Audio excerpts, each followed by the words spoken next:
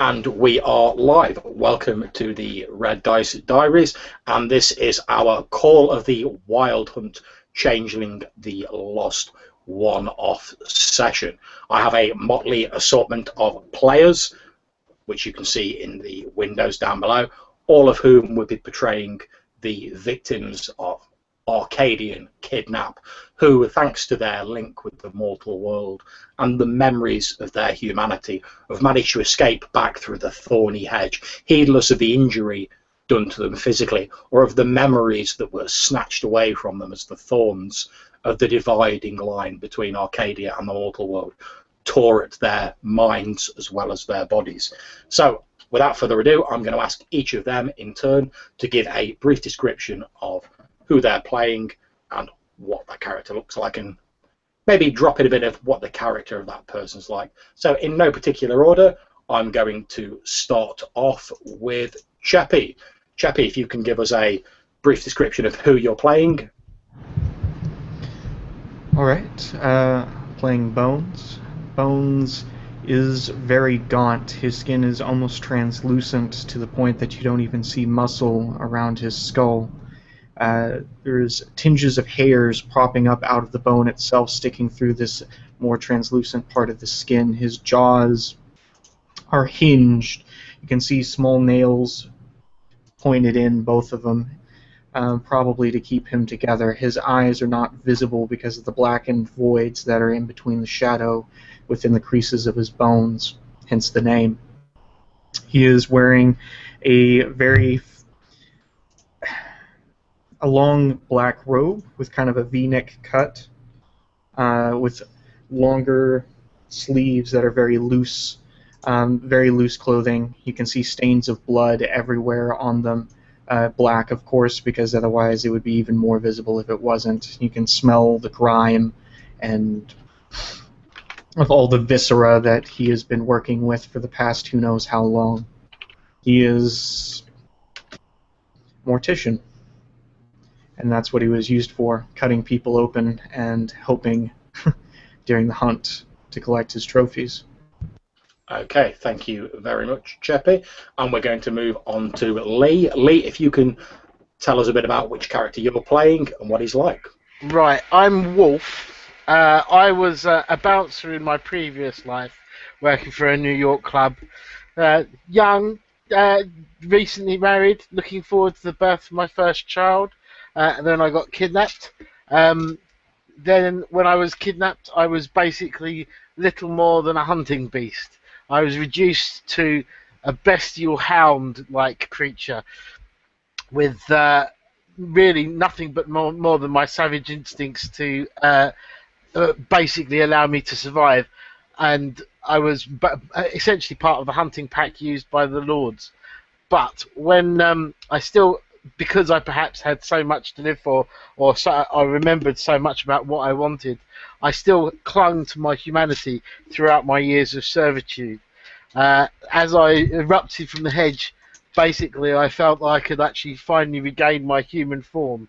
So I now appear as a young, well-muscled man with very long hair, overgrown sideburns, obviously a full beard, etc. And I'm quite muscular and quite athletic. Those, however, that can see the beast within see me as realistically little more than a wolf that maybe walks on two legs, and obviously the bestiality and the anger and savagery is just under the surface. Okay, that's great. Thank you very much. So we're going to move on to Tim. Tim, if you can say a bit about the character you're playing. I am playing Sway. Sway is a beautiful, tall woman. She's long auburn hair, emerald green eyes that are very captivating. She stands and walks and moves with grace beyond any normal people, almost like she's royalty, the way she walks and moves. She has a captivating look in her eyes. For anyone who looks at her for too long, they almost understand where all of the old legends and stories of knights going off to perform deeds and doing all these things to win the hand of this fairest maiden in the land. Almost you can understand that that's attached to her. She is wearing a long silk gown, very finely made. It looks like it's made out of one piece. It was put together so well. But it is torn all along the edges. Looks like it was caught on things. There's nicks and tears and whatnot. She also has a lot of nicks and tears on her arms, scratches. But she, despite all of that, she still has this beauty about her.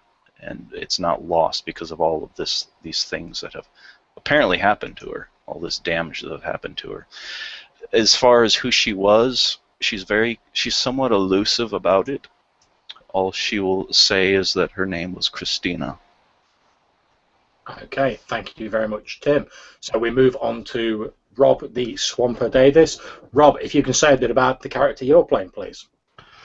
Sure. So, my appearance, I look like about 7.5 feet tall. I'm covered in thick white hair / fur. I've got a sort of, I have a humanoid face, but it's a monstrous version of one with very protruding bones and lines. Big beard, covered pretty much head to toe in this thick white fur. The mortal side of me, I'm a human about 6'1", 6'2", fit, but not overly buff or anything. I'm dressed in out gear wear, good running shoes, things like that. You see a lot of anger and rage within me. I was hunted for many, what seemed like a decade on the other side, chased, and it really made me hate everything. And it's kind of a shock for me after all that chasing and then finally being caught to be aided and rescued and have people working with me and not trying to murder me. And then here we are, free of the hedge. He's trying to cope with all that. That's great. Thanks very much, Rob. And last but by no means least, if we can go to thashif to tell us what character you're playing.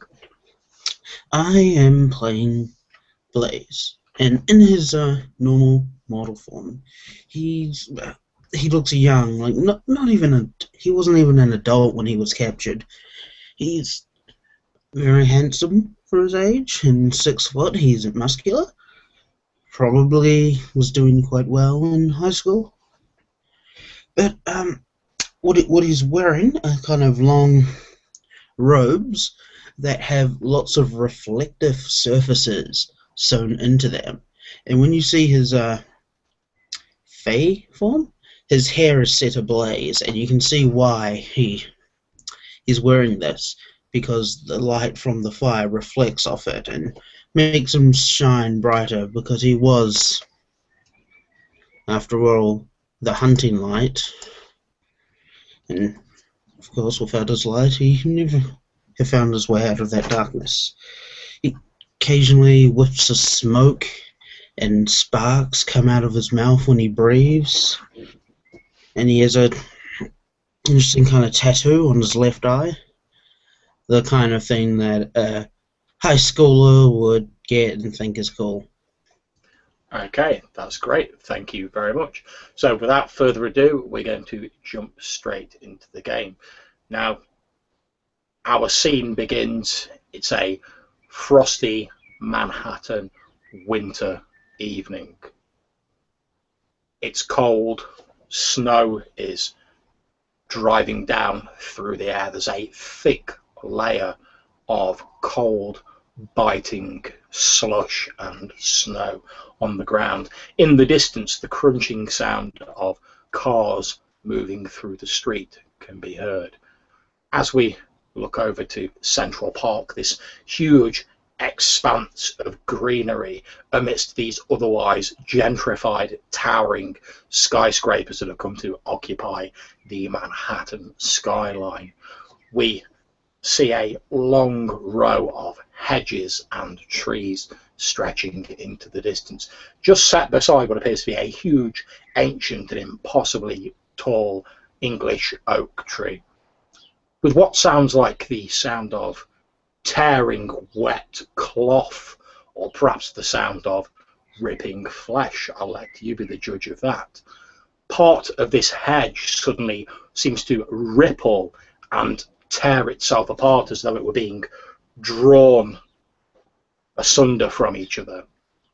And unceremoniously, a collection of people, 5 individuals, tumble out from this rent in this huge thicket, landing unceremoniously in a heap in this 2-3 foot of snow that's on the ground. There's a brief spray of powder as you all make your exit from the hedge. In the distance behind you, as you sort of look over your shoulders, and you can see as the hole in the hedge is not yet closed, you can see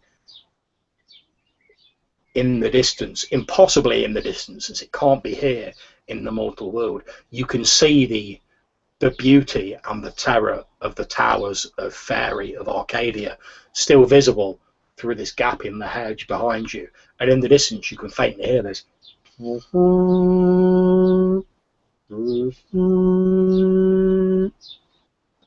of the hunting horns of your once captor.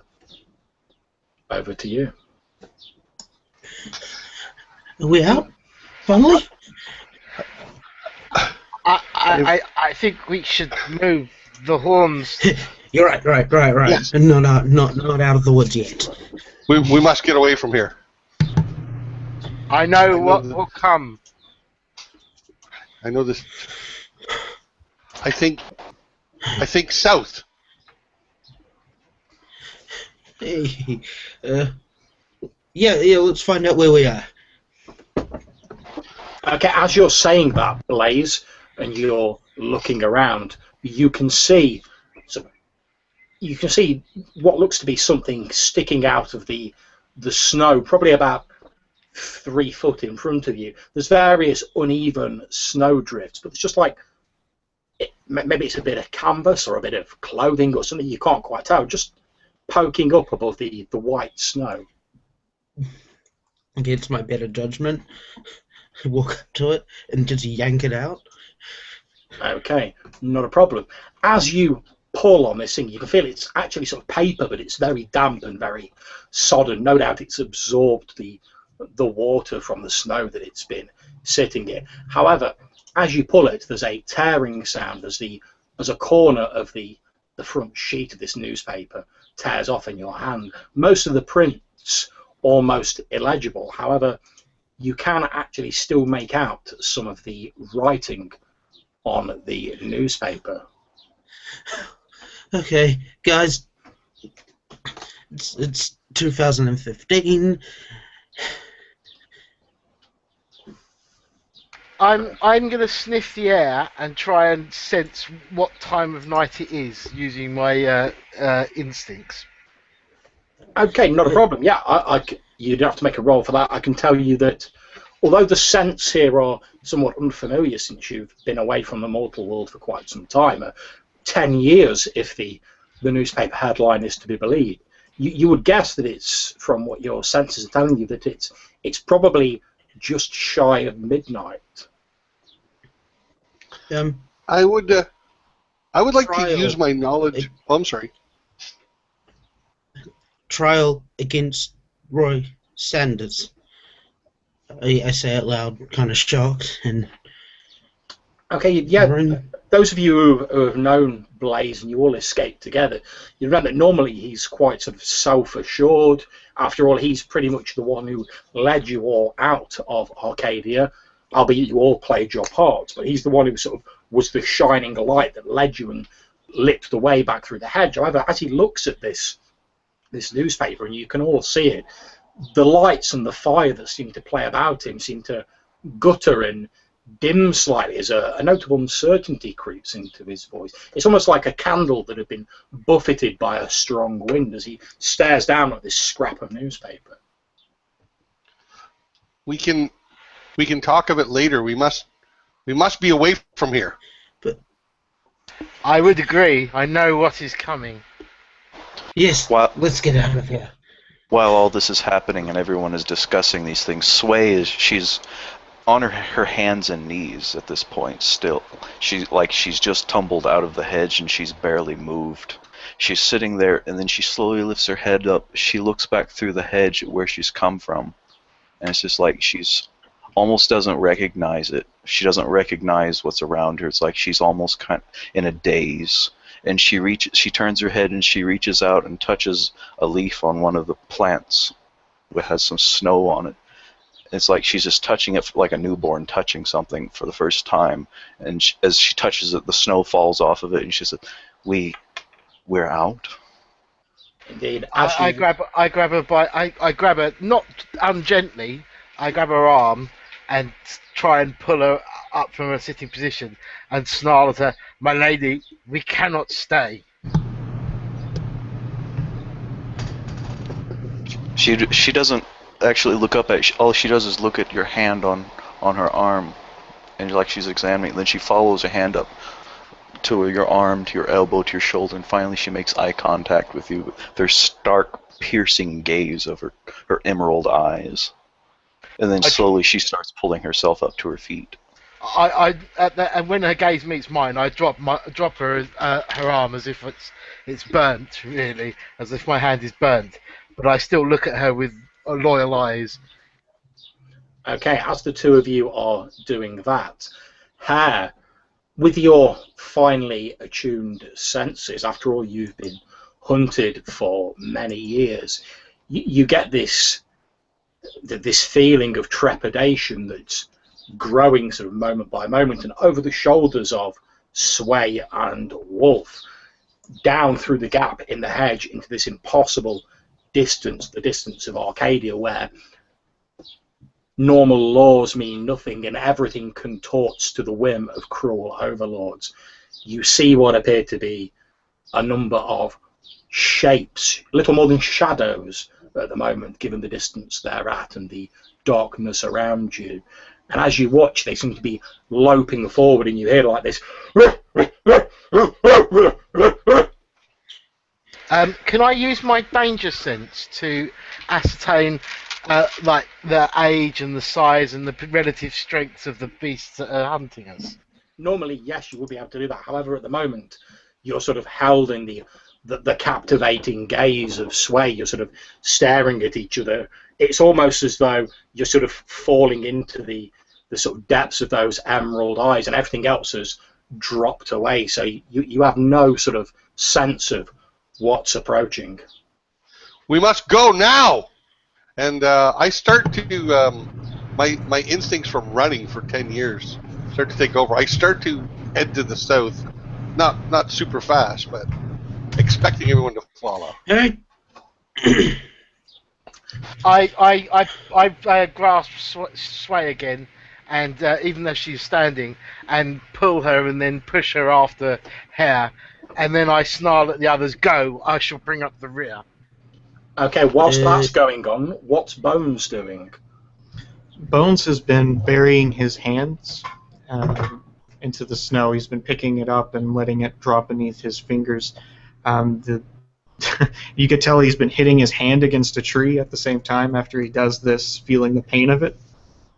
Indeed, and the feeling of pain, it feels strange to say it. It feels reassuringly real. After all of the tortures that you experienced in Arcadia, all of the things you did, the horrible things that you were forced to do to make you into a torturer rather than becoming the tortured, there was always a sense of distance between it and yourself. You had to keep a sense of distance in order to maintain your sanity.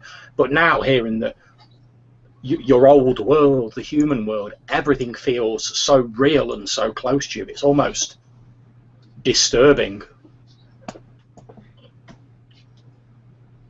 He takes the bit of the snow after he basically hits both of his hands on the tree again, and you hear a crack in the bone.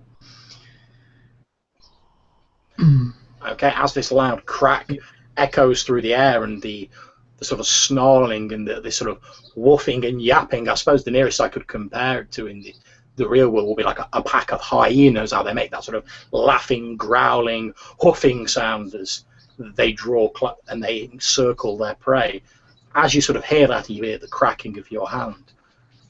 You hear in a group of shrubs about 10 foot away from where you're standing, not part of this huge hedge behind you, but just a small tuft of shrubs, as there are many dotted around Central Park. You hear what appears to be a shuffling or some sort of movement within these shrubs, and for a moment, just a moment in the bright moonlight, you see what appear to be two eyes peering at you out of these shrubs, and then there's like as this shape sort of lurches out of these shrubs and starts quickly making its way away from you across the snowy expanse of ground. Obviously, all of the rest of you see this figure lurch out of this shrubbery and start. It almost looks as though running full bore away in the opposite direction to where you are. It's running away from you. Another You wish to be caught again? Move! I'm looking at the thing. So basically, the thing is actually coming towards us from what we perceive as the human world towards the hedge. Is that right? Basically, what's happening at the minute is you guys are by the opening into the hedge. There is a group of hounds or whatever they may be making their way towards you, no doubt, perhaps hoping to recapture you, perhaps hoping to kill you for having the temerity to escape Arcadia. Who knows? And then as this is going on, as Hare's shouting, "Look, we've got to run," a note of savagery creeping into his voice as this sort of anger at being pursued sort of bubbles up to the surface. Suddenly this figure, who must have been lying in this group of bushes when you guys landed, sort of basically bursts out of these bushes and starts running away from you towards the exit from Central Park. They have the right idea. And he's right. Come on, everyone. I sort of like pacing like side to side, basically waiting for them all to move, but I'm growling at them as if to say, "Hurry up." Okay, who's, in terms of just to establish what you're doing, guys, who is, I know obviously Hare and Blaze are presumably running away from the hedge, trying to escape whatever's coming through. Bones has just seen this figure burst out of this shrubbery and disappear over the fields. What's your reaction to all that, Bones? Bones is going to think it might be his partner, so he runs straight forward into the brush, going after whatever it is.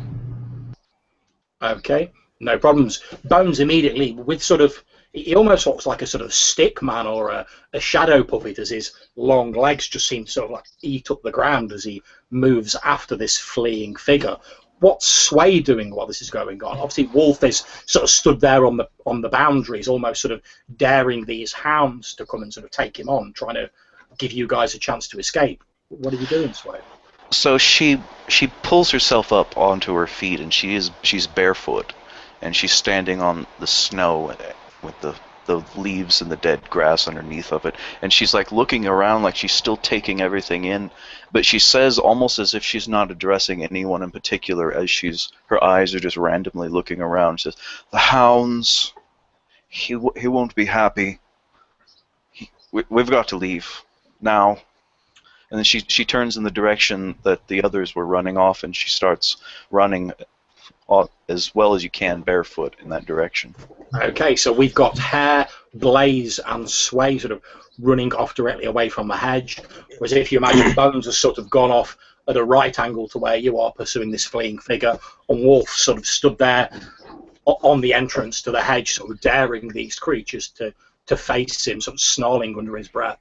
As Sway runs away, I start backing away, but I'm basically facing the hedge and growling still as I back away. My eyes swivel from side to side, tracking where Bones went, but at the same time, I realise that the majority of my pack has gone in one direction. So eventually, as I leave the clearing, I then turn and run after them. Okay, and as you start running, you hear Sway going, "Wolf, come!" and you sort of lope after her. Blaze shouts, "It's Bones." Oh, where's Bones? or where's Bones? Sorry. As you look around, Blaze, you can see that if you guys are running straight away from this entrance to the hedge, Bones is sort of headed off at a right angle. He's still moving away from it, but he's not going in the same direction as you guys. You can see that he's pursuing some sort of fleeing figure. At this distance and in the darkness, you can't really make out what it is. Guys, we have to go that way.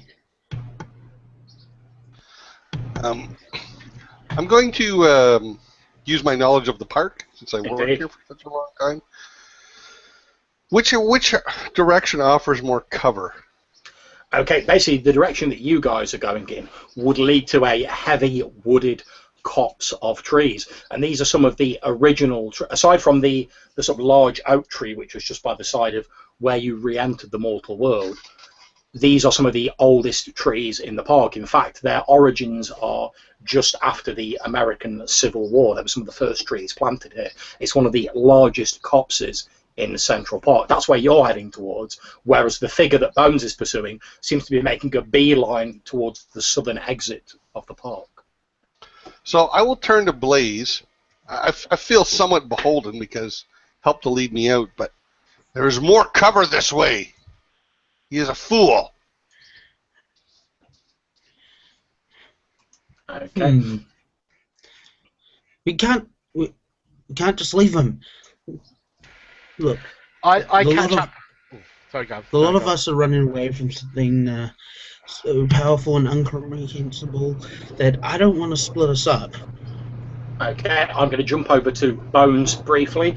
With your speed, Bones, it's not difficult for you to catch up with this sort of shape, this fleeing figure. In fact, as you're sort of drawing closer, the shape resolves itself in the sort of dim moonlight into what appears to be a man wearing tattered clothes. The sort of what originally looked like a flapping cape or maybe even skin resolves itself into the shape of a tattered and miscellaneously stained overcoat that is drenched with, no doubt, the water from the snow and stained with moss and leaves, etc. You can see that the person who's fleeing ahead of you appears to have sustained some sort of injury or be in poor health due to the sort of slightly limping, sort of loping run they're doing. It's not difficult for you to catch up until you're almost within sort of arm's reach of this fleeing figure. You can just about hear this. Now you're closer, under its breath, this voice going, oh fuck, oh fuck, oh god, oh fuck, oh. What do you do? Do I see a Fey form? You do not see a Fey form at all. All right. You're getting no sort of changeling / Fey vibes off this figure. All right, so his appearance then would be gruff, slightly scarred along the right side of his neck to his cheek. Gruff, or very curly black hair that's grown out, and you have a non-shaven look. So, indeed, he's a very sort of. He has the look of a sort of a city vagrant, and like you say, very overgrown hair that's just started to sort of turn white at the end, perhaps from age, perhaps from the poor conditions of his current lifestyle. Who knows? Like I say, he appears to be suffering from some sort of old knee injury or something. And you can hear him sort of under his breath. He's obviously very out of breath. You can hear the sort of laboured as he's drawing in breath, trying to run away from you.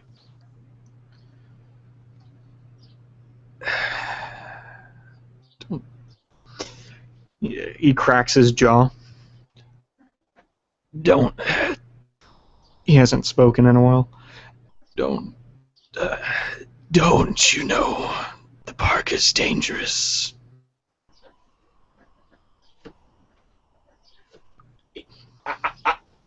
As you're saying that, the man's knee finally seems to give out, and he tumbles to the floor, sort of with a wet, sliding into the snow, sort of spraying this fine mist everywhere. He sort of, with his arms, sort of tries to turn himself over onto his back, and you can see this. It's almost Robinson Crusoe-esque sort of figure with this matted, overgrown beard, this mop of wild, like I say, dark but going grey at the edges hair, and these watery blue eyes as he sort of peers at you. It's obviously this person's had a very hard life, and he looks at you, and for a moment you see what appears to be a couple of tears, or maybe it's the snow lingering on his face, and he goes, "Of course I know the park's dangerous." And he's like, "Go, get away, leave an old man in peace."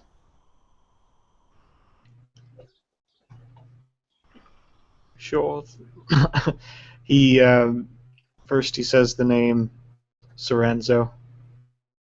He looks blankly at you, and he goes, "What's that? A pizza place or something?" Never mind. As you're sort of looking at this man, it's difficult to tell because, like I say, his hair's very overgrown. He's covered in the grime and muck of someone who's been living rough for God knows how long. But there's something familiar about the man. You can't quite place what it is, though. It's clearly not your old colleague Soranzo, though. This guy's far too tall. I mean, this guy must be at least sort of like 6'1" or 6'2". Even though he's sort of bent over a bit, no doubt suffering from some sort of vitamin deficiency or something similar. Do you know how to get south from here? He's like, yeah, of course I do. Where do you think I was headed? If it wasn't for on my knee, I'd still be heading there. I got some fucking Grim Reaper like you fucking looming out of the darkness at me.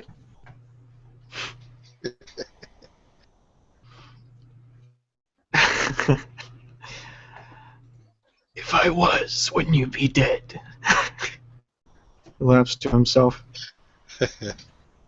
For a moment, the old man's raving sort of fall a little bit silent, and it's almost as though he composes himself slightly, and in a slightly sort of sad or almost wistful voice, he says,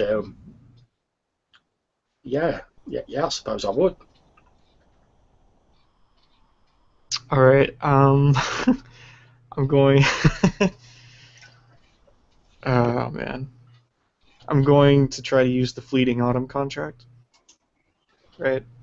Taking his knowledge of spraying knees. Actually, no, not at all. I think the first thing he would do is actually try to patch this person's leg, like make a spring out of the wood in the area, see if he could find a dry branch, get it up to get him to move, because he's going to need a guide south because he knows that's the way everyone else is heading. Okay, that's not a problem.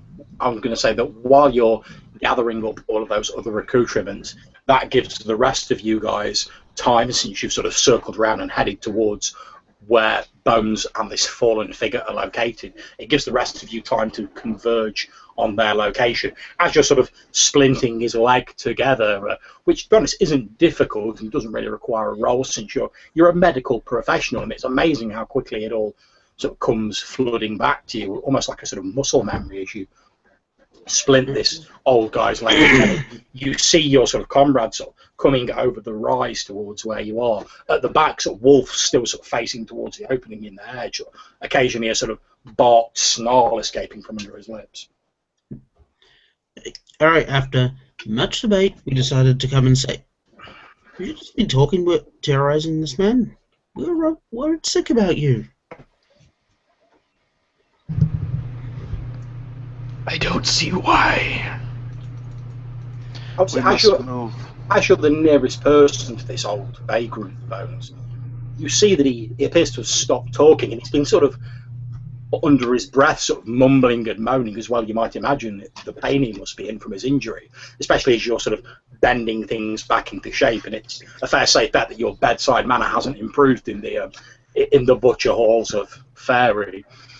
But you notice that he's suddenly fallen incredibly silent, and his eyes appear to be fixated on Hare as this huge figure, flanked by your other colleagues, approaches over the rise, and he's just sort of staring at him with like his mouth hanging open a bit.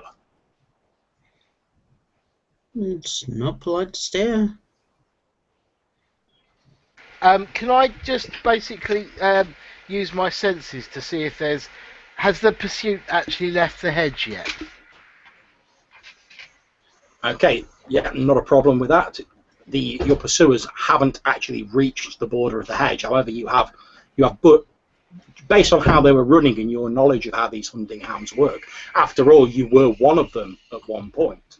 You know that you've probably got about a couple of minutes before they reach the border of the real world. Is there anything that I can think of in regards to the way they work, using my human wits now that I seem to have regained them? Is there any way I can think of that would make them back off or shy away from the hunt, so to speak?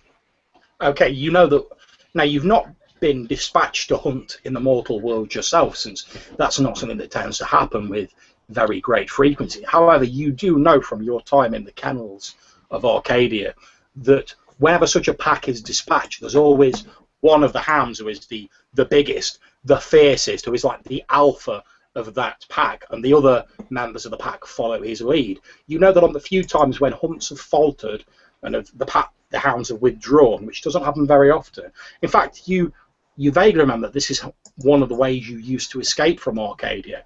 If the alpha, the lead hound, is taken down, normally that will cause the others to sort of withdraw, to sort of regroup, at least buying you some time, if nothing else. I look around for a makeshift weapon, something that I could use, like a branch, or maybe if there's like a straight railing or broken or bottle or anything like that around. Okay, there are some metal railings along the sort of cordoning off different sort of bits of the park, bits that are protected, or the particularly ancient trees to stop vandalism, etc. I suppose sort of like church railings you might see.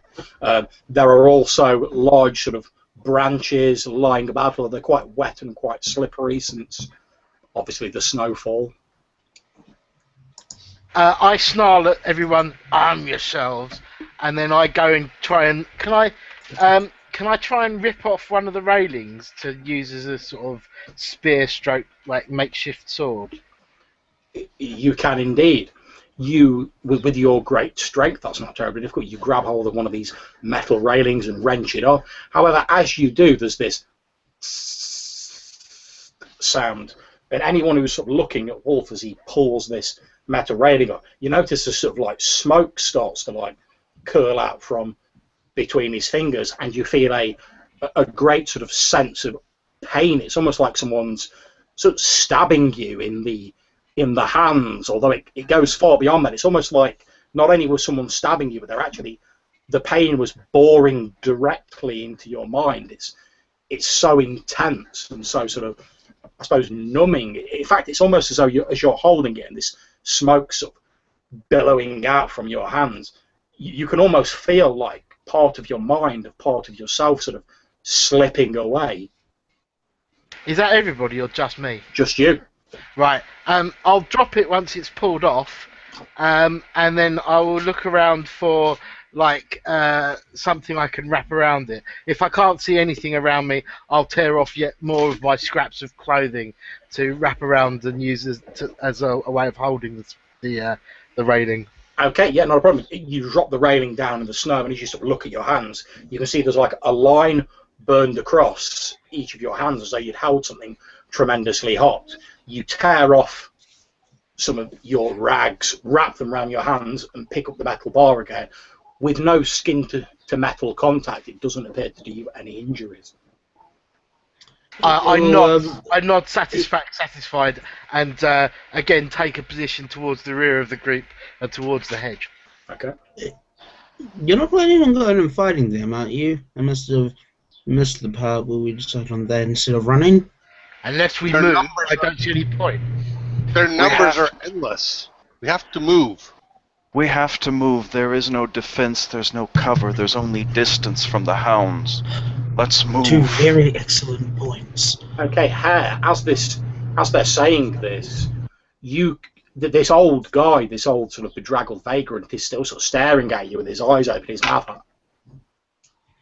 And you can feel a strange sort of sense of, well, you feel a sense of familiarity. You're not entirely sure why. After all, it doesn't look like anyone you're familiar with. I shrug it off. I've got bigger fish to worry about right now. So, yeah, I'm going to start moving towards cover to the south, since I know where the heavier trees are. And also at the same time, I'm instinctively leading towards the trees that will offer the most cover. I've been hunted a lot. So, As he heads off, I growl out,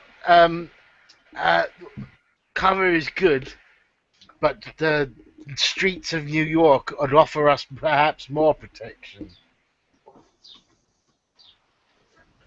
At this point in the distance, you feel like, as the hounds reach the border of the mortal world and they start running across the snow towards you.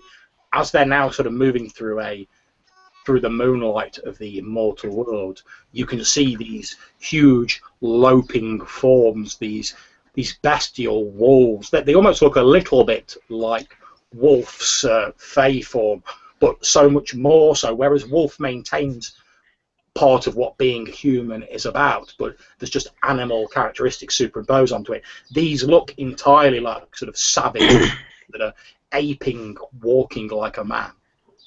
Alright, so I say them and I'm like, okay, they're probably just as good as navigating through the forest as we are, but we know what the human city is like, so let's head over there. Perhaps we'll conquer some advantage for us. Can we see the city? We heard the tires of the vehicles. Can we see where they're at? Indeed, so looking towards the south, beyond the bounds of Central Park, you can see the silhouettes of large skyscrapers in the distance and the twinkling lights of Manhattan. You can also hear the sound of cars beeping their horns, of tyres moving through the streets. Occasionally you probably even catch the sound of someone shouting or human voices, but it's very far in the distance. Central Park, as Hare would probably tell you if he wasn't otherwise engaged, is a huge expanse of ground, so you've got quite some way to cover before you make it to the streets of Manhattan. So once I see the actual skyline, because I haven't actually looked in that direction, I finally see the city, and I say, the city. I've got to make it to the city. And she just starts taking off. Okay, Sway's gone, heading towards the south. After I see her run away, I just murmur to myself, okay, first chance we get, we're going to have to talk about this running away on our own thing. Okay. Can anyone who is attempting to flee from the hounds, can you please make me a strength athletics roll? Remember, each dice you roll that gets an 8 or more counts as a success. If you roll a 10, you get to roll it again. Whilst they're doing that, running applies here?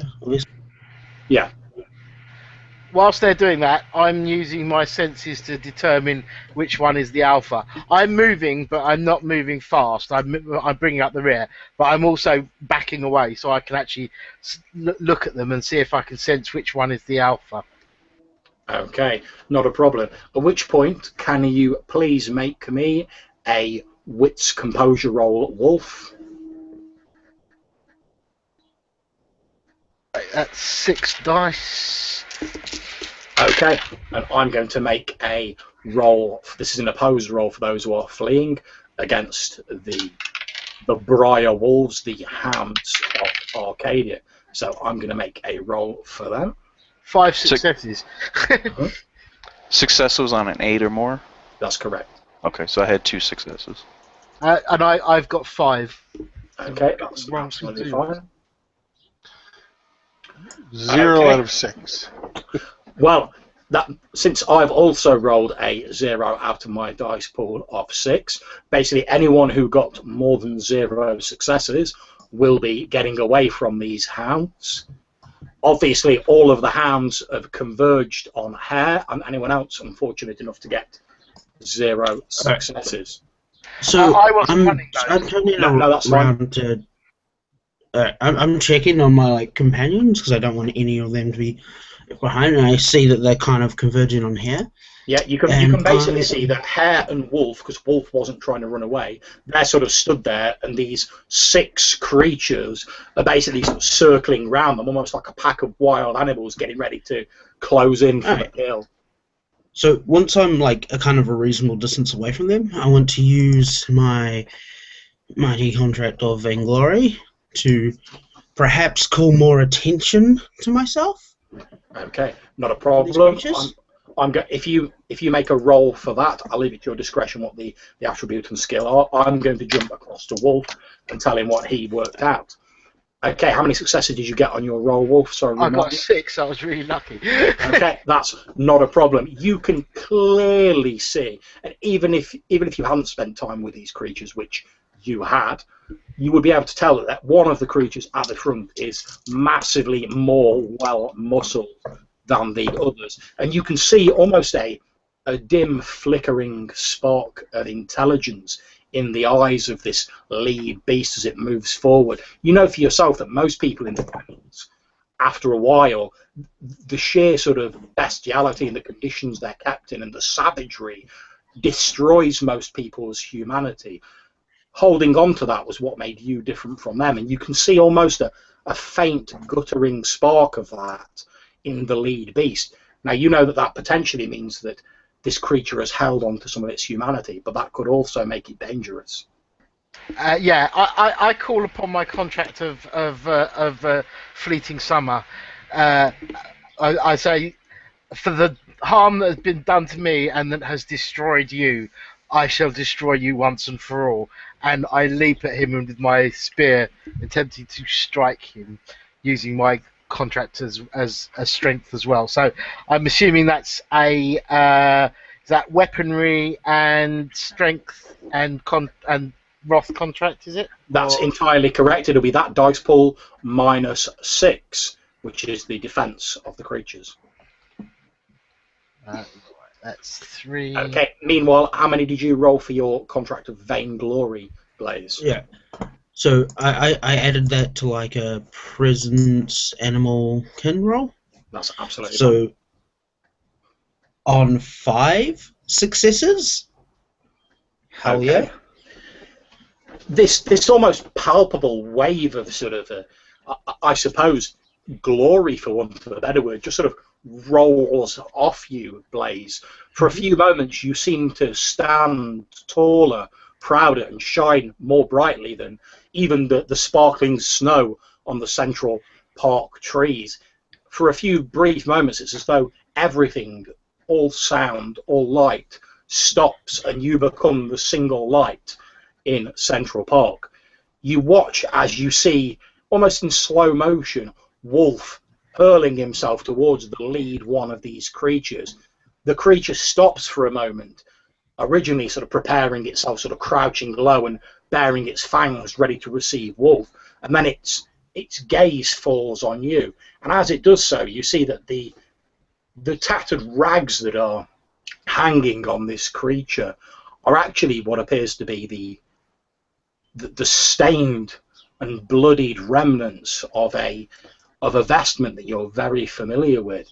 It's a New York University sports jacket, albeit stained with blood and viscera, and hanging in tatters from this muscled wolf-like creature.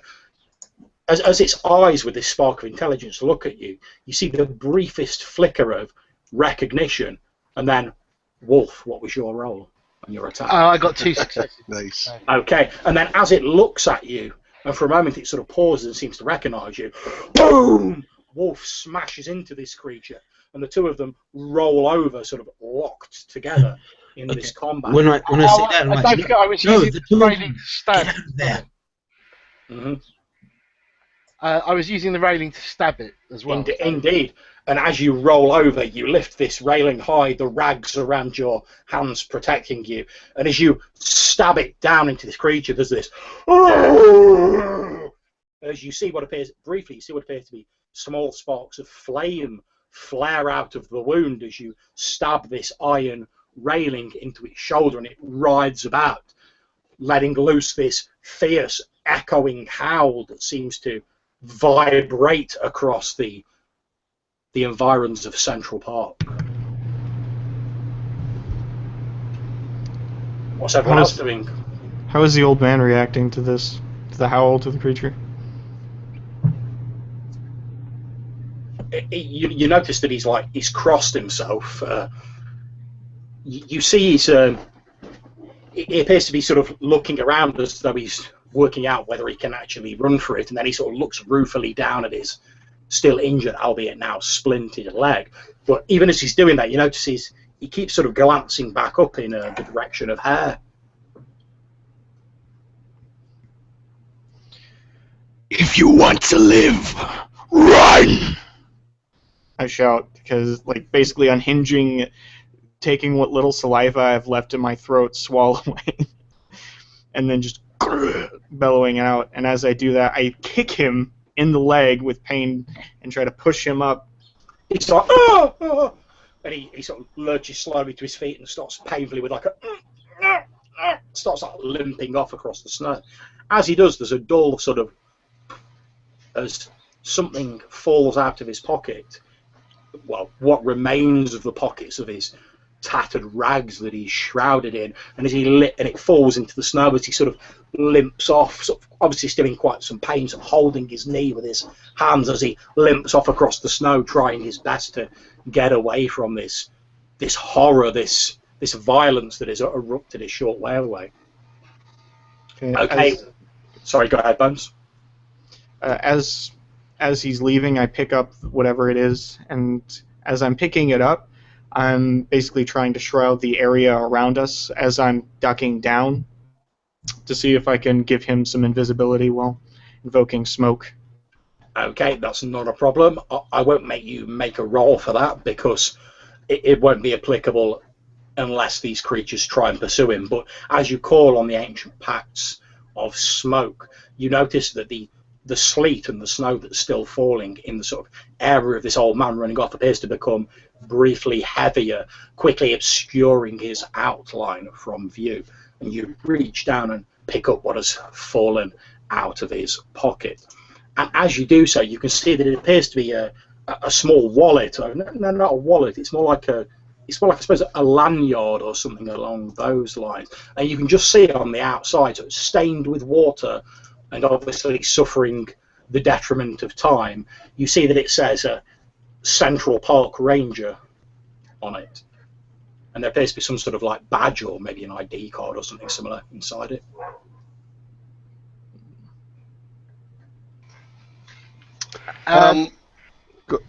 From this guy staring at me, and our pursuers are basically upon us. Like you said, they were focusing on me. So I've probably fought these things dozens, if not hundreds of times. Oh, indeed. And so I'm going to basically make a stance. I'm going to stand next to a big tree, and I'm going to ready my massive arms. And the first one that comes at me, I'm slamming it right into the tree. Okay, and indeed one of them does leap at you. So can you roll your strength plus your brawl, and it will be -6, which is their defense. All right, well, if that's the case, I'm going to, let me see how that does. 1, 2, 3. Wow. So 3 minus 6 is -3. Okay. Wow. So basically, I have to get. Don't I understand the mechanics? I have to get 7 successes just to hurt them. No, basically the -6 is taken off your dice pool, so it'll be 6 less dice you roll. If that takes you to a minus, which I'm guessing it does, what you can do is you can choose to make a chance roll, if you wish, which is basically a single D10 roll. However, you need a 10 on a chance roll to succeed. If you get anything else, you just fail. If you get a 1 on a chance roll, however, that counts as a botch. But it's up to you whether you want to take that chance roll. You don't have to. You could spend a willpower to boost. Right. So I'll tell you what I'm going to do. I'm going to spend a glamour point and a willpower point. Nice. And I have 6, so I get 4 dice, and so I get 0. Arr. Okay. As you grab hold of this creature, the force with which it's hurled itself at you is more than you were expecting, and you find that your lacking the ambient energies and the magic that you're accustomed to in Arcadia. You're now conforming to mortal laws. You find yourself bowled over backwards as this thing sort of impacts squarely with your chest, bearing you over into the cold snow. And what I'm going to do now is I'm going to make an attack roll for the creatures that are attacking Wolf and are attacking Hare at the moment. Did I manage to convince any of them to chase after me instead? Indeed, the two that aren't currently engaged, aren't paying any attention to you. However, the other 4 appear to have abandoned those 2 and are now sort of running headlong, falling to all fours in a loping run and heading straight for you, seemingly drawn by your blazing presence. But first of all, I'm going to deal with these 2 that are fighting. So, Wolf, if you can tell me what your defense score is. My defense is 2, I believe. Okay, not a problem. Okay, with all the practice of knowing how these creatures think and how they move, after all, you are one of them. Although you continue tumbling end over end, you manage to hold on to this metal spike that is still sticking out of this creature, and sort of basically you're using your weight to hold it down in the snow. And although it thrashes about with its claws, it doesn't actually manage to strike you or cause you any injury. Hare, if you can tell me what your defense is, please. 2. Okay.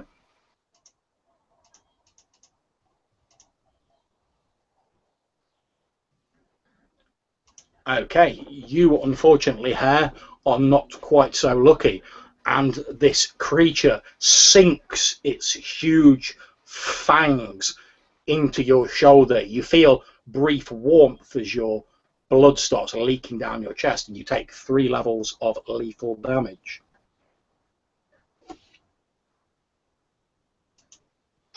I cry out in pain, fall back, bleeding into the snow. Okay. He cries out in pain. Bones, where you are some distance away, you hear Hare crying out in pain. And then, almost at the same time, you hear from within this sort of this enhanced snowdrift, this blizzard that you've summoned up, you hear another cry almost at the same time.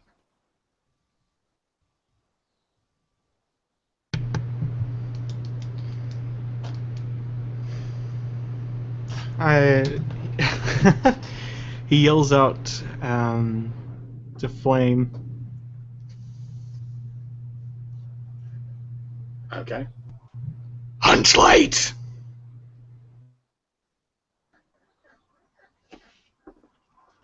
Okay, right.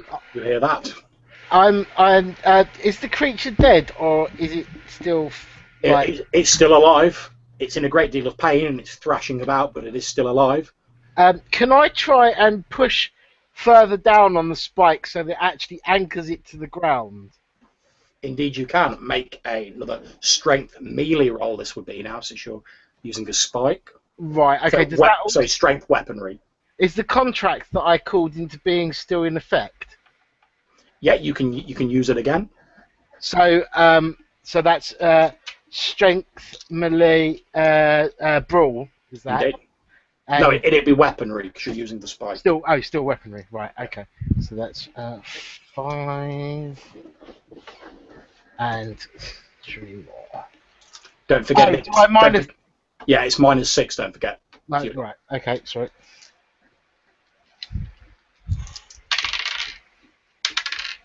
Oh, 1 success. Okay, you push this spike further into the shoulder of the creature, and again it cries out in pain. However, it does manage to roll over, and you've got a choice here, Wolf. You can either leave the spike in its shoulder, however you'll be forced to let go of it and sort of roll away as it's pushing you away, or you can hold on to the spike, which will pull it out of its shoulder, but obviously you'll still be sort of keeping hold of it. Yeah, I'll hold on to the spike, I think. Okay, you hold on to it, and there's as it's pulled out of the wound as you're sort of pushed away. And again, this creature's like, Meanwhile, we return to... I'm going to ask, what's Sway doing while all this is going on? This chaotic sort of melee is broken out in front of you, and the rest of these creatures, aside from the two that are attacking your friends, are making a beeline straight towards Blaze. What's Sway doing while this is going on? So Sway has been filled with a sense of panic with this whole ordeal because she hears the baying of these wolves, these hounds, and she just turned and started running. And it's like after a moment of running, she stops and thinks that she realizes she's by herself, and she looks around. She's running barefoot through this forested area, and as she turns and looks back as she steps on a branch, and she actually stumbles and catches herself on a tree. And she looks back and like she's kind of confused, trying to decide if she wants to keep running towards the skyline that she sees off in the distance, or if she should try to go back and help. Then she's questioning whether or not she can actually do anything if she goes back. So she's kind of paralyzed at the moment. Okay, not a problem.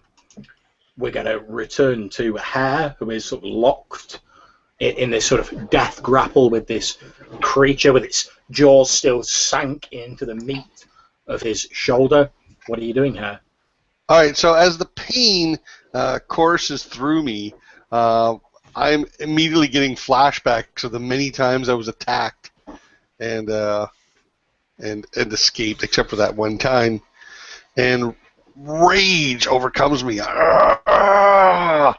I'm going to get a firm grip on this thing, and I am going to try and snap its neck just by body slamming it into a tree. Okay, that will be a strength brawl roll. All right. I'm going to spend 2 glamour points and another willpower point. Okay, and obviously don't forget your dice pool will be -6. Right, so I give up.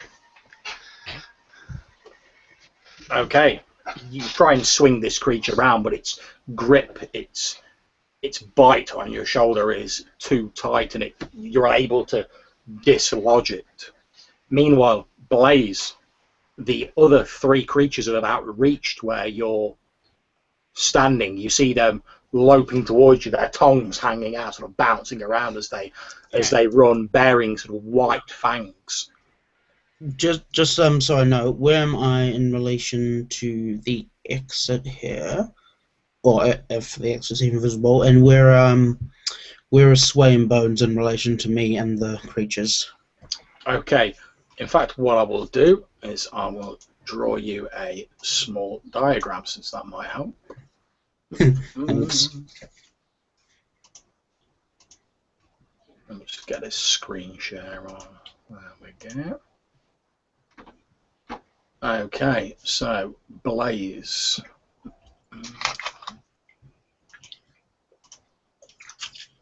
If we say that you are about here, you've got Wolf and Hare about there, being attacked by the others. Sway is off sort of over here. Bones is about here. And these horrendous creatures, these 3 creatures, are sort of here, moving towards you. So I'm going to be running away from the creatures that have attracted to my presence. I'm going to take a brief look over at Bones and Sway. Do they appear to be okay? They both appear to be okay. Bones appears to be sort of staring off into this area where the snow appears to have fallen, and then he's looking at something held in his hand. Sway is stood sort of seemingly paralyzed by indecision, sort of looking back, sort of trying to decide whether she can help in any way. But they appear okay in terms of they're physically okay. Alright, so they're not in physical danger. They don't appear. Look, they appear to be like horrified though. Look back and see Wolf and Hare having to fight these things. Like, oh crap. I'm doing all I can by taking care of these 3. Indeed. And by taking care of me distracting. So I shout out to them.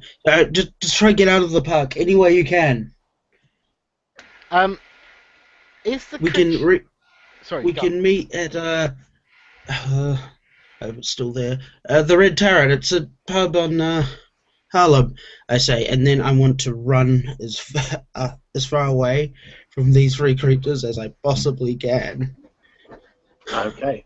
Not a problem. Whilst he's doing that, is the creature in front of me getting up, or has it kind of accepted my dominance? Or it is slowly getting to its feet, but oddly, it doesn't appear to be looking at you. It's almost as though it's sort of looking past you, as though something else has held its gaze. As you sort of quickly glance back over your shoulder, you can see that its eyes appear to be drawn towards where Blaze is basically running into the distance with three more of these creatures pursuing it. It appears to be sort of getting ready to spring, but you think not so much to attack you, more to jump past you to pursue Blaze. And as you look across, you see that the creature that had got its fangs sunk into hair is also sort of disengaging and sort of looking over, sniffing the air in the direction of Blaze.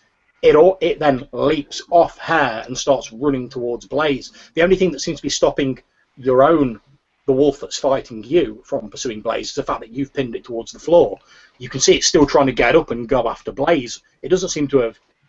It's almost as though you've just dropped off its radar completely. can I use that then to strike a blow without its defense, because it's like not really looking at me anymore? Indeed you can. In fact, I want to try and put it down. So indeed you can. Roll your dice pool. There's no reduction since it's not got any defense, since it's just trying to go after Blaze. Sorry, got some dice. Hold on a sec. No problems. In fact, whilst you're rolling that, I'm going to quickly jump over to Hare. Obviously, you've noticed, Hare, that your own creature appears to be disengaging and getting ready to go after Blaze. What do you do?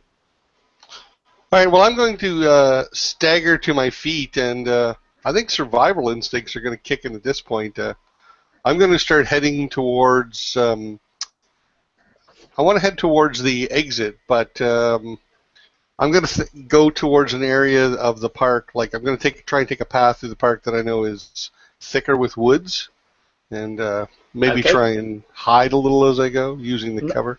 Not a problem. You head over in the direction that Bones is in, since you know, having been a park ranger in Central Park, that there's a thick copse of old trees over here. So you're sort of heading in the direction of Bones. You can see he appears to be sort of looking sort of puzzled at something in his hand. Well, as puzzled as an ambulatory skeleton can look.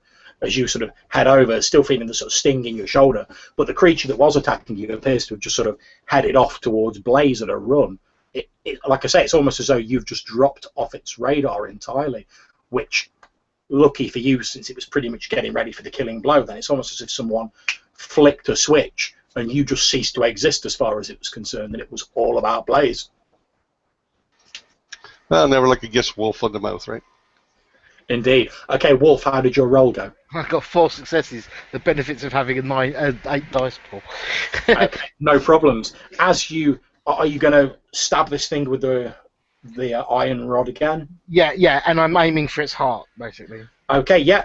You stab it through the heart, and for a few moments there's this loud sort of billowing death rattle of a growl that just echoes across the entirety of Central Park. The creatures that are pursuing Blaze suddenly stop, their ears going flat to their heads, and something almost like halfway between a mewling cry and an animalistic whimper escapes from their throats, and as one they all turn and begin running back towards the gap in the hedge. The one that you've killed lies still on the snow.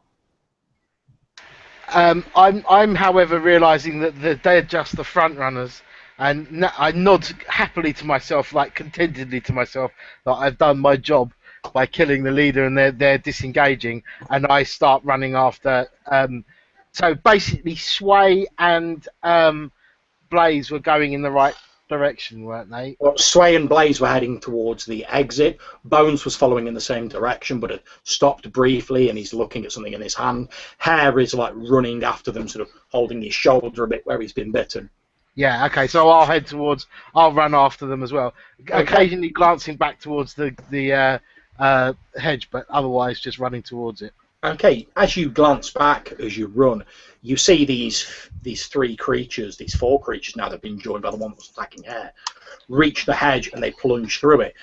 But as your gaze falls down to where the figure of the wolf that you killed was lying, you can see that instead of this huge bipedal figure lying dead in the snow, its blood spreading out. There's now what appears to be a young man, or perhaps a teenager, wearing what appears to be a New York University sports jacket and the tattered remnants of what must have been some sort of like athletics kit or something along those lines, just sort of lying in the snow. This huge hole in his chest with blood slowly pooling out under the body. Yeah, I'm happy with that though, because in my mind I've freed it rather than killed it. So Okay, Bones, what are you doing? You're still stood there. You've got this ranger's pass in your hand. Tuck it in the pocket, and I start following after Sway. Okay, not a problem. As you all run towards the exit from the park, eventually you see this huge sort of wrought iron, very decorative gate, which is the southern entrance to Central Park, to appear in the distance as you eat up the ground.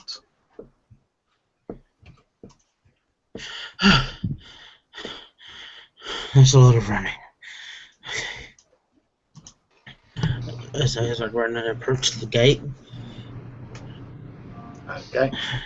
I hope this isn't locked, I'd say. I mean, as you arrive at the gate, you can see you've about caught up with this injured old man he's trying to, fairly unsuccessfully, he's trying to squeeze between the bars on the locked park gate. You can see there's like a sort of metal chain across it that's got a big padlock on it. This old man's like trying to squeeze himself through the gaps. He's doing quite a poor job of it given the state of his leg. I'm gonna give him a brief look, and I remember that my companion was hurt by touching some metal, so I'm gonna test this out. I'm gonna touch part of the gate, and then I'm gonna touch the chain to see if I get the same kind of reaction. Okay, you touch part of the gate, and there is this tss, and smoke whisks out between your fingers. You pull your finger away, and although it's painful, it's not long enough exposure to do any damage. But as you touch the chain that's drawn between it, you feel nothing off the chain. It just feels like cold metal. There's no wisp of smoke, no pain, no nothing. So I'm gonna pick up the chain, and I'm gonna try break it open, which would normally be impossible, but I'm calling upon my elemental contract with fire to help melt and weaken the metal. Okay, no problem. So I would say that normally that would be some sort of strength, either brawl or athletics. I'll leave it to you. So you can pick which one of those you want and add your contract level to it. Roll your dice. Do ones cancel out here? No.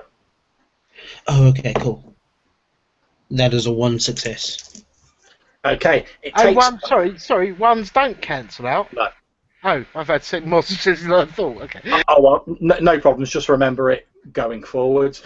As you focus and you whisper to the ancient spirits of fire, calling on the agreement between the Fey and those ancient burning fires of old. Although it's a bit more difficult here in the mortal world than you remember it being, eventually this chain does start to glow bright red until eventually you're just able to like pull it apart and it snaps.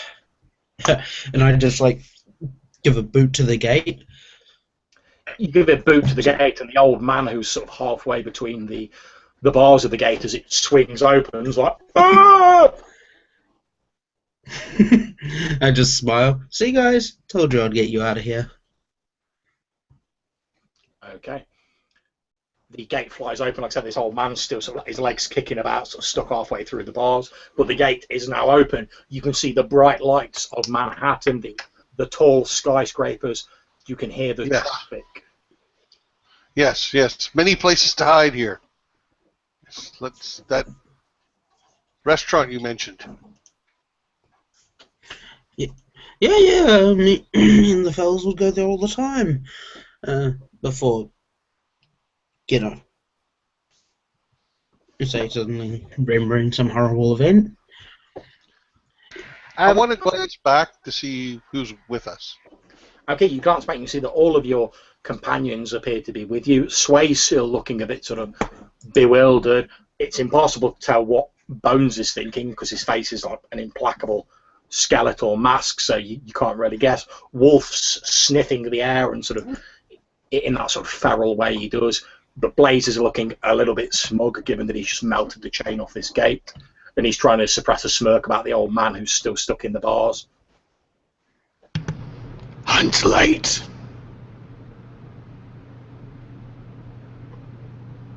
Hunt light? What? Yeah, that's what he's been calling you this entire time. Oh, right. Me. Sorry. My friends call me Blaze. You said this restaurant was in Harlem. Yeah, I don't think it's too far from here. We left south. Harlem's north. Mm. Can I receive? My club was close enough to Central Park to actually hear it before, wasn't it? It was indeed. The Prohibition Club's very close to where you are now. Right. So can I see it to see if it's still there and still open from where we are? In fact, you can see as you sort of you have to move a little bit away from Central Park, but I'm assuming you guys are sort of doing that anyway.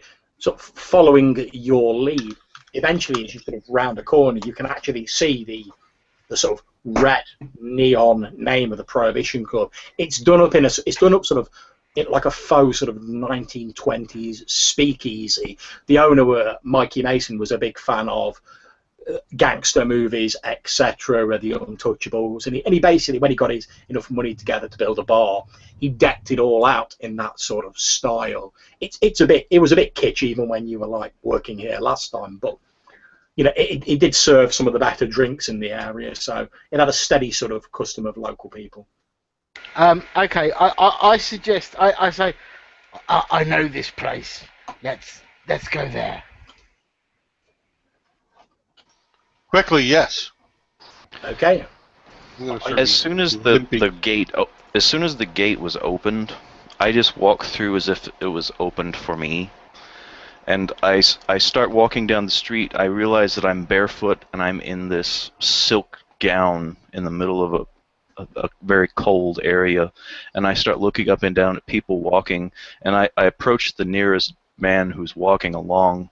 And I just come up to him, I look him in the eyes, and I just touch him on the shoulder. And I call upon the power of my, what was it called? Spring, what was it? Fleeting spring. And I'm going to just pull his attention in, and I'm going to just create like this feeling of desire, like he wants to protect me. Okay, and can you make me a presence, I suppose, persuasion roll, or you can use empathy if you prefer, and obviously add your contract level to it. Yeah, so presence, empathy, so that's 5, so that's 7 total.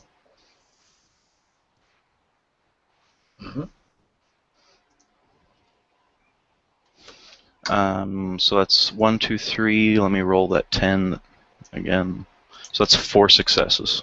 Okay, this guy is just sort of walking along. He's got his collar turned up. He's wearing a hat. He's just sort of actually lighting a cigarette, so holding his hand cupped around it against the wind. As you tap him on the shoulder, he looks up and says, is there something I can help you with? And then seeing you sort of clad in this sort of fairly thin sort of robe, he says, oh, I'm sorry, my dear. He said, you shouldn't be out dressed like that on a night like this. You'll catch your death. And he starts sort of taking his coat off and he drops it over your shoulder and says, please put this on. Are you all right? Have you been robbed or something, miss? So as soon as he sees me, it's like he's locked into my eyes. Oh, indeed. He's not taking his glance off you as soon as he's put the coat on you. But in fact, he's got a hand on your shoulder very gently, and he's sort of saying, "Are you all right? Are you, miss? Have you been robbed? It's not safe for people like yourself to be out on a night like this. Oh, you'll catch your death.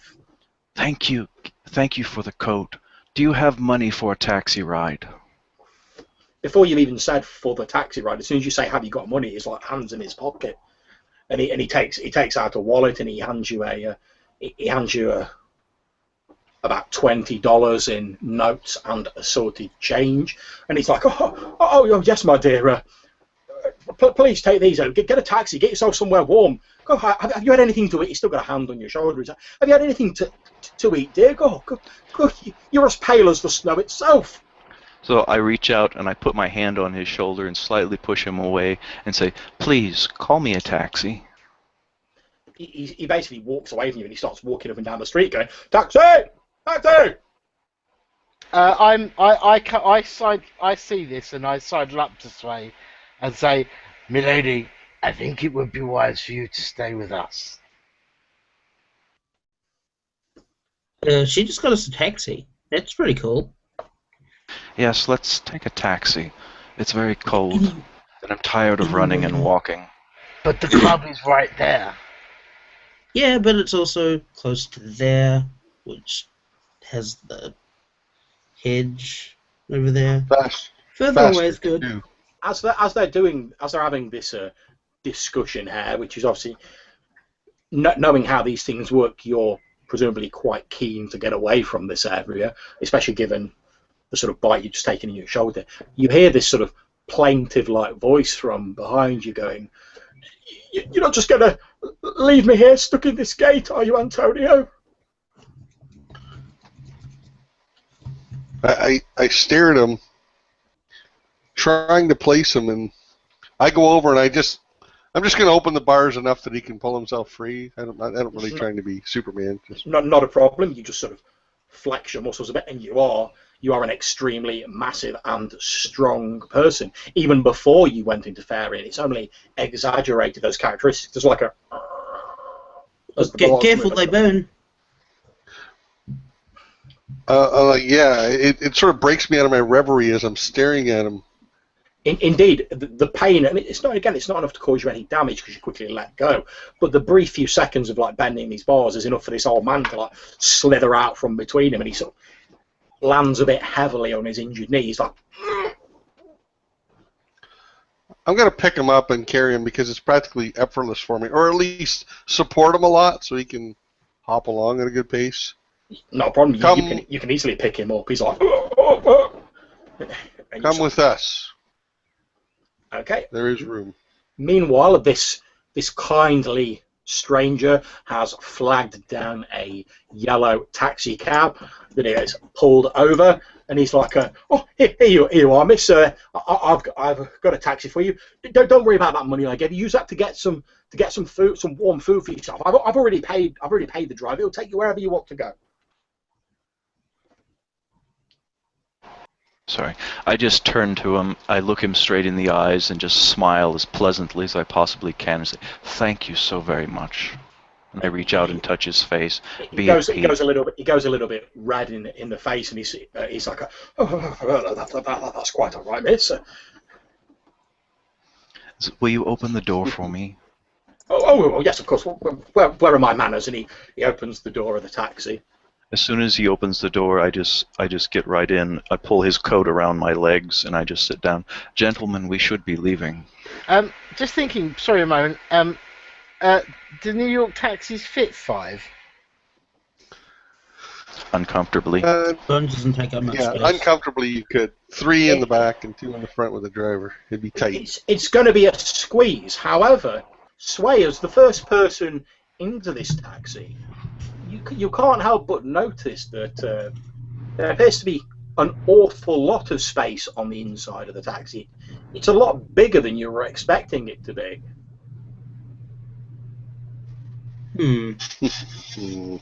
I hop in, if I can get on the driver's side, because I know we have 2 really big guys.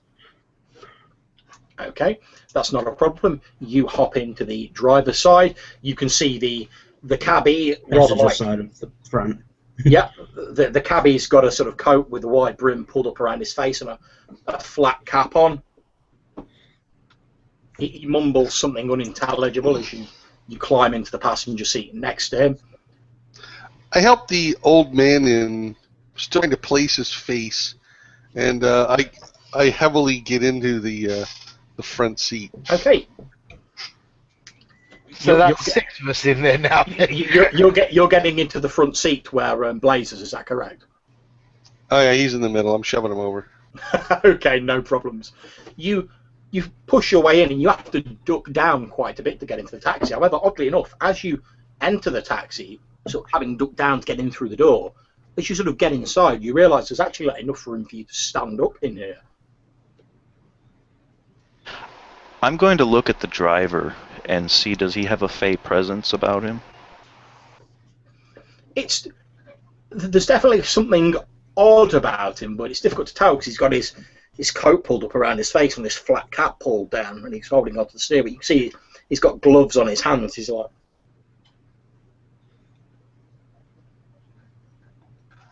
I'm just gonna reach forward and grab his collar and pull it down. Thank you for taking us. May I ask your name? Okay. You pull his collar down and you see the taxi driver. There is warty green skin below the collar of his coat as you pull it down. He turns around and he's got an almost sort of shriveled, almost like childlike face with a small goatee, a piercing through one eyebrow and through one ear, which now his cap's sort of rolled, but you can see it has a slight point on it. And he turns around and he's like, "Colin!" I have danger sense. Can I use that to see if I can recognise the scent of the creature or the magic or anything like that? There's definitely some sort of fey / otherworldly vibe about him. However, your danger senses aren't sort of flaring up, so you don't appear to be in any immediate danger. Okay, I'm guessing I'm the last one to get into the cab then, aren't I? So I'll get in as well. So. Bones hasn't stepped in. Okay, Bones is still stood outside. The window gets wound down, and this sort of scaly green face looks out. The guy who hailed you the taxi has just sort of wandered off, looking slightly dazed and bewildered, his hand occasionally moving to the place on his cheek where Sway touched him, and a sort of almost dreamy look on his face as he disappears off. And this green sort of face with the piercings leans out the window and goes, "You getting in or what? Fucking freezing!" I turn over to the side that Sway's on, and trying to soften my voice. Where did you want to go?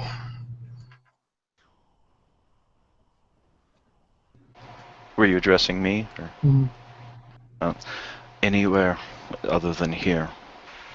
It's a good question, though. The taxi driver's like, "Well, I've been paid. I can take you wherever you want. Where do you want to go?" Let's start with away from here. We'll decide on the way. You know, I'm afraid your hairy friend's going to have to be a bit more descriptive. I point that way. Yeah. Right, I suppose that'll do. And he turns the wheel. Are you getting in, by the way, Bones, or are you? I would like to go up to the guy on the driver's side. Yeah, no problem. He's basically sort of one arm length on the window with his face out where he's talking to you. He goes, as he sees you approach, he's like, "You get in then or what? The door's open, it's letting the snow in. Fucking freeze me tits off." Alright, so he's going to go in and he's going to accentuate the features of his bones. I'm going to spend glamour and willpower. Okay. And as he's doing this, it's the fleeting fall, fear. And so his bone, like the shatters in his bones and the nails start seeping in a little bit more. It solidifies like clay after it's drying. His voice becomes harsher and harsher. And as he breathes,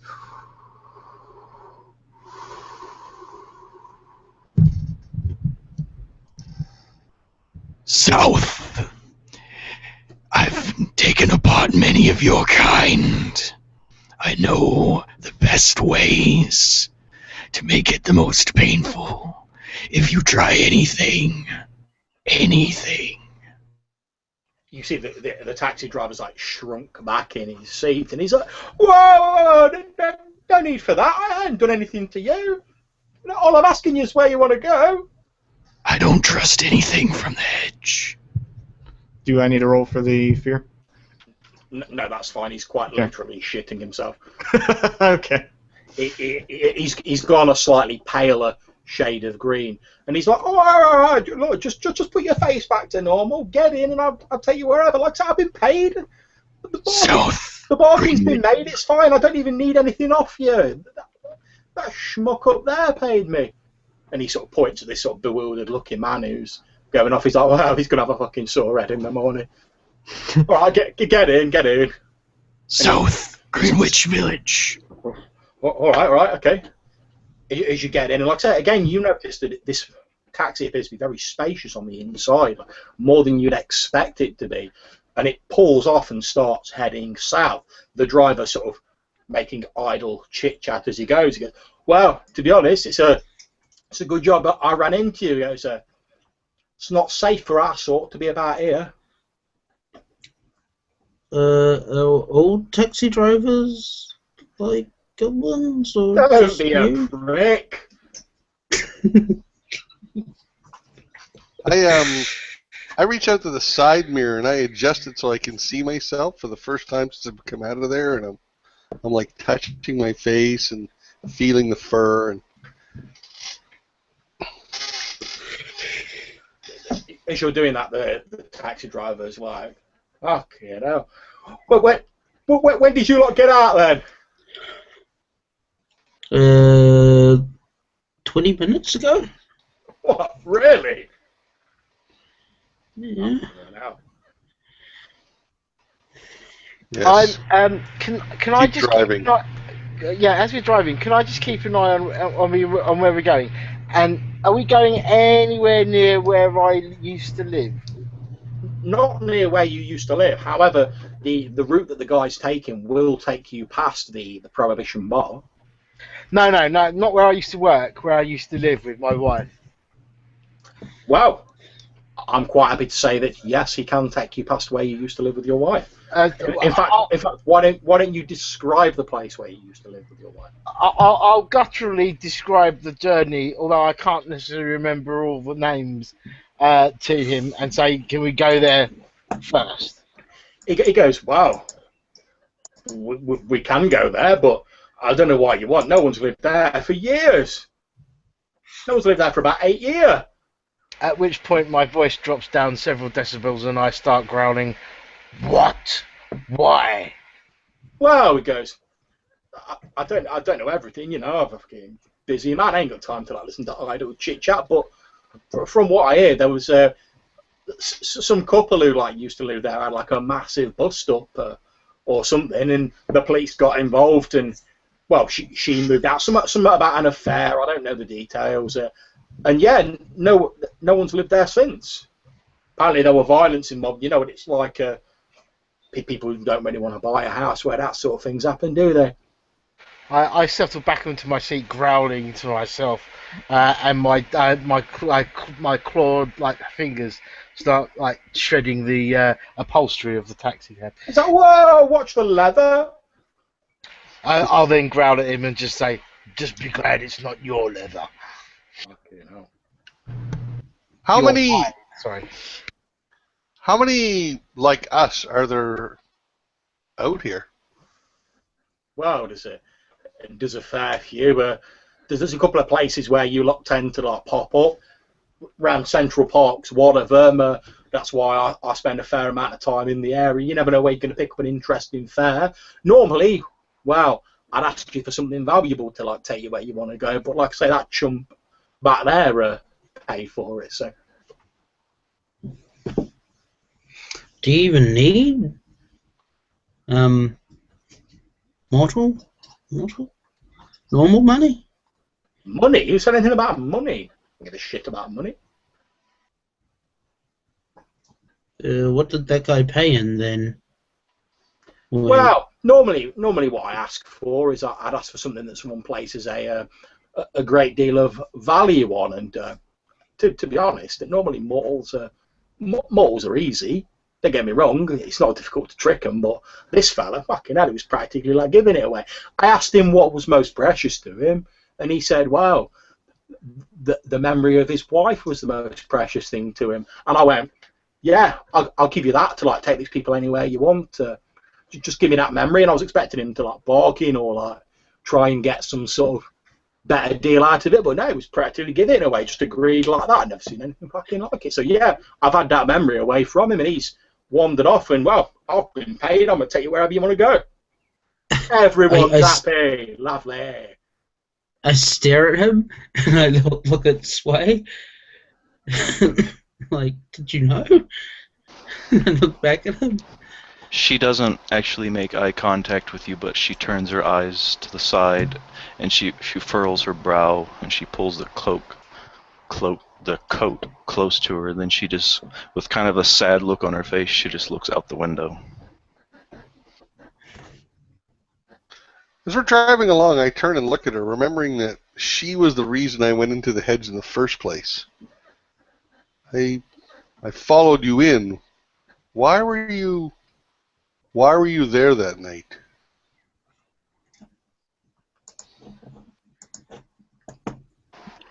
It's like she doesn't really even hear you. She's just looking out the window.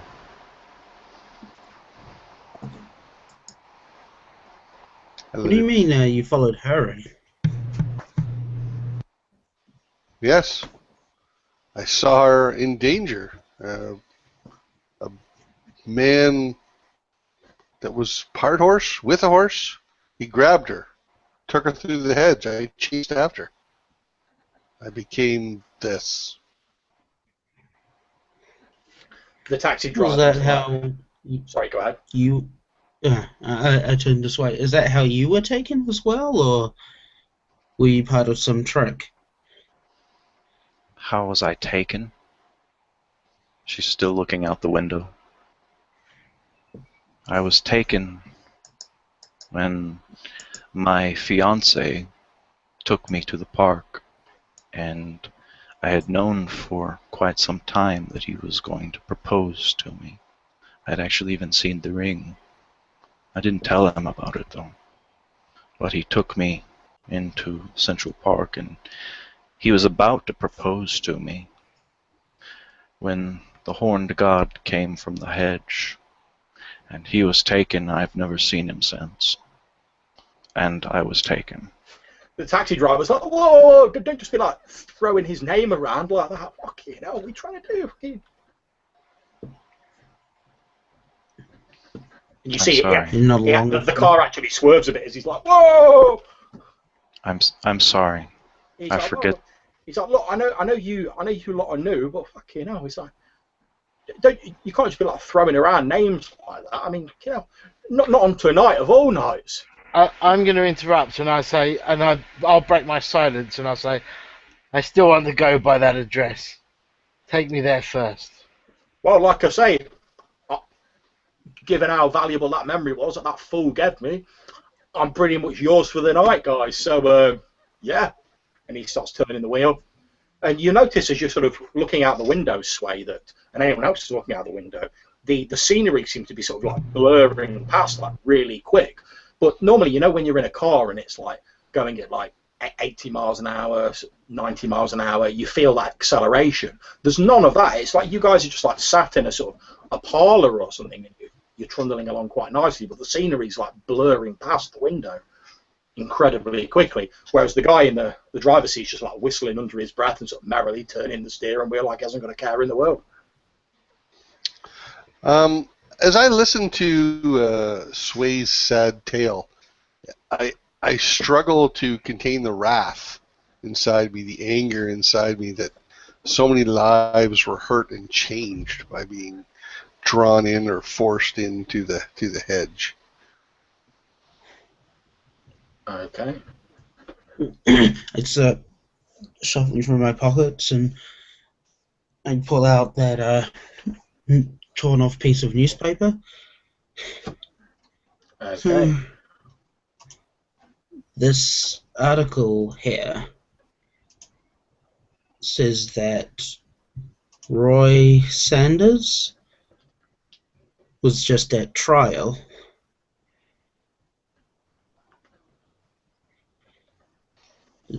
Who is that? Me. I'm Roy Sanders. The taxi driver's like, oh yeah, it's been all over the news. Big corruption trial and that.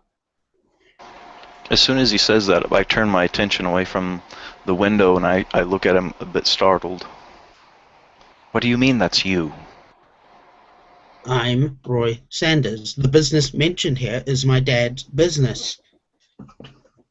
This makes sense.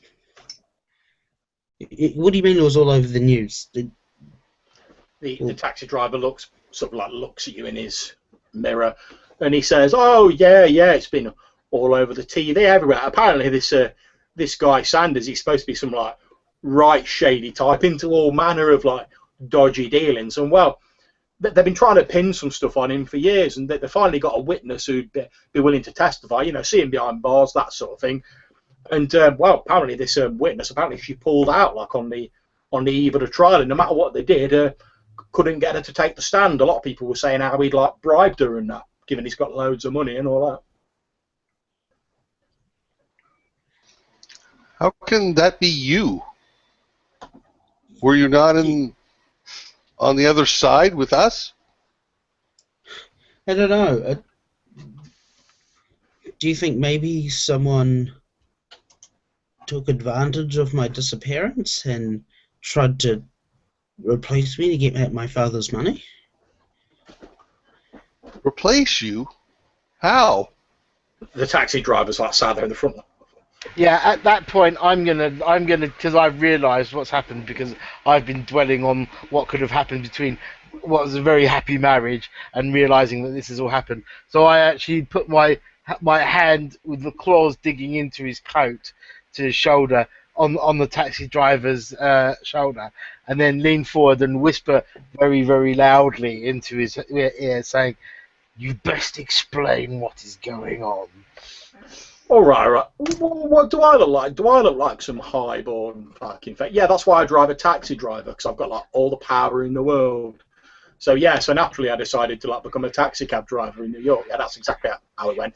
And Are you telling me you've got no idea how this happened? I didn't say that. No. All right, I'm on the coat. But I didn't say that.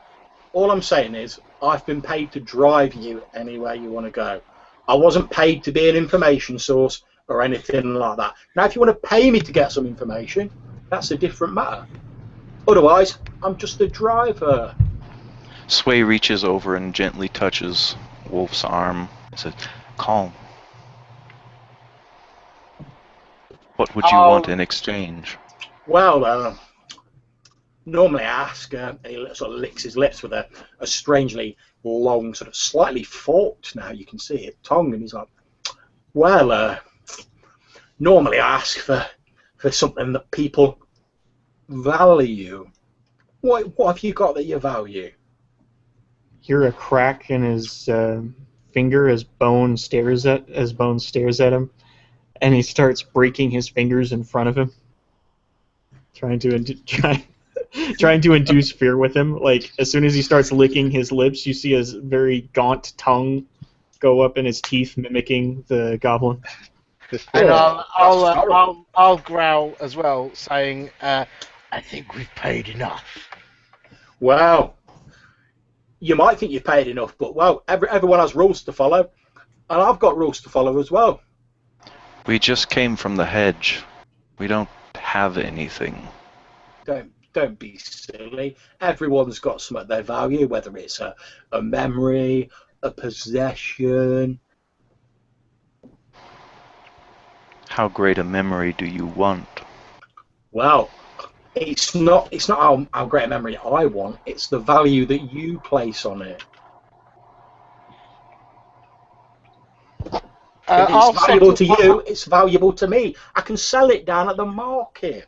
I'll settle back down and just, because I've got an idea now, I'll sort of like look meaningfully at everybody that I can catch their eyes, and then I just say to him quite loudly, "Just take me where we need to go." All right, you want me this this old abandoned house. Is that right? That's right. All right. Well, and as he says that, he starts pressing his foot on the brake, and he goes, "There you are." And he jerks a thumb at the window. And looking out. Sorry, go ahead. I say I'll turn around to everybody and say, "Wait here," and then I'll go into the house. Okay. As you climb out, what sort of house would Wolf have lived in back in his day? It would have probably been like it wouldn't have been a very big house, so it would have been probably some sort of tenement. It would have maybe ground floor, like tenement flat or something like that. If it was a small house, it would probably be in one of those more like abandoned lot type things. I suppose it would be probably Harlem or like one of the lesser areas there. That's absolutely fine. Harlem is absolutely fine. As you get out of the taxi, you can see your house as you remembered it. However, it looks as though it's like in a state of disrepair. There's various parts where like the brickwork and the boards have sort of fallen away and time has taken its toll on the house. You can see the front door to the house is like hanging off by one hinge, and there's cobwebs on the windowsills. It looks as though no one's lived here for quite some time. There's graffiti sprayed on the outside of the building.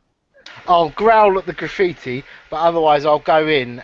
And what I'm looking for is any kind of like small memento or objet d'art that I recognise from my previous life with my wife. Okay. As you walk into the house, you can see that it's practically bare. It looks as though like someone's like stripped everything that was once inside the house. It must have happened some time ago, since there's dust everywhere and you can't see any sort of shapes in the dust that would indicate stuff's been moved recently. However, as you're making your way around, sort of quickly look around, you do indeed see what appears to be a small scrap of paper sort of sticking out where it appears to have fallen between a couple of the floorboards. I mean, even the carpet's been pulled up. I'll pick up the piece of paper and open it up. But what's on it?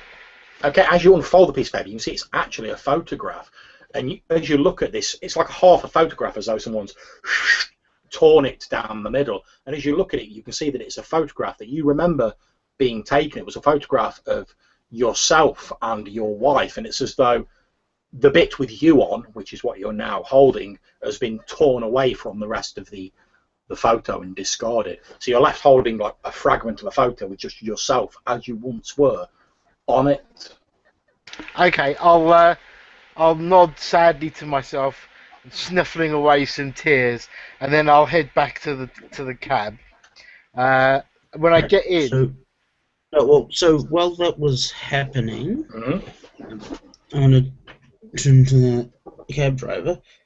Hey, so we have to give you something precious, ours, for you to do us a favour. That's the way it works.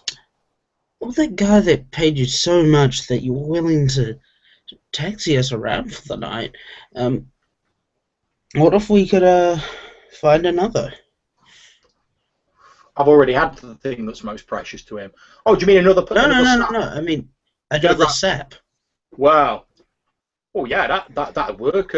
I'll be cushy with that. I'm not bothered where my payment comes from, as long as I gets it. All right. Well, what if the piece of information that you could give us would put us in a better position to compensate you for your services? He scratches his head, sort of like moving his cap up, and says, "How do you mean?" Well, let's say you giving us information helps us better interact with this new strange world that we're in. And as we're better able to interact, we can thus acquire more precious memories. And once we have it, and once we're in this better position, not running away from, what, now we'll be better off, and we'll have you to thank, our good friend who deserves. You notice just a little bit of a gleam comes into his beady little eyes, and he rubs his hands together, and he's like, "So, if I'm right in what you're telling me, what you're saying is that if I give you some information now, you'll owe me what? A favour? Yes. Kind of creeped out by the way he worded that. At which point he leans backwards, sort of, so he's facing you and not just looking at you in the mirror, and he reaches his hand out towards you, and for a moment it's almost as though his like arm extends across the intervening like space, although it seems almost like a trick of perspective, till it's almost like within reach of you, and he holds his hand out and he goes, "Yeah, go on then, shake on it." I shake his hand because I think he's just like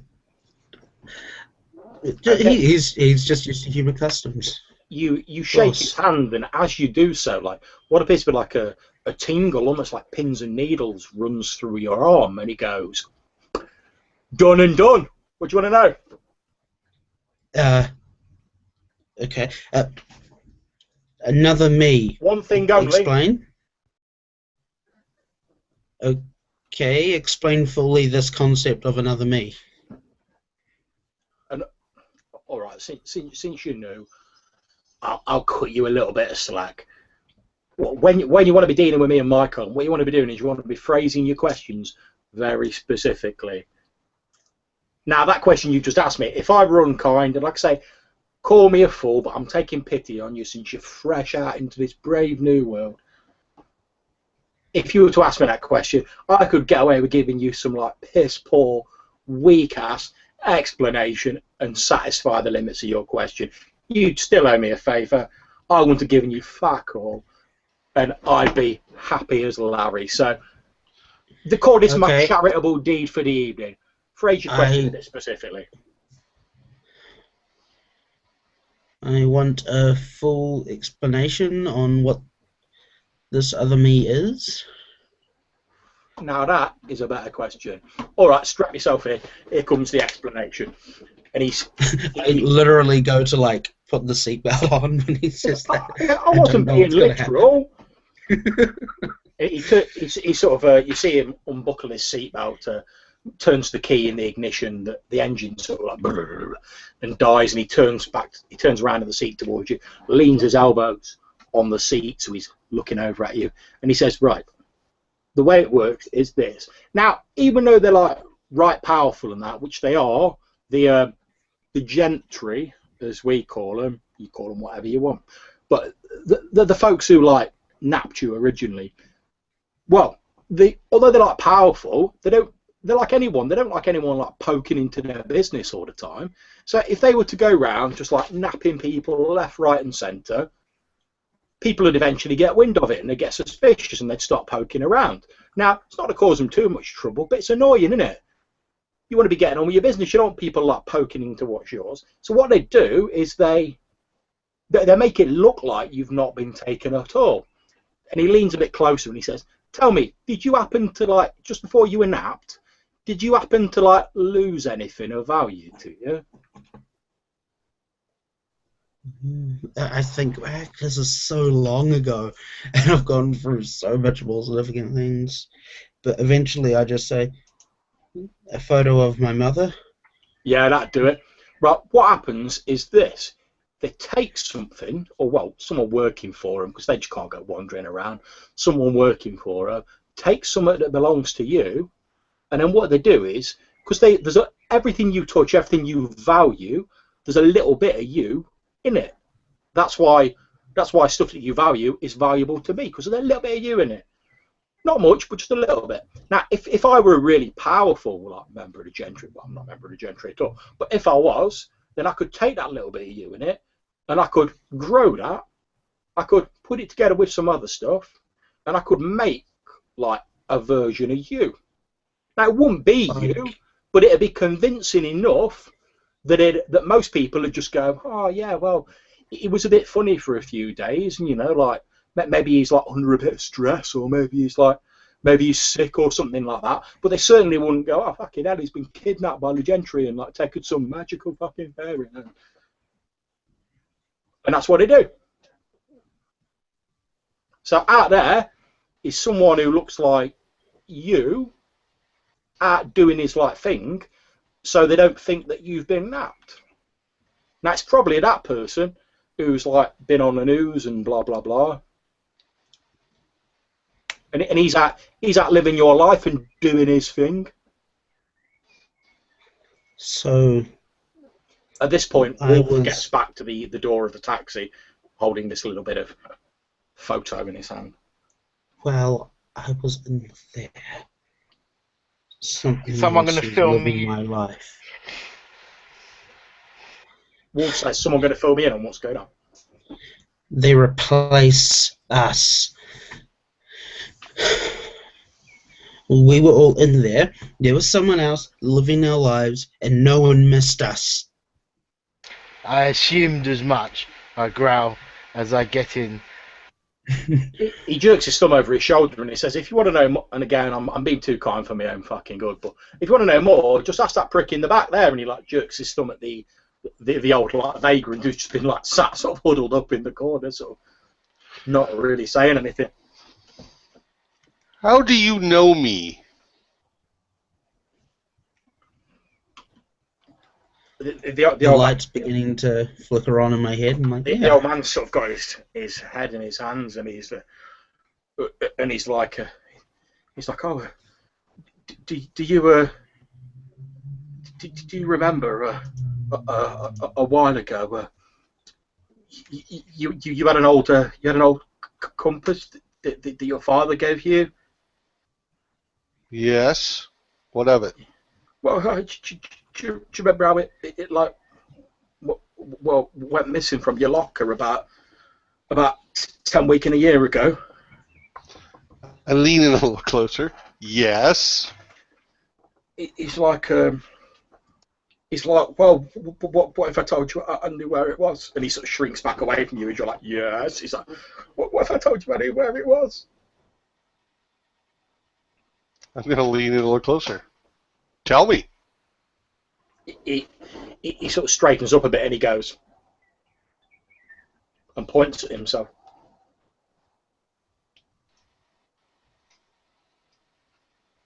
I stare at him confused. You took it? Crack.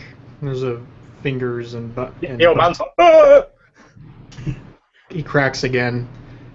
He's trying to like, shrink away and sort of pushing himself into the side of the taxi cab. Sort of this old man trying to shrink away from this. Like, Here. What's your name? Antonio was my name. Antonio Hello. Hernandez. Pull up the ranger tag okay. and hand it to him. He pulls out which you instinctively and immediately recognise as a park ranger ID for people who work at Central Park. In fact, the sort of wallet, the casing that it's in, it looks very much like your old ranger ID, and he passes it over to you, and if you flip it open, you can see that inside, although it's like water stained and damaged, there's a sort of smudged picture where, like I say, water's got in, and it does indeed, you can just make out about where it says Ranger Antonio Hernandez at the top of it. I'm going to take it. I'm just going to be like dumbstruck, turned back in my seat and staring at it. You know, maybe memories are coming flooding back. I look to Bones and I nod, and then I go back to staring at it. I look at the old man. You're the replacement. He sort of, he doesn't say anything, but he's like, and he nods. At which point I will then lean forward very quickly, grab him by his lapels, He's like, and "Ah!" haul him towards me, and say to him, "Where is mine?" He's like, "Ah, I don't fucking know. I don't know, it's not my fault." You would be wise to tell me how I can find him. You better do what he says. This guy's crazy, even for one of us. He's like, "I honestly don't know. I can't know what I am. I don't know where we are. It's not we all like rig each other up and sit around and have parties or like, hang out together or anything. I didn't even know the others exist. To be honest, I didn't even know what I thought was real. I thought I was just I thought I'd just got a bit unhinged. It was only when I saw you lot that I knew it was all true.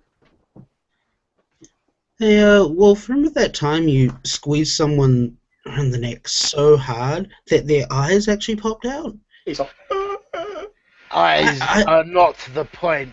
It's the tearing of the jugular from there. Of course. It must have just been a rumor I had. he's like, Stories of your oh. savagery are possibly greatly exaggerated. All I know is Not this. so much. All I know is I woke up outside a building and I knew what I was, but I didn't feel I didn't feel right. Everything seemed a bit weird, and he's like, I thought there's just like tears streaming down his face now as he's like expecting to be like rendered limb from limb any moment. He's like, I couldn't cope. I hit the bottle just like my dad. And, I got sacked from working at the park because I was drunk all the time. Bones, is this guy like a normal person? Or, for all intents and purposes? I look him up and down and I start rummaging. You can feel the thinnest layer of skin on his bony hands, as most of the flesh has been filed off. And he runs down the shoulder and he's trying to feel for his anatomy. Okay, although he sort of whimpers and sort of whines a bit as you're doing that, he's obviously not enjoying the feel of that one bit. However, to all intents and purposes, he does feel as though he's a normal person. Yes. I could tell I could slice him like anyone else. That's so interesting. Here, what do you think? He's been living your life while you've been suffering out there. Yeah, I'm feeling anger boiling up in me during this entire confession. The old man's Drives. babbling on. He's like, it's not my fault. It sounded that way to me. During this, Go ahead. He says, what? Did you choose when to be born then? Because I fucking didn't. as he's starting to cry, I start covering my face. Will you please stop? Please stop. I can't handle this. Are you saying that to the rest of the group, or are you addressing the I'm old just man? saying this in general. Okay, that's cool. I'm not looking at anyone in particular. Just like, please stop. Please stop.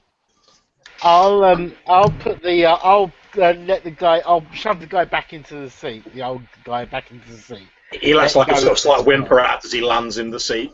I then turn around and say to the taxi driver, saying, "You agreed to take us where we need to go." He's like, "Yeah, that was the agreement. What of it?" Then take us to our bubbles. Oh, for facts. Yeah, because I know where they are. Yeah. I don't know where they are. That was sarcasm. I don't know where they are. That's not good enough by the terms of the contract, surely. Wow. I promise to take you anywhere you want to go, but I have to know how to get there and have a destination. That's why I asked you where you wanted to go. Just give me like a random person. A person's not a place. Surely Roy Sanders. He was in the news and everything. Surely you must know where he is. Well, yeah, he's like a big celebrity. Got big corporate headquarters and everything. I could take to him. Mm-hmm. May I ask you a question, please? Yeah, sure. You mentioned I'm not before. I'm not saying I'll answer unless you're willing to pay, but you can ask. She looks at him for a moment, just examining his face, and says, "You mentioned earlier when we got into the cab, it's not safe for our kind to be out, especially on this night." That's true. What did you mean by that? Well, you'll probably not have known it, given the fact that you've only just got back and all that. But there's been and he sort of looks around as though he's sort of checking the coast clear, and he says, "Well, there's been some murders recently near Central Park." Well, like I say, Central Park's on my beat, isn't it? It's my patch, so you speak. But well, I've been in the area and I've had a chance to have a look at like a couple of the bodies before like the police and all them lot got there, and well, all of the people what was killed, well, they were all your sort. They were our sort? Yeah, you know. So we haven't escaped the hunt. You know. We need to keep moving. Head for Greenwich Village, like he asked. All right. And head. No, hold on. I think we should worry about finding our other selves. I thought you wanted me to take you to Roy Sanders. His office is up in Midtown. Take us there and via the club first. The Prohibition Club. All right, then, no problems. Hold on a second. He clicks his belt on, turns the key, and the taxi begins speeding through the street. After what only seems like a few minutes pass, he paused to a stop, jerks his thumb at the window again, and he says, "There you go, Prohibition Club." What do you want? I say to you, I won't be long, and then I head. The taxi driver's like, "Well, I might come in for a drink myself if you don't mind. This evening's a bit more eventful than I put my hand on his shoulder and push him back down into the seat. Oh, all right, tall, big and hairy. Who are you, the fucking joy, please? Just so I'm aware of the situation, this is the same club that he could see from Central Park? Yes. You can see the red neon lettering. Indeed, you know. We went back to Central Park. Well, you know that there's no way you could have covered the intervening area to get to where you were and then back to here in the sort of like the 15 minutes that's passed. All right, so we cannot afford this delay. We should be hiding. We should be running. I'll look at him as I'm getting out and say, "It won't take long, and it's needed." I glare, and then I'll head into the club. Oi, oi, oi, oi! Every boy shouts a taxi. If your furry friend's not going to let me get out of here, you could at least like bring a brother back a drink. You know what I mean? What's it worth? Oh, very, very clever, very clever. What you want? You'll owe me a favour. Oh, all right then, go on it. It best be a good drink though. None of you shit beer. In fact, I want a bottle if I'm owing you a favour. I'll nod. I'll sit and say I see what I can do. I'll turn to Sway and I'll ask for the wallet that the guy gave her. Well, unfortunately, he didn't give me his whole wallet, but I do hold out the cash that he gave me. It's yours. Thank you, milady. The taxi driver holds out his hand then as well, and he goes, "Go on then. If we're going to make it official, shake on it." I'll shake his hand then. You shake his hand, and again you feel this, rather like Blaze did. You feel this slight tingle run through your hand, and then the taxi driver sort of pulls his arm back into the cab, and he's like, "Don't forget, none of your shit beer. I want a bottle of something good, and it best be good. Otherwise, deals off." Agreed. All right then. So I'll head into the club, and I'm just basically I'm not intending on being long. But first of all, I'll ask at the door whether or not Mikey Mason still owns the place. Okay, you walk up to one of the bouncers at the door, and as you get closer, one of the people sort of like rubs his eyes, and he's like, "Fucking hell, Gabriel!" He's like, "You've got a nerve coming back here, haven't you? You want to get out of here before Mikey sees you." It's Mikey I want to see. What, after last time? You don't want to see Mikey? Fucking hell. He'll have the police down on you. Come on. I'll make it worth his while, I say. Well, yeah, to be fair, I'm not entirely sure whether he's going to want to see you, not after what you did to him last time. And what was that, exactly? Well, that thing with you and him and Victoria,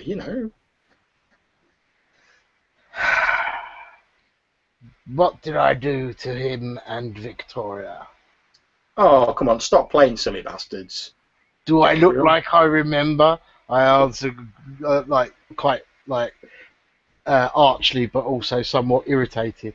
He goes, no, he said, you look like you've been sleeping in a hedge, Gabriel. That's what you look like you've been doing. Look. He said, look, you must remember it. Do you remember? Look, I'm not one to judge. You were always fair with me. We were always sound. And I didn't believe anything of what they said, but look, word has it that, well, you got it into your head that Mikey were knocking off your missus behind your back. They say that you stormed in on him. Said that you beat the man almost to death. You gave him such a beating. And then, wow, the police got involved. Victoria moved out. No one's really seen you since, to be honest. And he leans in a bit closer. He's like, I'd heard you got in with a bad crowd, to be honest. I heard you gone back to your old ways, if you know what I mean. I'll nod. I'll say, and do you know anything more about the crowd that I'm rumoured to have gotten involved with? He says, well, I'm not one to gossip, but you know that fella that's been on TV a lot? Yes. That big businessman, you know, the swindler, got himself off on the trial. Well, I heard you've been working for him as some sort of I don't like to use the word thug, but you know, after shoe fits. Obviously some case of mistaken identity. I don't remember any of this. I've spent much of the last 10 years, well, obviously sleeping rough. I'll then say, but for old time, and I'll nudge him in the ribs gently. Could you get me a bottle of whiskey from behind the bar? And I'll give him $30 out. He puts his hand out and he says, look, if you promise me you'll get out of here as soon as I've got you the bottle, you can keep your money. Call it a present for old time's sake. I'll nip in and bring it out to you. But I'll nod and say thanks, mate. He's like, no problem. Just like I say, I never believed what they said about you, but just don't let Mikey catch you here, or he'll have the police straight down here. I'll be back out as soon as I can. And he ducks back into the club. A few moments later, he comes out with something tucked under his jacket, and he brings it out, and there's a bottle of whiskey in it. And he goes, here you go, Gabriel. Have one on me, but like I say, best make yourself scarce. I'll be going. I'll get back into the cab and I'll hand over the bottle with a meaningful glare to the cab driver. The cab driver's like, oh, very nice. Oh yeah, don't mind if I do. And he takes the top off it and has a big glug out of it, and he's like, very nice. And he sort of drops it seemingly in the footwell of the car, and he's like, well, yeah, looks like I owe you one then. Where to now then, you lot? Where this Roy Sanders is. Well, that's what I want to do. Guys, if you have a better idea? No, I think that's a good plan. We should be away from here. Well, Midtown's about as far away from here as you can get, son. I just want to see people. Fucking hell, there's people everywhere, darling. I want to be around people. I miss people. And you see this, and there's just an empty, vacant skull, like, right next to her. And a big hairy man, and fire. Yeah, she looks around at everyone else, at this goblin driving him. And all these people in there, all these things. And then she just says under her breath as she looks back out the window, I miss people. Okay, if you could... Sorry, go ahead. Just a question, guys. If you could have one thing back from your old life, what would you guys pick?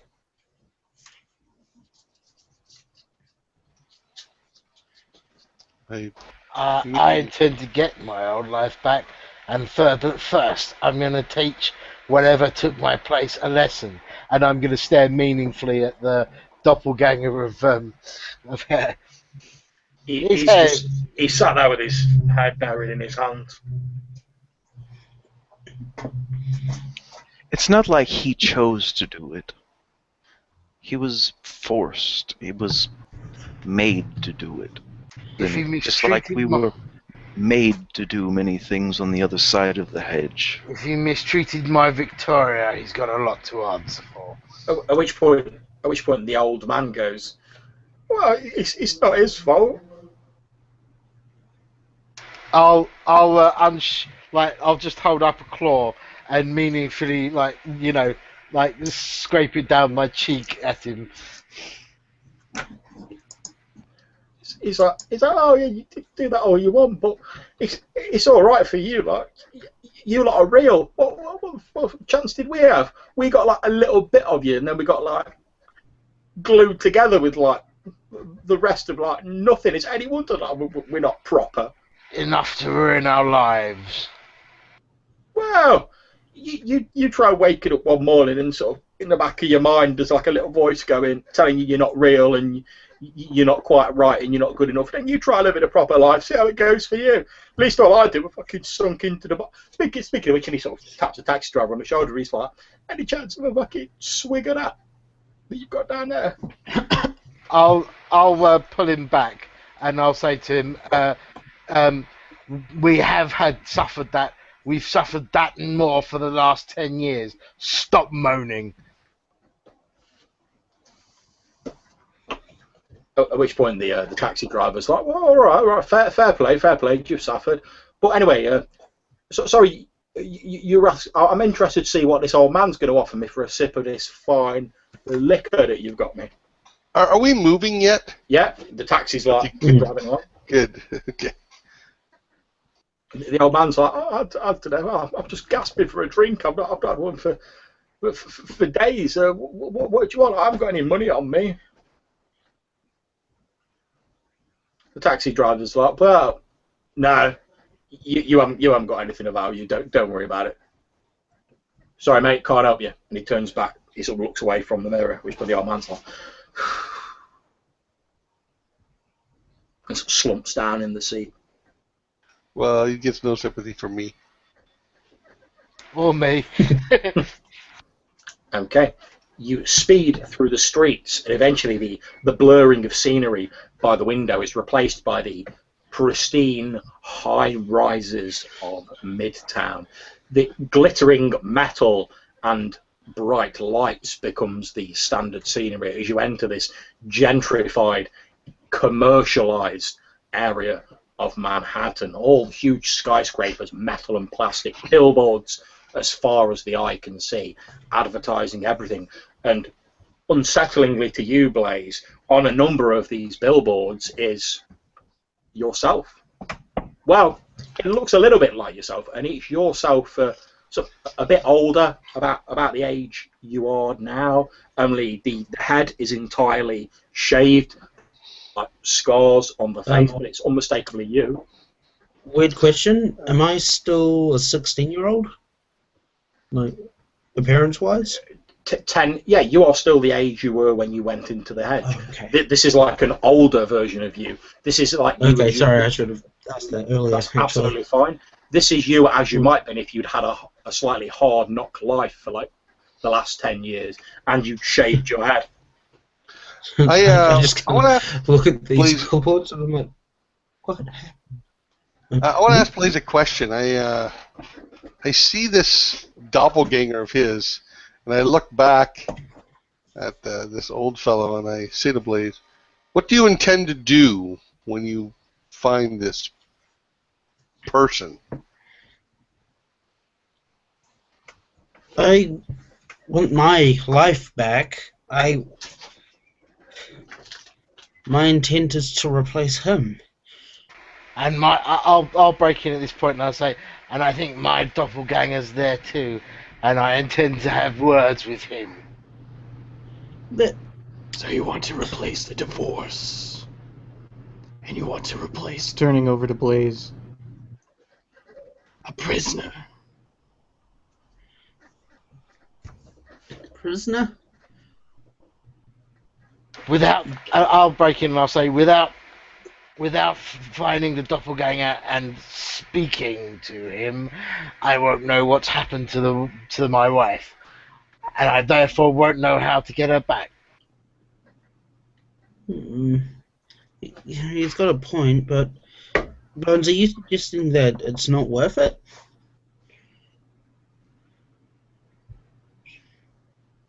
That's for you to decide.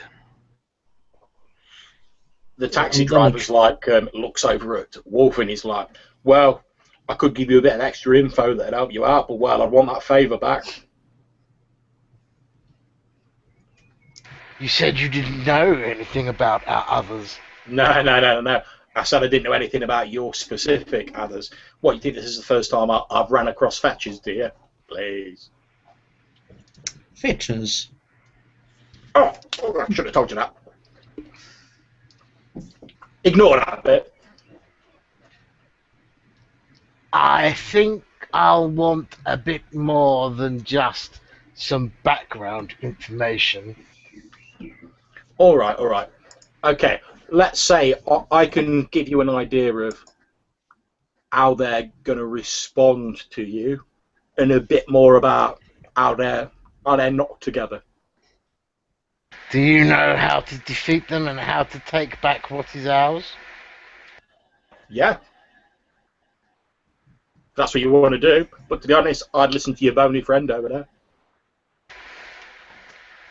You ain't gonna get no happiness and white towers and happy ever after out of it.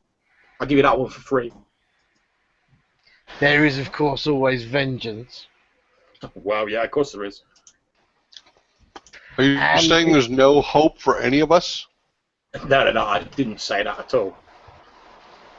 But anyway, I'm not giving you any more information until I've got my favour back, or unless one of the other of you wants to pay me. And I'll say to him, I think we'll wait until we've seen our fetch. All right. Before we ask for more information. I do have a question, but this question is 100% for your benefit. I don't gain anything from you telling me this information. Go on, then. This should be good. Someone has to willingly give you a memory? Yeah, that's right. Is that how that works? Yeah, they have to agree to it. I can't just take them. Okay. What if an external party, say, made them do it? Well, as long as they're still willing when they give it over, it doesn't matter for what reason they're willing. Technically, you could put a gun to someone's head and force them to like give it a memory, and as long as they like agree to it, it's grand. Not that I'm advocating you do that, obviously. Right, of course. It just makes paying you a little easier.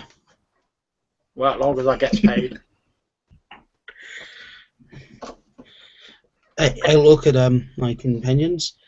This version of Roy Sanders looks a little bit meaner than I remember me. Probably a deficient creation. I'm gonna need your help. Well, I'm in. Here we are anyway. Sanders Towers. All that is getting out. Thank I will help, but it must be I quick. knew you were in what? The hunt will not end. Sway, Bones? What is it that you plan on doing? What are you trying to gain? My life back. It looks like he's made quite a mess of your life. Are you sure you want it? At least it's a life. I mean, what are we now? Make a new life. Can I point out a small problem with your plan, if you don't mind? Mm-hmm. How old are you? 16? How old is he? Yeah, he looks older. I get that. What are you gonna do? You gonna let's say you do manage to take him out. What are you gonna do? You're gonna turn up and go, oh, it's actually me, but someone's like magically made me like into a 16-year-old. Think it through.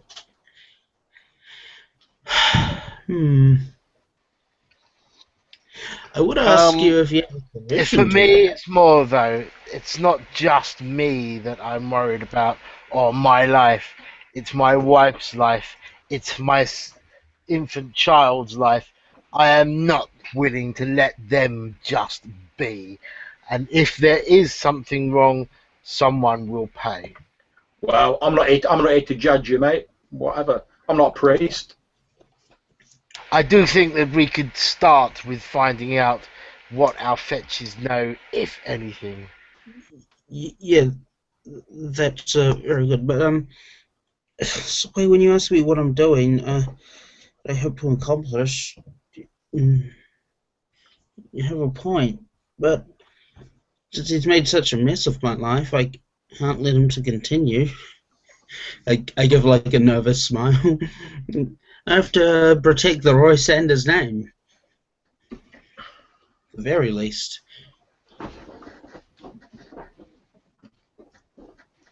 Okay, so what are you doing, guys? I'm getting out of the I'm cab. heading out. Yeah. Yeah, Oh, Deco, yeah. So has he dropped us outside the building that Roy Sanders lives in? Yeah, he's pulled up outside this huge, and I mean sort of huge corporate skyscraper building that has the Sanders Incorporated logo sort of etched on the pristine metal. I mean, we're talking about this building must have cost like so much money to have built. It's all gleaming glass and gleaming metal. It's a vision of corporate America wrapped into one steel and glass building that stretches upwards almost to touch the heavens themselves. I want to look around the area. My many years of being hunted, I want to see if anyone in particular is watching us, tracking us. There's a lot of people sort of generally bimbling about. No one appears to be paying you specific mind. There's just like a taxi's pulled up. A couple of people have gone and just sort of looked over, but no one appears to be specifically tracking you. I hand back some of the cash that I've got, but I keep enough. Are there any shops nearby that would sell clothing? Because we're all fairly, especially me, fairly raggedly dressed. There are a lot of Business department district, stores in probably. the area, but they are all very fancy, very rich-looking stores, since you're now in a very sort of high-rent, sort of high-commerce area of Manhattan, Midtown. Are any of them open? It being probably about 1 o'clock by this time. If I can suggest, maybe it's because you're from the UK, it's unlikely $20 is going to get you much. Indeed, you're quite rightly. I didn't say Maybe a towel. no. Didn't Sway have a whole money clip from the wallet? No, he's giving me like 20. Oh right. $20 Oh, sorry. in notes and change. But to be fair, that wouldn't be your biggest problem. There are some shops here on sort of late night opening. After all, we're in the festive period. However, they are all sort of very spick and span, sort of highfalutin, sort of upper class, for want of a better term, shops. Your problem isn't going to be the lack of money that you have, although, as Hare rightly says, that is a problem. However, even getting into the stores will be an issue for you, since you are a threadbare man clad in raggedy clothes, and this is a very posh, very commercial district. Weird question. If there's a height difference in our Fey appearance and our real appearance, how does that work out? You have to react to things as though you're the size of your Fey seeming. So, Okay. so Hare, for instance, would have to duck to get through doors, even though it might look as though his mortal seeming could fit through the door. Yeah, okay, so someone might shoot at him, miss and hit above him, but still hit him and wonder what the hell just happened. Indeed, yeah. Although their minds would probably sort of fog over it slightly, and they'd remember, I just sort of shot him in the chest or something. They'd sort of paper over those sort of cracks with their own perceptions. What are you all doing? You're all sat in this taxi cab. Well, no, I'm out of the cab. I'm going with Blaze to find this Roy Sanders. Okay. I get out as well. Okay, you can see Sanders Towers. There's a couple of doormen dressed in smart suits stood out the front door. Through the glass interior, you see there's lights on all floors. There's a couple of receptionists you can see beyond the doormen. They're quite thick set. They're stood there in suits. Just out of interest, does that mean that we have to buy clothes for our Fey size as well, or do we get clothes for our human seeming if you're human clothes? Yeah, you get close to your human seeming. Right. Is Sway with us, or did she stay in the cab? No, I got out. As soon as someone got out, I got out as quickly. I'll go up to her and I'll say, "Milady, Perhaps you could convince one of those gentlemen to lend me some clothes. Lend you some clothes. If they're off his back, I'm sure he won't mind. Well, perhaps we could speak to someone in one of the stores. Sorry, do we come need with to you. do that? I think it might draw a lot of attention to us if we're standing here and one of the guards starts stripping down, taking his clothes off. Yes. Can't yes. you? We must hurry. Talk The hunt us never on? ends. Let's go to the shop then, my dear, my lady. After you. Shop. We have no time for shopping. The hunt is upon us. One can only act as prey for so long before one has to turn and fight. As Well, you're saying this, a sort of burly and again very scarred figure who, for all the world, looks very similar to Wolf, steps out from between the doorman exiting from the front of the building, leans to the doorman and he goes, "Listen, you two, be on the lookout. Boss is getting a bit antsy. No one's to come into the building. You got it." And he sort of pokes one of them in the chest. He's like, "You know what happens when the boss gets angry? I get angry. And you know what happens when I get angry?" And they're like, yes, sir, of course. No one gets in the building, Mr. Murphy. We understand." And he's like, "Good, see that you do." And he turns around and starts walking back into the building. I'll pay particular attention to how he looks, and how he dresses, and how he takes a bearing of himself. And I'll nod to myself. He looks more similar to you than Blaze's fetch, certainly from the billboards, looks to him. I'm thinking in terms of like the way he's got his hair cut and everything like that at the moment. His hair's a bit less long than yours. He actually looks like very well coiffured, for want of a better term. He's like very clean and presentable, but in the same way as like one of the Krays might be well presentable. That's fine, because what I want to do is I want to basically... I may look ever so slightly younger than him, but I think if I make myself look like him, then I could replace him to those who don't necessarily know me that well. You'd certainly find that more easy than Blaze would, since obviously the difference in age is your body's not going to change so much as you're older when you were taken, and you've had a very hard life in Arcadia, which has sort of like affected how old you look.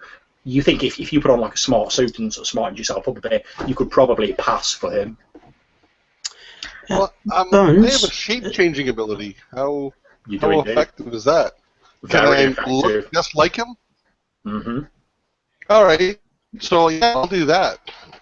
I can get us in. So I'm going to alter my shape so I look exactly like him. I think we need to get some clothes first. Okay, as you're saying, we need to get some clothes. Hares sort of stood there, and his flesh almost seems to like ripple like water, and he shrinks down a bit until he looks exactly like the fetch of Wolf, suit and all. I'm going to go striding towards the door. I'm smiling and pointing. You walk towards the door, and the two doormen straighten up, and they're like, "Mr. Murphy?" They're with me. I point I'll at the follow. other 4 companions. As they're sort of following you, one of them sort of peers at Wolf behind you, and he's like, "What the fuck?" He did some work for me. Never mind. As soon as I see his attention drawn towards Wolf, I just walk up to the guard. I look him straight in the eye. I just gently rub my fingers on his face. "Never mind." Okay, can you make me some form of social roll for that? Sure. It would probably be a presence, maybe empathy or persuasion. Persuasion. I have persuasion, blackmail. Well, you're not really blackmailing him. Basically, Okay.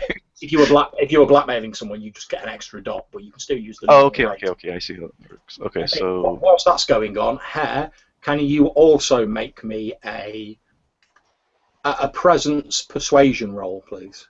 Just generally to see how well you carry off this impersonation. You only need 1 success since you look exactly like him, and you can in fact you can also add your your contract dice to your dice pool, since that's helping So you. it's shape change, presence, and what was the other one? Persuasion. Okay. 2, 7. Okay, so it's 7. Okay. As for Sway's action, that's not a problem. The guard immediately stops paying attention to Wolf and is captivated by your piercing eyes, and he's like, what was I saying? Did you say this lady's with you as well, Mr. Murphy? And he looks back over at you. Apparently, yes, I already told you once. Yeah. So sorry, sir. I didn't mean anything by it, sir. And he opens the door and he's like, please go in. And he's like, I'll just get As on he's the radio. stuttering and stammering, I get close to him and just go, shh. He's like, right, you are, Miss White. You're in one of Mr. Gabriel's private parties. Is that right? He does occasionally. Mr. Sanderson does occasionally have visitors for small. Do you want me to get on the radio and tell the boss you're on the way up, Mr. Murphy? No need. Right, Don't you are. anticipate. He opens the door. All right. And I stand there and I maintain eye contact as all the rest of the motley crew goes in behind me. Okay, no problem. The moment I'm in those doors, I kind of like turn around and just whisper to like, "Yeah, oh, that was so awesome." Quickly. Now what? Where are you? Top floor? If I know me, which I don't. Top floor?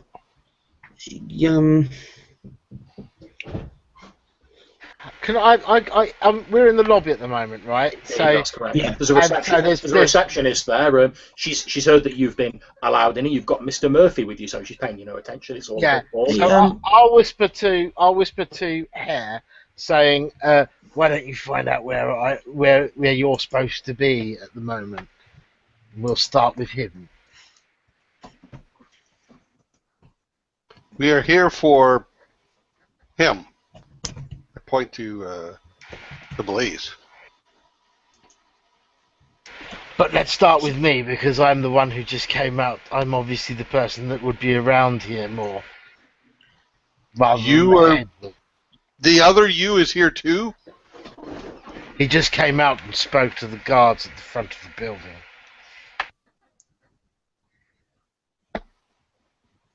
Okay, while this is going on, what's Bones doing? Bones was just waiting in the taxi looking at them as they were going in, and then he starts taking his smoke contract. He tries to spread basically detritus from the bodies out of his mouth and use the vapor of the smoke to go invisible. That's fun. How hard is that? What do we need to do? Make an appropriate roll. So I think it would be some form of stealth roll. There's stealth. Stealth is physical? Stealth is a physical, and I would probably say, though, you could certainly justify using manipulation if you wanted to, since you're using a contract. Obviously, you get to add your contract dots. If you can justify using another attribute, I'm quite happy for you to do so. In this case, probably not. I'll just spend willpower. Okay, not a problem. Which is 3 extra dice, so that's 2, 3, 4, and 7. Okay.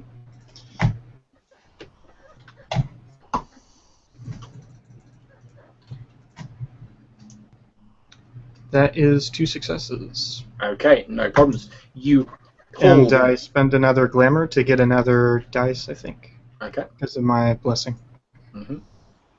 Okay, you pull the smoke around you, and for all intents and purposes, you render yourself invisible. It's not so much that you are actually invisible, you are actually still here. It's more that people choose not to look at the spot you're occupying. If you interacted with someone in any sort of meaningful or physical way, they'd notice you were there. However, as long as you stay in the background and don't draw attention to yourself, people's perception will just slide over you as though you were just a wisp of smoke.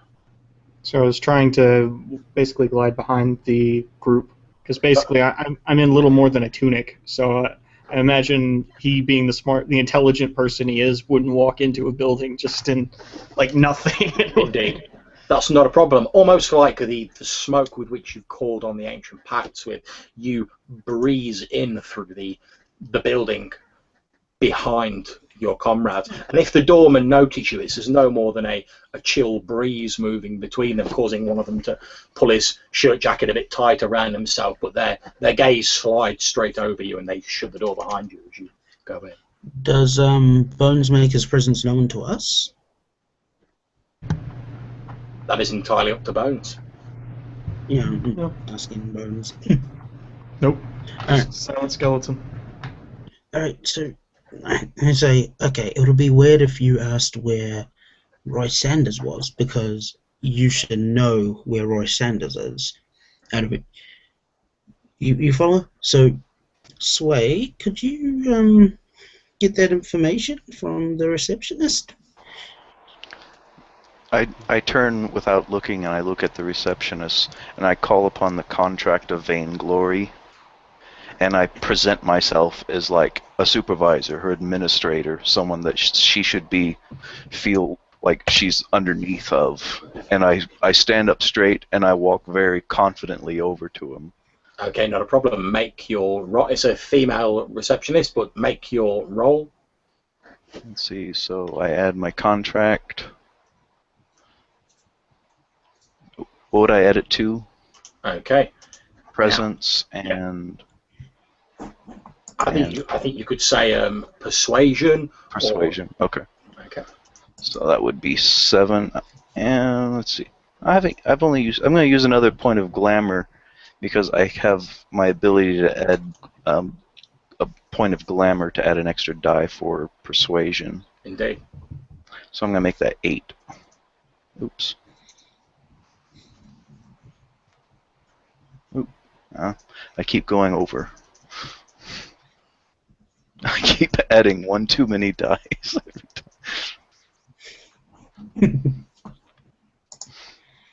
And that's only one success. Okay. What happens with your one success is you head over to this receptionist, and although you don't successfully sort of cloak yourself in the mantle of being her supervisor, your charisma, your social joie de vivre does still spill forward from you with that success. And as you approach, she actually looks up from her computer where she's been busy typing away, and she says, "Oh, Miss Brooks. Oh, I'm a huge fan. Oh, is there any chance I could?" And she looks a bit bashful for a few moments, and then she looks around on her desk and picks up like a scrap of printer paper and a pen and sort of slides it towards you. She says, "Oh, is there any chance I could get an autograph, Miss Brooks?" This completely takes her completely off guard, and she's standing there completely motionless like a statue, and she's just looking at this woman. And then she turns her head slightly and looks towards the others. Then she looks back at this person and says, "You know me?" Yes. I mean, I know you've been off TV for a while, Miss Brooks, but I always thought your character in the Brave and the Bold was some of the finest acting I've ever seen. At which point she sort of leans forward a bit and she says, "Tell me, is it true about you and Mr. Turnson?" "I won't tell anyone, I promise." She's still just looking at her, kind of dumbfounded, realizing. I mean, she realizes she probably had a fetch already with all these other discussions, but it's just realizing that it actually has happened. The realization it's just kind of struck her at this moment. As you're thinking about that, the receptionist rambling words just seeming to tumble out to me. She said, "Oh, tell me, is there ever going to be another series of the Brave and the Bold? I mean, they left it on such a cliffhanger with you on the gurney. Sorry, your character on the gurney." She just kind of stumbles for words for a moment and says, I don't know. You have to talk. My agent doesn't even know." Oh well, fair enough, Miss Brooks. But tell me, I know it's in the newspapers and the magazines, but you know they print such rubbish in the magazines nowadays. But tell me, is it true about you and Mr. Turnson? Have you set a date yet, or what sort of ring did he get you? My eyes just open wider and say, when he says that, it says, "No, there is no date. There's been no date set for anything." Oh, well, I can understand that, both of you being in TV and everything. You must be like really busy. It must be difficult to like find time. But yeah, if I could just get your autograph, people would never believe that. I've met Christina Brooks. She reaches out and she grabs the pin and she scrawls her name on there, and she turns away from her back towards her companions, and she just kind of blanches and she gets a sick look on her face, and she grabs her stomach, wraps her arms around her midsection.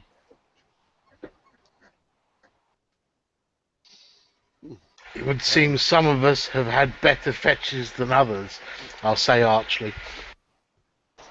Ironies upon ironies. I was being proposed to by my fiancé when they stole me. You think that this is a good outcome? My fiancé was taken, and now this fetch is not only impersonating me, but is engaged to someone other than who I was to be married to? Threw away the whole relationship that I was supposed to have had? You think that's some great outcome? Better than my fetch, I'll say, and I'll look down as if slightly embarrassed. I'm sorry, what was it that you wanted to know from this person? I've completely forgotten. Where to find me? Where you're supposed to be at this time? Nod. What was your name? I forgot what your real name was. Don't worry. I kind of forgot as well at one point. Roy Sanders. Roy Sanders. I turned back to her and put on a confident smile and just look at her. So, we're trying to find out where Roy is supposed to be at this particular time. At which point, a slight look of like worry comes across the receptionist's face, and she leans forward and she says, and I probably shouldn't be telling you this, but you don't want to get involved with Mr. Sanders, Miss Brooks. Not with your wedding coming up and everything soon. Look, I shouldn't be saying this, but and she leans in a bit closer and her voice lowers into a whisper. But Mr. Sanders, he's not a very nice man. Oh, yes, we know that quite well. But I have these fine gentlemen with me. Nothing will happen. I appreciate your concern. Please, we just need to know where he's supposed to be. At which point she sees hair obviously still looking like Mr. Murphy, and she's like, "Oh, I'm terribly sorry, Mr. Murphy. I didn't mean anything by that." Answer I her kind of whisper in my questions. reassure her that she's not going to get killed. Answer her questions. It's all right. Oh, yes. Oh, of course, Mr. Murphy. So sorry, Mr. Murphy. Yes, I believe Mr. Sanders up in his apartment on the top floor. He spends most evenings there, overlooking his business interests. So the most we get down here is the occasional intercom call when he wants something to drink or eat, or when he's got private guests. Well, I turned to Hare and said, "You probably have more authority to get us up there. You might as well just order them to send us up." Yeah, I'll say to her, we're going up. Perhaps you should take your lunch break now. At this time of the morning, sir. No, I'm absolutely fine, sir. Just use your key card to get through and head on up, sir.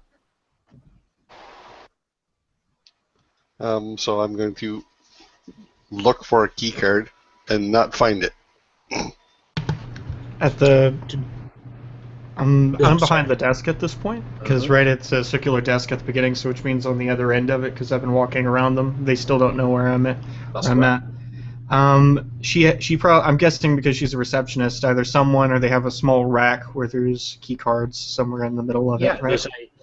underneath the sort of the main overhang of the desk, there's a small sort of basket that has a number of key cards in with guest written on them in black writing. They're blank key cards, effectively, for people who are just visiting the building.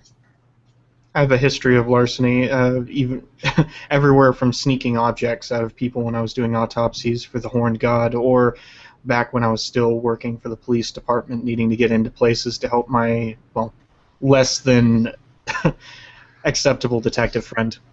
Okay, at which point, can you, just to see whether you can snag this item and remain invisible, can you make me a stealth roll? Stealth? Okay, I thought I was going to do a... If you want to do larceny, you can do. That's absolutely fine. I will say as well that you get an extra 2 dice bonus since the receptionist is so captivated by Sway, by Miss Brooks, one of her idols. Okay. I will use stealth, and then I'll also use the blessing, because basically I'll get a 9 again rule, and spin a glamour. So, what is that? That is intelligence, dexterity, manipulation? Dexterity would be the normal. You could use manipulation if you so wish. 5, 6, 7. And then... So that's 10, okay. 10d10. And that is 1 success. Okay, for the rest of you guys who are watching, luckily the receptionist has her back to where sort of Bones reaches down and snags this key card. For the rest of you, sort of looking over her shoulder, there's just a couple of brief seconds where you see this hazy, sort of translucent shape, sort of a tall, thin, sort of matchstick-like figure, seemingly composed of smoke, briefly shimmering into existence, reaching under the desk for something, and then it's gone as though it was never there. Just out of interest, do I notice anything with my senses with Bones? I mean, does it just affect sight, or does it do all of the senses? It does all of the senses, but for a brief moment when he appears, you do sort of get this vague sort of sense of like the smell of sort of smoke, like burning wood smoke at the back of your nostrils, and you do catch a whiff of the scent of your colleague Bones. As obviously you've become very familiar with the scents of the people that you escaped Arcadia with, so you're pretty sure that's who it is. Probably smells like bile, dead bodies, and leather. Yeah, pretty much. If you imagine someone had thrown a big tub of those various unmentionable things onto a hot burning bonfire, that's what it smells like. And it's a smell that I would probably have been used to, considering the fact that I'm guessing the kennels would have been relatively near the abattoir. Indeed. One way to feed them, I suppose. Waste not, want not. I rush behind out of the desk as quickly as possible, realizing that, because I see him look at me, I'm like, oh crap. I start rushing. Indeed, but it as you sort of dash out, it appears to be a brief sort of waver as your hand connected with the key card, and as you move around, you literally move straight across the gaze of the receptionist, and she pays you no mind whatsoever. I will look around for a place to insert a key card and just start walking towards it. Yeah, no problem. At the far end of euphemism? at the far end of the room, you can see there's effectively like a swipe for a key card on the door that leads to the stairway.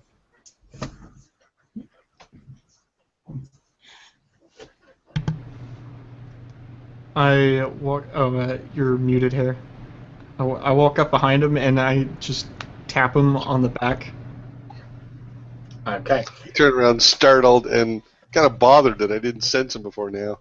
Okay, you feel a brief tap on your back. Are you going to drop the key card into his hand or hand him the key card in some way, or are you just Pretty much. I'm gonna just drop it over his shoulder. Hopefully he catches it. Okay, you feel what feels like someone just tapping you on the shoulder, and you sort of turn round, like you say, bothered that someone had been able to sneak up on you, and then you just feel something drop into your hand, and looking down, you can see this key card appears to almost appear as though it had just coalesced out of smoke, and it says "Visitor" in neat black writing on it.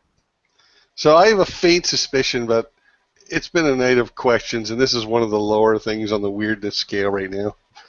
So I'm going to turn around and put the key card into the slot. Okay, you swipe it, there's a boop, and the little red light on it changes to green, and there's a as the door unlocks. I'll push my way through, and I'll hold it open for everybody to follow. Okay, not a problem. Is everyone following her through? I do as last time, while the rest of the motley crew goes through and gets into the elevator. I'm still there holding the attention of the lady, and then I proceed on. I'm like staying with the pack, but I am also keeping an eye on the pack as well. So like I'm towards the back as well, watching Sway just to make sure she doesn't get into any trouble. Okay, no problems. You make your way through this door onto what appears to be a sort of large hallway, and there's a flight of stairs, spiral stairs, in a sort of Art Deco style, very fancy, very expensive. So heading upwards, there's also an elevator. Elevator? Well, he said Until the upstairs. roof. He said the roof. Yeah, we'll go for the elevator. Okay, not a problem. You climb into the elevator. There's a series I'm of not so sure buttons. Bones could make it all those stairs. There's a series of buttons. You can see the top one is marked penthouse. Yeah, I'm still barefoot. I certainly don't want to go upstairs. I'll press that. Okay, you press it. There's a ding as you press it. Then a as the door slides shut, and a slight rumble in the floor as the lift starts moving up between the floors. You see lights moving past the sort of little windows as floors head past. And after a few minutes, the elevator shudders to a stop, and there's a ding, and the doors open up. Now, the person that I'm impersonating, forgive me, but they left the building, right? No, the person you're impersonating was the fetch of Wolf, who basically stepped out of the building, had some harsh words with the doorman, and then he stepped back into the building. The Okay. fetch of me, basically. So I'm quite keen on meeting him. So Okay, basically, there's currently 3 of us in the building. Yeah, there's three people who look like Wolf in the building. There's the fetch, there's Wolf, and there's her, who all look like Wolf. I'm going to change again. I'm going to shape change again to look like one of the guys who's supposed to be downstairs. Okay, yeah, that's not a problem. I won't make you make a roll for that. You're turning to look like one of the sort of generic doormen. That's not a problem. You quickly turn into this sort of shaven-headed person with a smart suit and a thuggish demeanour. All right, I'm going marching up the hallway. Okay, the doors of the elevator open into this plush, almost sort of, it looks like almost like a mansion in here. There's plush crimson carpets everywhere. There's Italian leather furniture. There's bits of sculpture dotted around. In fact, as you're walking along, you can see there's a small sort of like, I suppose, glass round table. And as you walk past it, you can see there's like a small sort of pile of what appears to be white powder on the table. It's one of those It actually places. takes me a while to realise what the white powder is. As I'm walking in, I'm Being a touching. bouncer, I'm more than familiar with it, obviously. I'm an ex-bouncer. As I'm walking in, I'm touching all of the sculptures and everything. I'm just like running my finger over them just casually as I'm walking by. Since you've escaped from Arcadia, this is probably like the most real and most beautiful things you've ever seen. All of the stuff in here, the furniture is immaculate, probably imported. The sculpture is you would presume of the latest fashion. It's certainly like nothing you would have seen before you were kidnapped. It must have cost an absolute fortune to like bedeck such a large, spacious abode in this style. Even the wallpaper looks expensive here. Yeah, I'm taking in the tactile senses of all of it. I'm running my fingers along the wallpaper, just touching the frames of all of the paintings, the sculptures, just feeling everything, all the senses that I can take in. At first, I'm just watching Sway do this. Then I actually pay attention to all the stuff she's touching. And then I think about all those things in the building, and I try to remember. Wait, did my father actually own this building? Is this new? Did he own art like that? As you think about it, your father certainly did own this building, but you don't remember this apartment being like this luxurious. It was all very business-like, very formal when your father owned it. Whereas this is basically like if you gave like a sort of a playboy like millions of dollars, and said, "Oh, here's a giant room. Like, decorate it how you want it to be, Austin Powers." And then they splashed all their money decorating it. That's what you'd end up with. This is like decadence taken to the extreme. Incidentally, Austin Powers is Roy Sanders' favourite movie. Yeah, maybe. I want to try and listen. They said there's supposed to be a party going on up here.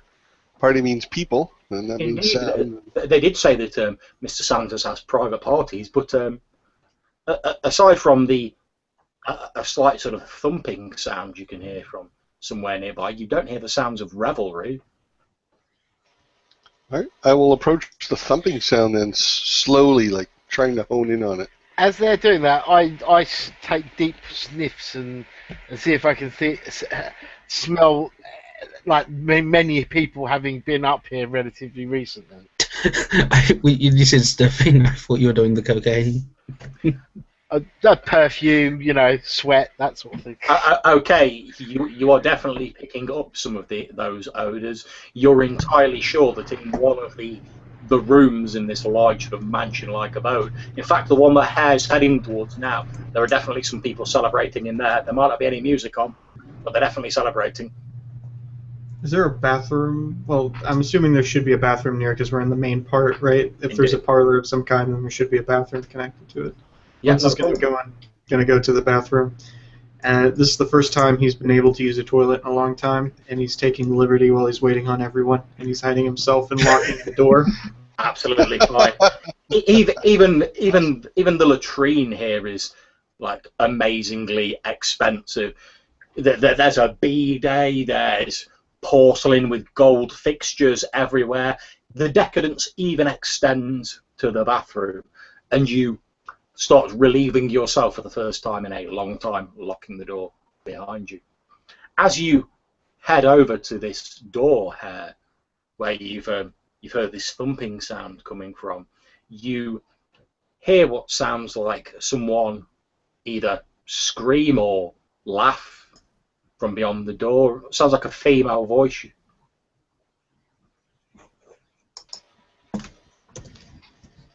And that's a different direction than the thumping's coming from. No, it's the same direction. It's the thumping and the scream/laughter all came from behind the same door. Can I Go ahead. hear whether there's any kind of like?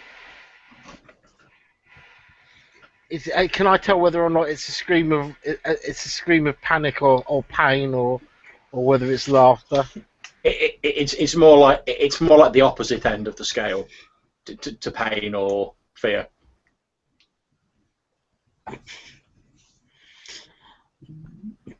Sorry, is everyone else going towards this? Well, I'm right behind here. Bones has disappeared off somewhere else. Hare's walked towards the door. Blaze is right behind him. What's Sway doing while this is going on, apart from sort of staring? I'm still moving. I'm still moving about the room. I'm watching them. I'm keeping my eyes on them, but I'm still touching everything. I'm going to. Does the appearance of the adult Roy Sanders have any kind of similar build to me? No. Right. Okay. In that case, then I'm going to go. I'm going to like move forward and hide to the side of the door that the thumping is coming from. Okay, not a problem. Meanwhile, Hare, you've reached this door. What are you doing? I'm going to open the door. I'm just going to open it. I look like the bodyguard, so. Okay. I'm right behind you. As you open the door, you see into what appears to be a large bedroom, for want of a better word. There's another door in the wall at the far end, so it must lead on to another room. And there are two young women in a veritable state of undress. Their modesty only protected by the sheet which is draped over the two of them, and they appear to have been enjoying each other's company. However, when you look in, they obviously stop and sort of look up in the direction of the door. And just the two of them, not Indeed. the people we're looking for. I'm going to say, wrong room. Close the door. Okay. As you're about to do that, Hare, can you make me a wits composure roll? Probably not, but I can If- press if some you- numbers. If you have any bonuses for perception, you can add them here.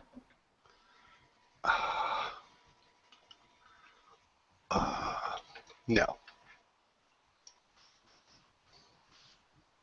No. Just no. That's all my dice say, no. No numbers. Okay, no problem. You say wrong room. Shut it up. Well, What's Blaze doing? I His hair sort certainly of know goes how to to the wrong room. party. Okay, since you were directly behind her, I will also allow you the wits composure roll, Blaze. Okay. What's... Okay, 3... Okay, so 4 dice. Yes, that's what my dice say. Okay, 2 just successes. as the door's closing, as hair closes in, you see in the top sort of far corner of the room what appears to be a small sort of video camera with a blinking light on it, sort of pointed at the bed. Oh. And then the door shuts. You saw that, right? The video, apart from the, it was the camera. There was a camera? I was looking at the bed. Yeah, me too. Kind of wonder why I even saw the camera, to be honest. Not being like particularly, should we say, gross about this, but could I smell Yeah, yes, you could. smells of copulation, etc. from Yes, that? you could.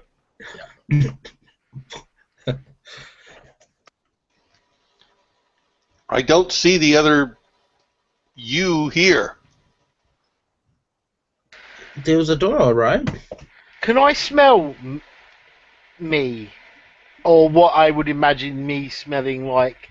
Well, no, actually, I would have picked up his scent from before, wouldn't I, when I saw him? So, Yeah. can I smell me anywhere? Do you need me to do a roll or anything? I won't say you need a roll. You can sort of sense that your other self has been in this room sort of fairly recently, but not sort of within the time that you guys have been in here. We're talking like sort of an old scent. I'll start pacing around the room, see if I can smell where his scent smells the strongest, like as in the most recent. Mm-hmm. Okay. And while this is going on, what's Sway up to?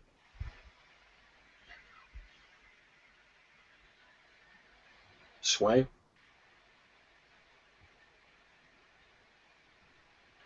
Can't hear you. You can't hear me. I can hear you. I can't hear Sway. No, neither can I. Oh, I did. I'm not. I'm still just observing. Okay, no problems. What's Bones doing? You've had your sort of 15-minute first post-Arcadian piss break. I did flush the toilet, wash some of the flesh actually goes down off of my bones down the sink as I'm trying to rinse my hands in soap and water. It's the first time I've had to clean properly because I just dip my hands in water after I did Pilates normally in Arcadia. And as he's doing that, he's remembering the faces of all the people he tortured. He looks in the mirror and he sees his human form, grizzled, just a little bit longer. The curly black hair. It doesn't look him. It doesn't look suitable to what he was. And then I'm assuming it's one of those cabinets that opens up, right? Indeed. Because it's a normal bathroom, since it's a penthouse. He opens it up, and he looks for painkillers, and pretty much looks for painkillers, some sleep aids, and a few other things of the sort. Pretty much this cabinet has enough medication in it to make your average pharmacy weep with envy. He will take. Aiden's a painkiller too. There's also a number of things in here which are quite decidedly not prescription. I will take those. I will take as many painkillers and as many sleep aids, and if there's any antihistamines, I would mix those in as well. He's going to just take 1 or 2 of the painkillers. Okay, no problem. You grab some painkillers and you grab another sort of miscellaneous bag of pills, and he's just sort of pulling these various bottles out. There appears to be like a you know, there's some like plastic Ziploc bags. There's one of them behind a couple of the bottles, and it's got these strange, like small, like blue pills in it. Definitely taking those. And he's gonna basically turn on the faucet, and he'll drink a bit of water, take a swig, and he's parching his throat. And he takes 2 of the painkillers, just normal like Tylenol kinds of things, nothing big deep, something to take the edge of walking on his bare flesh, because that's what he's been doing this entire time. The crick in his bones.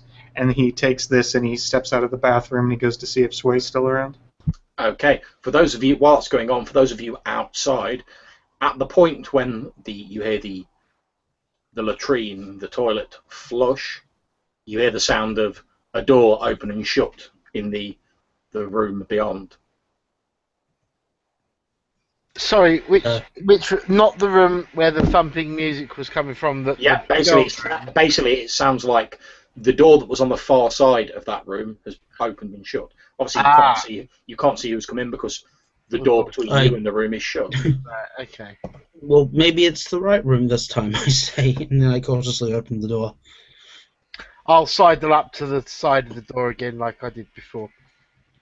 Okay, I'll step out of the way. You open the door, Blaze, as Hare steps out of the way and Wolf tucks himself in behind the door. And as you open it, you find yourself confronted with a slightly older, scarred version of yourself. He's basically wearing just boxer shorts. He appears to have got a slight beer belly, although he's quite well muscled. And you can see that the thing that strikes you most as odd, not the fact that you're looking at an older version of yourself wearing just his boxers, is the fact that he appears to be holding some form of like antique. It must be sort of old antique like pistol in one hand. I mean, like sort of like flintlock style pistol antique, which is just sort of like he's holding in a relaxed style, pointing at the door. I'm really sorry about this, but could I just ask for a pause for a moment, as I can smell burning, and I'd just like to make sure it's actually outside my flat. Bear with me one moment. Sorry.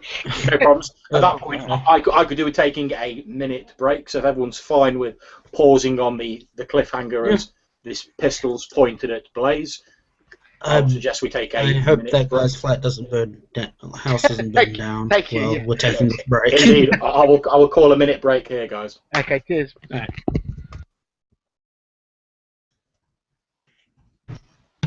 You know, Changeling, if there was actually like flames appearing in the camera and we saw a place burn down, the ratings would go through the roof.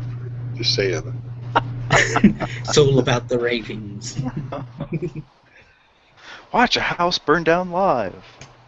No, it would be perfect if it was me. That video went viral. You know, house fires are really hot right now on the internet. To pun. Towers running my family. To pun or not to pun? That is the question. Give demerit points in my games for like just awful puns.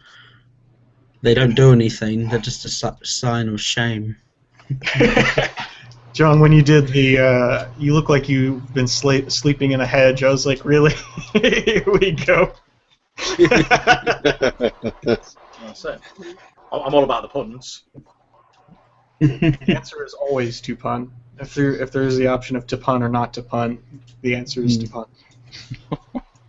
How are you guys finding the game so far while we're in a break? Oh, I'm liking it. Yeah, the setting is very rich. I could see how you could develop a campaign out of something like this. The characters are so deep. I want to kind of explore them all. Yeah, I mean, I think if we were running it as a campaign, then obviously you'd go a lot more into the sort of details about trying to reclaim your mortal life, and there would be more of a sort of focus on the mortal side of things, whereas obviously because this is being a sort of one-off session, it's sort of like a condensed version of it, if you will. There's a lot of things where, given sort of like a few sessions, I'd like to explore in more detail, but we're only sort of touching on them because it's a one-off. Yeah, I'm just saying I find myself curious and I want to learn more about all of the characters. You know what I mean? They all seem interesting. Yeah.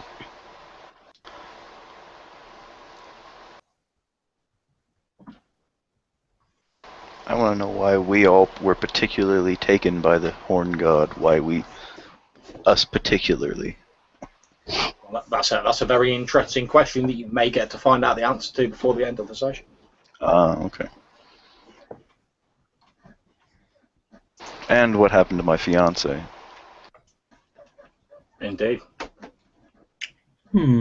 How are you guys? Obviously, it was the characters are all sort of pre-gens. How are you finding the actual characters? I like them. Yeah, I like them. Yeah. You clearly did a lot of work. It really shows. Yeah. Yeah, the characters Yeah, are I all really like that backstory. they're all different. Cool. I'm glad you're all enjoying those. You didn't define them so tightly that there wasn't room for definition and stuff like that. Hi, folks. Sorry, back. That's really strange. There's definitely some sort of bonfire or overcooking barbecue around here nearby, but sometimes it does also smell slightly stronger near my computers. I think that's just a trick of my nose. No, I must say, earlier on, I did smell a burning smell in here, and I sort of muted myself for a moment, and as I was looking about that, I realised my wife had actually got a bonfire in the back garden. So. Oh, maybe I'm just picking it up on yours then. Yeah. That's it, man. It's those supernatural senses of yours, man. No, it's my sheer immersion of blaze. I'm causing fires in your areas somehow. That's it. You've ascended to the next level of immersion. That's what it is, man. Well, anyway, I'm back now. Sorry. So we see the older me. Other Tim back. Oh, sorry. I'm here. Oh, yeah. Okay, is everyone here? Tim, are you here? Okay, I don't think so at the minute. Yeah. So we'll just wait for Tim to get back and then we'll crack on.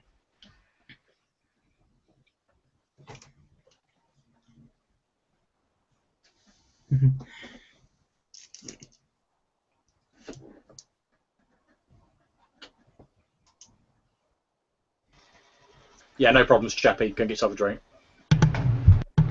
It's a good. I like the World of Darkness mechanics. They're quick enough and stuff like that. I do think they're one of the better systems out there, to be totally honest. I think they're good for modern settings. I don't think I would use these for like fantasy or. No, I think it's the same with a lot of games. There, the games are very sort of written to be good for and to work best with certain types of settings. I always find that a lot of the times when games that are supposed to be sort of like generic all-purpose systems, even then they tend to sort of work well at certain things and not be particularly brilliant at other sort of things. I mean, let's face it, if I was going to run a sort of D&D-esque fantasy game, I'd use D&D or some other fantasy game. I wouldn't go, well, I'm going to try and convert the World of Darkness to fantasy. Whereas right. if I was going to run a modern game, I'd probably like D20 or something like that. I know there is D20 modern, but that probably wouldn't be my first port of call, to be honest. Right. I wouldn't use Fate for like a gritty, like not a gritty, but I mean a realistic simulationist type game. No, much as it kills me to say this, Rob. I mean, I'm just a bit sick in my mouth. But much as it kills me to say this, no, I also would not choose Fate to run like a sort of gritty setting. Yeah, it's made to be a bit, sensationalist, a bit. Don't get me wrong. It's made to be cinematic. I'm not saying you can't use Fate to run sort of World of Darkness stuff, because I've used Fate Accelerated to run a sort of vampire style game, but that was very much a sort of it's Fate with influences from the World of Darkness rather than like I'm running a World of Darkness game using Fate. Right. Okay, is everyone ready to jump back in? Yeah, that's. Yep. Yep. All right. So okay, so you see this guy with the pistol pointing at you. Like I say, it's an antique flintlock pistol. Yeah. So I stare at him for a few seconds, and then I just say, "What the fuck, man? Like he should just give me an explanation right now." He sort of clicks the hammer of this antique pistol back, but he's still holding it in a fairly sort of relaxed manner. In fact, that's almost slightly more worrying that sort of levelling a gun at someone seems to be something he does as naturally as like tying his shoes. And he goes, I wondered when you'd show up. So you were waiting? Can I whisper to just whoever's in the doorway, distract him, and then just like get myself ready to move, basically? Okay. Yeah, not a problem. He says, wow, I always knew something was wrong, but I didn't know exactly what until tonight. You were searching for... You knew when I would come back to my old life. Until I have my hands up. Was it you that was killing off our kind then? He looks at it and he's like, what the fuck are you talking about?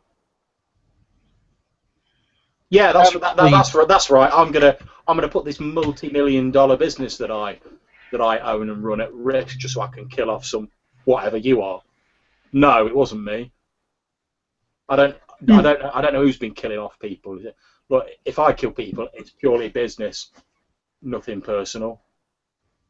You don't get to be where I am. You don't get to the top without treading on a few people on your way up. And he gestures with the gun, not in a sort of I'm about to shoot you way, more just sort of like gesturing. And he says, besides, I've got news for you. It's not your life anymore. It's my life. Right, he's by himself. He's by himself. Him and these two girls are just in that room. There isn't anybody else with him. No? That's correct. Sorry, hold on a second, Lee. So what were you saying, Thashif?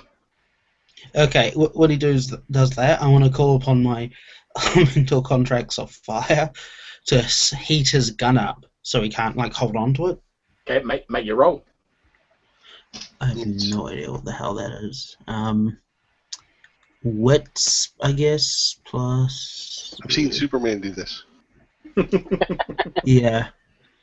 I'm just saying that's straight wits, because nothing applies. Well, the contract would apply, for sure. Mm-hmm. Oh, yeah, but so that's one success? Okay, that's enough. Just the handle on the bit that he's holding, because it has like a metal inlay, slowly glows like this orange hot, and he's like, ugh! And lets go of it, and it clatters to the floor. At which point I spring through the door.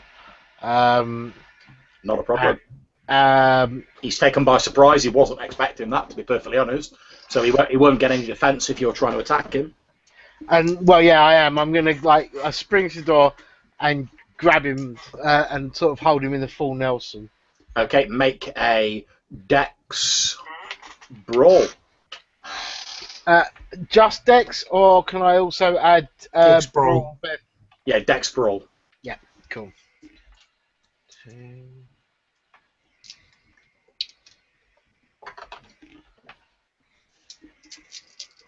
And I get an extra dice because it's bare fist specialised, yeah? It.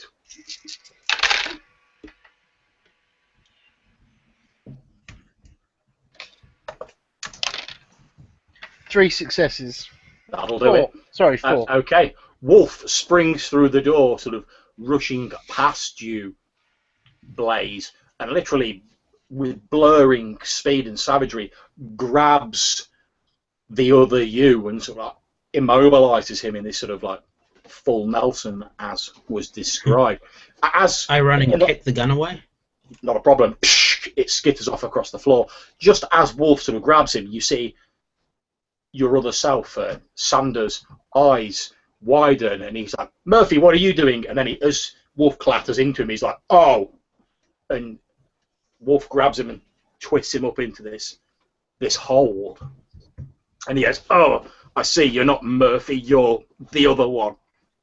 Where is the other one? I say to him. He goes, Murphy, he'll be in the security office. Which is where? 3rd floor. Do I need a card to get in there? Of course you do. You need a card to get everywhere in this building. Do I need a passcode of any kind? Just the card. Where's yours? Desk over there, and he sort of indicates with his head towards the door at the far end of the room. I look at Blaze and say, could you get us the card, please? Okay, I walk over to the desk. Bear in mind, the desk's in the other room beyond the room that you're in now, so you have to open the door and like walk in. Oh, that way. Okay. Sorry. Right. When I hear all this commotion going on, I go ahead through the doors, through the door, and go into the other room where they're at. Okay, so if So it's in the other room, I'm not... You're walking to the... Just let me get this straight. So, Sway, you're walking across the room where they are and into the other room. Is that correct? Yeah, because I was out in the main area, and then they opened the door and they went in there, so I follow in behind them. Okay, not a problem. You see as you walk in, Sway, that Blaze is walking over towards a door in the far wall. There's obviously another room beyond this. Are you heading through, Blaze? I'm actually not at this point. I want to look at the two girls and just say, out. They just sort of nod and pulling these blankets around themselves, scuttle out of the door. So you're a businessman, correct? You don't hold things personally? It's all a matter of business? He goes, yeah, still in this like sort of chokehold. He's like, yeah, business makes the world go round. That money. See, so you seem pretty well off as well. So how about I get my friend here to let you go? Then I kind of like nod for Wolf to actually do it. And how about you help me and the other people I escaped just establish a comfortable life? And I'll just simply growl and say, I think it might be wise if I kept him in hand for a little while. Till he agrees. Sanders is like, so let me get this straight. What you're saying is, if I give you a load of money to set yourself up, you'll make yourself scarce and stop troubling me and let me get on with my business. And of course, and I might be able to even be useful with my skills. I even know of a guy who can take memories away from people. And you see, just there, you just had an idea of how to use that. I know you did. And I'll say, but I want my other self to do with as I wish. He already told you where it is. Come on, man. All right, well, I'll tell you what I'll do then. Since I've got loads of money, shitloads of money. I worked hard for my money. More than I want money, I want you the fuck out of my life. It's not your life anymore, it's mine. But I'll tell you what I'll do. Since you made me a deal, and I'm a businessman, my checkbook's in the other room, along with my personal radio for my private security. Send your friend here, go and get the check and the radio. I'll radio Murphy to come up and you can have your talk with him, and I'll also sign you a nice big fat check. How's that sound? And then you get out of my life. I'll look at Blaze to see whether that's acceptable to him. Okay. Then I'll let him go. But I'll okay, so I'm not sure how this rule entirely works, but am I making a pledge? Not at the minute. You're just unless you want to make a pledge. At the minute, you're just saying. Yeah. I want to, unless this is something I need to consciously know how to do, because my character. No, that's fine. You can instinctively do it. So you need to offer him something in return for the pledge, and spend a glamour, and he'll then gain a 1 or 2 dot merit. Okay, so offering to leave him alone, is that? Okay. That's right? Absolutely fine. And what are you? Glamour? Basically, what are you offering to like give him? Since obviously he's going to gain this merit, what are you sort of offering? Since you determine the form that like the reward he will get takes. Oh, you mean like I actually give him a thing? Okay, well, that's adding 1 or 2 points to an existing merit? Is that how that works? So it could be something as vague as going, oh, and you will have good fortune, so it bumps his resources. Okay. Yeah, you will have... That works, because I'm trying to get into... This is in your best interest to set us up and leave us alone. Okay, not a problem. The pledge is made, the pact is made. Now, parties who break such pledges find themselves cursed with misfortune. As you enact this pledge, I mean, you suddenly notice that, like, your other self sort of starts back, and he's like, "And how'd you do that?" And he's staring at all of you. I kind of whisper to like, "Here, I think he can see what we are now." I'm around the corner of sight, but that's okay. I'm not going to answer questions. No, I don't care. I'm going to say, call up Murphy. All right. Let me just go and get my radio, and he starts walking towards the door into the other room. I'm following him carefully. Okay, not a problem. As you get, Sorry, go ahead. I just want to say I'm going to go to the door where Murphy's going to enter, and I'm going to like stay behind just out of sight of it. So not a problem. He walks in his back. As this guy Sanders is reaching out for the doorknob, and he turns in and starts opening the door and going through. Wolf, as you're sort of following behind him, you get this sort of tingling as the hair on the back of your neck stands up as you're sort of sensing there's some sort of danger nearby. I'm going to grab hold of him then, but not stop him as such. Okay. Grab hold of his shoulder and dig my claws in, not enough to damage, but just enough to remind him that I'm capable of damaging him. Okay, not a problem. What's your... and I'm also gonna use any sort of like senses that I have to try and determine what danger is there. Okay, not a problem. So that's dangerous. Is that a danger sense roll or? No, your danger sense has already been used. It's told you there's danger there. Okay. So while this is happening, I'm examining the remnants of the women's clothes, and I'm going to try on some of their shoes to see if I can avoid walking around barefoot anymore. Yep, not a problem. You can easily find a pair that fits you. And they're quite stylish, actually. I'm used to uncomfortable shoes. So. Okay, as you step through the doors with your hand sinking into Sanders' shoulders, you, guided by your danger sense, you sort of duck to one side as someone who has stood behind the door swings what appears to be a metal bar at the space where your head was occupying previously. You are forced to release Sanders to duck out of the way. However, your danger sense has saved you from a beating upside the head with this metal bar. In effect, it allowed you to have your defense, whereas otherwise you would have been taken by surprise. Can I grab hold of the hand that holds the bar?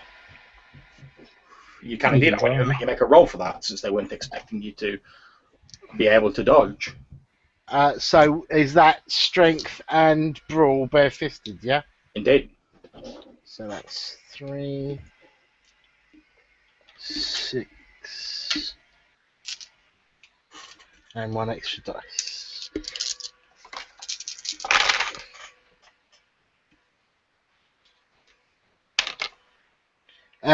One success. Okay, you grab hold of this guy and sort of pull him into the room, and as he comes into the room still holding this metal bar with your sort of hand clamped around his wrist, you can see that it's actually the other you. He must have been waiting behind the door in this back room.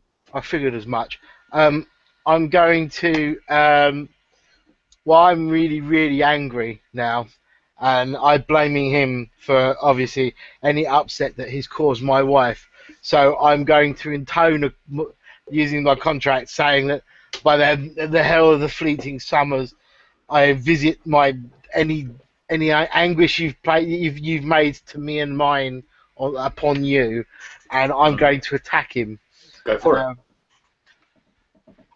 So is that that's obviously strength and brawl and bare-fisted and the contract. Indeed.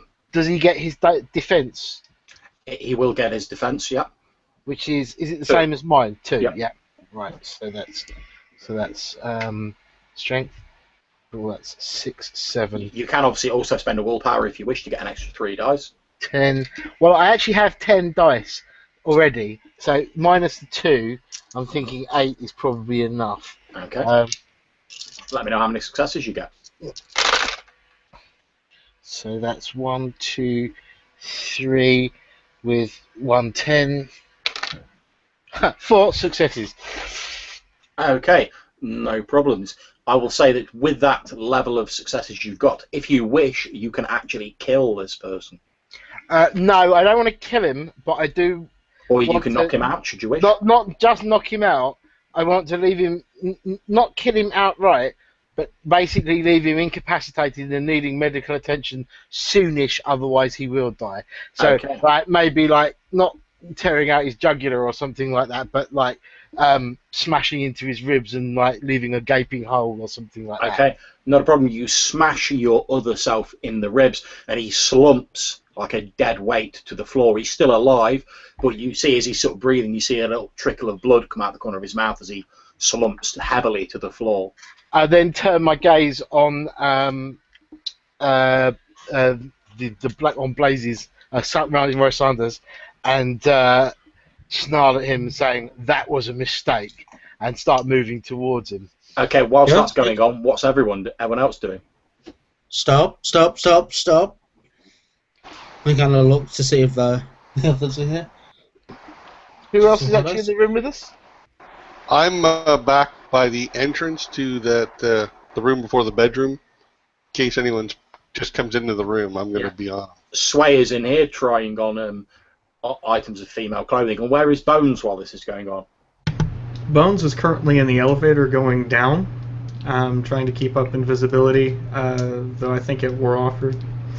And so I'm imagining that the girls went into the elevator as they were going down, and he's just awkwardly standing there just like, what are they doing? They're sort of, with the few articles of clothing they sort of scooped up as they went out, they're sort of hastily trying to arrange it in such a way that they might preserve some shreds of modesty.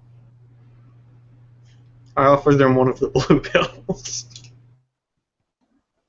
One of them sort of looks at it and she passes it back to her in a slightly sort of sarcastic, sort of condescending voice, says, thanks, but they're for men. Ah.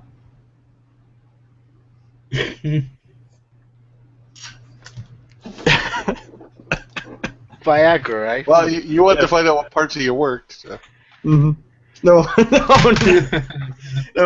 but Bones actually, he now knows what it is, at least. He says thank you very politely, and he just waits for the elevator to go all the way down, and as soon as they leave, he's going to try to be invisible again as the doors are opening. Okay, not a problem. Make a roll for that. Right. Because he figures there's going to be people in the elevator.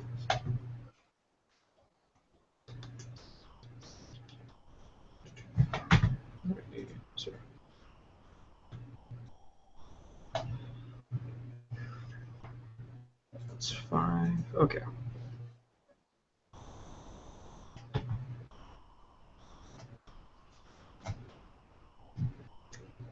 I could have done the glamour, but I didn't. Could I do it after? No, that's fine. That's more than enough to render successes. yourself as smoke. I am smoke. Indeed. And as smoke, I'll put some of the powder along the ground, and so I look like the smoke coming off this little powder on the ground in the elevator. Indeed, you do so. So back to Blaze, who's saying, "Whoa, whoa, whoa!" As a wolf stepping forward and saying that was a mistake. So I'll look back at him, but I won't stop advancing. Yo, stop. And I'll growl, why? Because he's a... Look, we can either just live as vagrant freaks who murder people, or we could try to make something better of our situation. I don't intend to allow him to double-cross us again. I won't hurt him too much. Hey, no, you won't hurt him at all. At which point the Sanders, the other Sanders, says, "I'd listen to what the boy's saying if I was you." But like he says, do you want to live like grubbing on the streets, or do you want to have loads of money and live in a life of luxury? I can make that happen. I'll walk up to him and I'll grab him and I'll twist his arm behind his back but I won't hurt him or cause him any serious damage, and say, Yeah, not a problem. You just twist his arm up behind his back. and say, I'm not going to let go of you till you give us what we want. At which point he sort of, since you're still in the other room, he reaches down with his other hand to the table, opens it up, pulls out a checkbook with a sterling silver pen, and he's like, in his good hand, he's like, just tell me how much you want to go away and leave me to my business.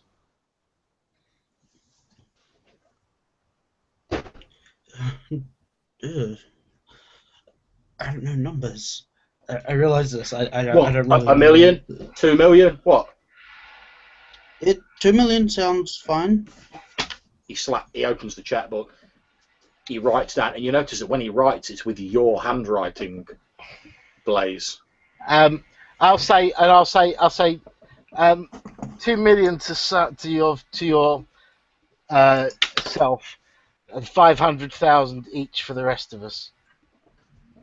How about he says, how about I'll just write one check, which I will write to the bearer of this check.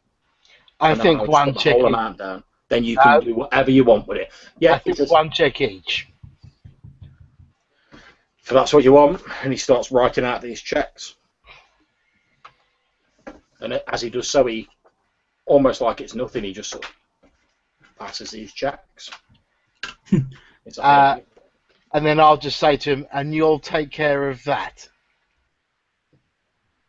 And I point to my other self. As you point to your other self, you hear this.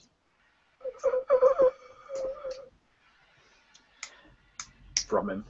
And I'll also whisper into him, and before I leave here, I want any dossiers on what has happened in his or my life since I've been gone. You notice that he appears to have Sanders appears to have stopped paying attention to you, and he's sort of staring at where the other you's lying on the floor with his mouth sort of slightly falling open. Any of you who are looking at this other version of Wolf, this fetch who's lying on the ground, as this long drawn out exhalation of breath finishes, perhaps one of his ribs punctured a lung or something similar, where there once was laying a human form that to all intents and purposes, and as Bones verified with the old man, was in every inch a living person, there now unmistakably is a collection of sort of twigs and other objects roughly held together in the shape of a person, seemingly coated with what looked to be like cobwebs. And in fact, as you watch, a few sort of spiders skitter out from this mannequin, this scarecrow-like conglomeration of items, and sort of scuttle. They're only like normal sort of tiny spiders, start scuttling their way across the floor. What the hell? I'll just shake my head as if, oh well, that was interesting. Turn my back and say, whisper to him again, dossier now. He says, "Well, there's not much in it. All I'll say is that I'll tell you now. All I'll say is that when I took your other self into my employ, I got him because he was highly recommended. You know, he didn't mind doing unpleasant things, and he got into a bit of trouble with the law. Got into a dust-up with some guy who he thought was knocking off his wife. He got in there. He flew into a mad rage, beat the guy half to death, beat his wife as well, and well, you know, in her state, well, she was rushed to hospital. So was the other fellow, Mikey or something like that. They were both rushed to hospital. Well, she lost the kid. I had to pay to shuffle it all under the carpet. He owed me one, came to work for me. That were the conditions. Paid who? Well, this Mikey. Well, he was going to take it all to court. He was going to sue him, quite rightly as well. Got a bit of a temper he had, so he beat him till he was almost black and blue. I had to pay an awful lot of money to make those charges go away. In that case, I think I'll have 1 million rather than 500,000. I'll say to him. He just writes another check for like 500,000 and throws a second check to you. And then I'll let him go, and then I'll look at him. I'll say, one last thing. Do you know where my wife, is now? I haven't got a clue. I'd heard her and this Mikey. I forget what his last name was. I heard that them two were shacked up together. Don't know where. Don't care. Very well. I'll then turn to Blaze and say, all yours, and then walk to the other side of the room. I'm kind of like, okay, I've got some semblance of a life, well, potentially, I've got some semblance of a life left. And on the other hand, I'm like, the hell just happened? I should just sit through that. While in Okay. the other room, I walk up and stand next to Hare, and I pull my jacket closer around me, and I'm just looking through the door at what's happening out there, looking rather uncomfortable. Be careful. Oh, by the way, sorry, are the clothes left on my fetch? Even if the bracket and stuff like that is there? Nope. So there's no clothes there. Okay. No. I will growl to Sanders saying, "Where's his room?" I don't know. He doesn't live here. Does he have a change of clothes here? Yeah, he's probably in the locker room down that way. I'll look at Blaze and say, "Are you okay for a moment?" Yeah, I'm fine. I'll then go and hunt out the other room and try and find. Okay. I'm going to jump to Bones back in the lobby. Bones, what are you up to? This is a private building, correct? Because there's a penthouse in it. Which means they have a place they serve alcohol, right? Correct. He'll go and he'll try to get some alcohol. The problem, it doesn't, since you're sort of wisping around the building, it doesn't take you long to locate a rather large sort of plush bar. There would appear it would next to be what appears to be a visitor's lounge, no doubt to impress other businessmen, visitors, contributors to the business, etc. Okay. And you help yourself to some of the finest and very expensive liquor that is in there. Take some for the go and some for the goblin. Okay, not a problem.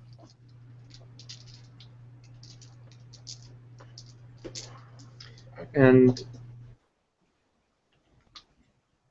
as I do, I want to make a phone call. Okay, where do you plan to get a phone from? Get a phone from? I figured it's a lobby, so there must be a side phone somewhere, wouldn't there? There is certainly a phone on the desk where the receptionist is. Is there a paying phone just outside, I wonder? Yeah, there's a payphone just down the street. That's not a problem. Okay, he'll probably head down to the payphone after he sets some of the white powder he gathered from the desk, right? Yep. And he'll basically go to the bathroom first. Mm-hmm. I'll try to put some of the stuff, try to hide it under the lobby. Yeah, that's not a problem. And who are you calling when you get to the payphone? I'm going to call him a member of the old department, basically the excavation. Okay, not a problem. You ring through to the coroner's office. The phone rings for a few moments, then you hear a voice on the other end say, "Anderson."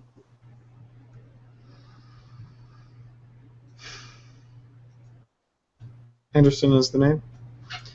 Anderson. Who is this?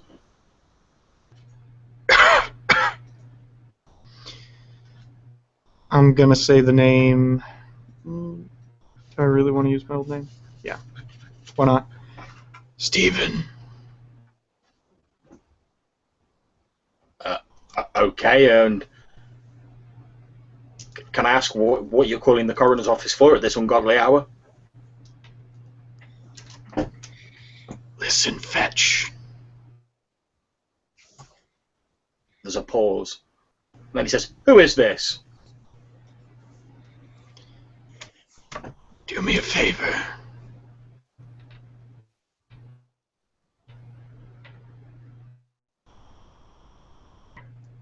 Stephen Anderson. He Who are you? How do you know my name? That's my name. You hear him sort of talking in the background. It's almost as though he's held his hand over the phone and he's talking to someone else. And you hear a voice that you recognise as Saranzo's voice in the background. And he's like, "Who is it? It's me. I think. What do you mean it's you? Just what I say. I think it's me. Ask him where I am. I'm not asking him where you are. No, do it. Well, you owe me one after that this last month, you know, with that evidence. Just You owe me. All right. Hold on a second. All right. put Saranzo on. Saranzo, he wants to talk to you. All right, hold on a sec. Detective Saranzo.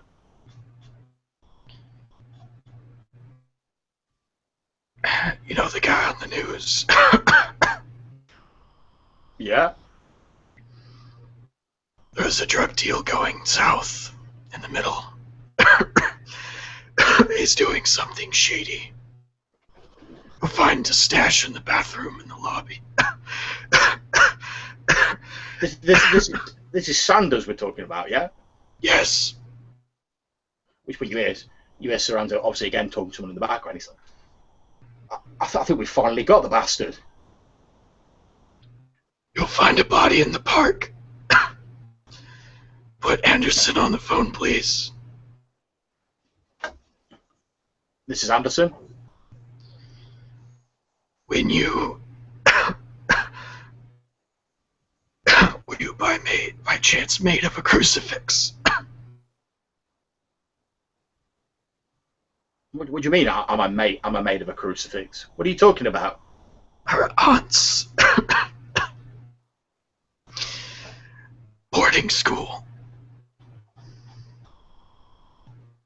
But well, I know what you're talking about. It went missing at the start of one of my shifts. You'll find it there. Meet me if you want to know more. Me, you where? The reason why we do what we do. The boarding school, the kids. It's why you became a cop, right? Yeah, that's right.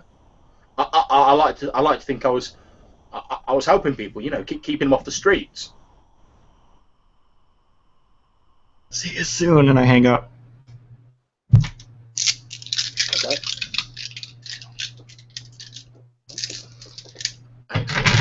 And I will say you can most definitely have a willpower back for that.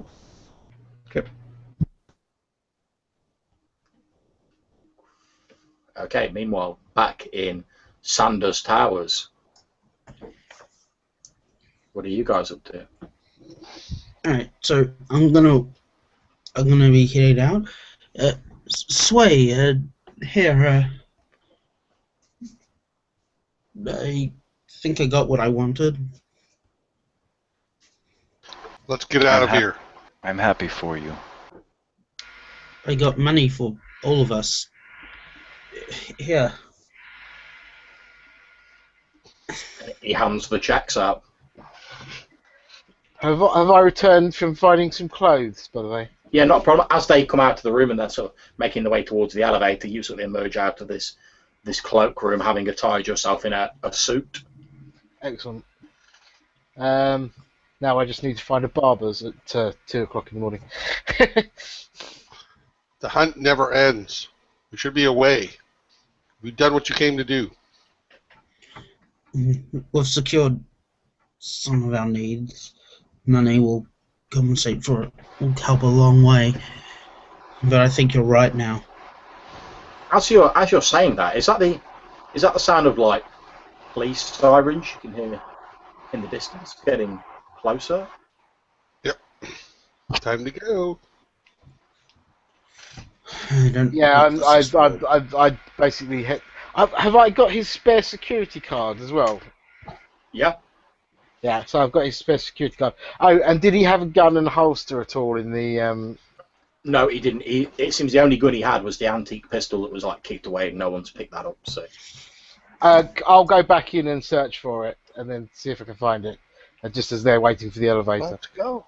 Let's go. You can go back in and get it. However, that will delay you by several minutes, and obviously the police cars are getting closer. You can do it. I have no problems with that. Well, I'm not waiting for him. I've been hunted for too long. I'm not getting caught again. I just tell him to hurry up, and then I head with her. Okay, no problem. I encourage Sway to come along. You snag the antique pistol off the floor of the middle room where it's lying. The other Sanders has returned to his office. He's not even in there. He doesn't even appear to have picked it up. So you quickly snag that up. That's not a problem, Wolf, and head after the rest of the... As the rest of you get outside first, you can see that the yellow taxi's still sat out the front with the engine running. I'll So they've gotten into the first elevator that came up, but I missed. Yeah, they basically just headed out. I'll give you a shout when you've sort of drawn level with them. Right. Okay. Wolf. Okay, the taxi is still out the front. Bones, meanwhile, because obviously it's going to take them several minutes to get downstairs. After you've made your phone call, what are you doing? I'm gonna talk to the taxi driver, hand him basically the alcohol I got from the bar. He's like, oh, very nice. Some of it. And then his eyes narrow suspiciously, and he's like, what do you want? You take me to a boarding school, 2nd Street, Greenwich District. First, when they come running out. At which point, when he looks as though he's about to hand you the booze back, saying, oh, well, I said I'd take you anyway. And then as you say, first, when they come out, he's like, oh, I get you. And he takes the bottle back to himself and drops it in his footwell after taking a glug of it, and presumably you get it in the taxi, Bones. Yep. Okay, at which point the rest of them, Sons, Wolf, emerge from the building, just as you just see the door shutting as Bones is just getting in the taxi. Hey! Wave and walk towards the taxi. No problem, you'll part of the I taxi. get in the taxi. The driver's still sat there. A few moments later, Wolf emerges from the building. You see that they've all got into the taxi, Wolf. Yeah, so I'll head over as well then. Was there a wallet as well? No. So I've basically only got his clothes and his... Let's go. Yep. Okay, at which point the taxi driver's like, right, okay, here we go. And you're speeding off through the streets. A few minutes seem to pass, and he pulls up outside this large sort of old building. Well, Cheppy, why don't you describe to us what this boarding school looks like that he's built outside? It's just like a 3-4 story building. It's got barred windows. Even though this should be slightly better part of town, if I'm not mistaken. Mm-hmm. It's still old, probably from another time. It's simple bricks, guarded, gated community area because it's a boarding school, for kids to play in and things like that. You could tell that there's several like Catholic statues and motifs and things. The windows that are also barred, they have very basic glass. So it's a very simple building. It's very unassuming. You can tell it's a boarding school. Okay, I will say as well that as you're getting closer to it, it looks as though it's not been used for quite some time. However, to those of you, i.e. all of you, who can perceive things that are related to the Fey and Fairy, you can see that the entirety of the building is covered with what look like large cobwebs, literally covering the entire exterior of the building. I kind of think back to the cobwebs and spiders that... You see that the taxi driver's like taking out this big bottle and he's like upending most of it down his gullet, and then he's like, well, there you are. So I take some of the stuff I had. Well, actually, no. This is my stop. And I just get out of the taxi. Go on. Take them as far south as you can. Are you sure? Yes. I'll just look at him and I'll say the pack should stick together. I drink just a bit. And I'm guessing in my face aiming, like some of it like oozes out of a small hole of some of the torn, muscled flesh. So you see drips of whiskey just going. If you The taxi really driver's feel like you need to do this, then okay. Right, you want me to take the rest of you south then, is that right? Says the taxi driver. Yes. Yes. Alright, well, nice knowing you, Skullface, thanks for the booze. And he shuts the door after you. A few moments later there's like a boom, and this taxi speeds off through the streets, leaving you outside this old, abandoned boarding house. A few moments later, you notice a tall figure wearing a dark suit, sort of approaching from the far end of the street, sort of walking out. He appears to be looking at the various sort of addresses and the number plates on the buildings as he's passing by. And as he draws closer, you recognise your own self. Okay. While he's walking up, I've been carving, like crumbling with like the crick of my pinky. Right. It's been sharpened a bit because I've basically used to rub it against the table all the time to try to cause myself some pain as I was torturing people. So I took the sharp end of the bone. It's been whittled away, and I start cracking bits and pieces of some of the drugs, and I mix it together. Are you still there? Yeah, Okay. not a problem. Mix it together, and I've been mixing it with this alcohol this entire time. Yeah, no problem at all. You have that mixture as your other self approaches. As he gets closer, he's like, "Oh, what did you want to make me come back here for?" How does he react to seeing someone who looks like him? He appears quite unsettled. However, he appears very much in control of his own emotions. He's projecting an aura of sort of icy calmness. Shall we go in? He looks at the building and he says, to be honest, I've got no great desire to go back in here. I just gave you the best lead you've had. All right. If you want to go, that's true. I can't deny that. Saranzo's already got the precinct heading over there now to arrest Sanders. I can't deny that, but I'm telling you, and he sort of holds up his hand in it and says a strange sort of thing, which is not something you'd ever normally say yourself, but he says, "But I'll tell you now, as God is my witness, you won't like what you find in there." It's odd because you're not an overly religious man yourself. So I walk in, or at least I try to open the door and get in. Yeah, not a problem. The door just opens in front of you, and as you head inside, you can see again the inside of the building is sort of thickly covered in these cobwebs, and here and there there's like an odd sort of object, like a child's toy, an old battered pocket camera, an old sort of boom box, all sort of enmeshed in this webbing. Your other self, your fetch, gives a little shudder as he walks in, but he does follow you in. I walk around the building. Is there anything different from what I remember other than it being run down? Aside from the fact that like every surface inside here seems to be covered in cobwebs. No. In fact, there's an awful lot of cobwebs in it, even for like a place that's derelict. I mean, literally like everywhere, every surface is covered in them. He goes to a table near the kitchenette, because I figured the dorms are they in quads, or are we doing like normal? Normal. Normal. Okay. So I'll probably go to the kitchen area, Okay. find a small table, sit down, gather 2 glasses, and start pouring the mixture in both. Okay, you pour the mixture into both. Your other self, the fetch, says, "Look, whatever you've got to say, can you just say it and can we get out of here? I don't want to stay in this place any longer than I have to. It's not healthy."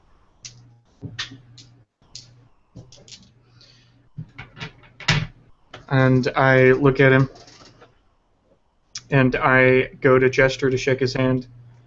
In exchange, And I'm trying to make a pact, basically. in exchange for giving you the answer to the debts that we both know in the parks, I want you to have a drink with me and tell me what I've missed. Okay. He sort of nods and he shakes your hand and he says, "All right, okay, that sounds fair, but is there?" Yes, you do. He says, Okay. but can we not do it elsewhere? I don't know how long we've got before she realises we're here. Who's she?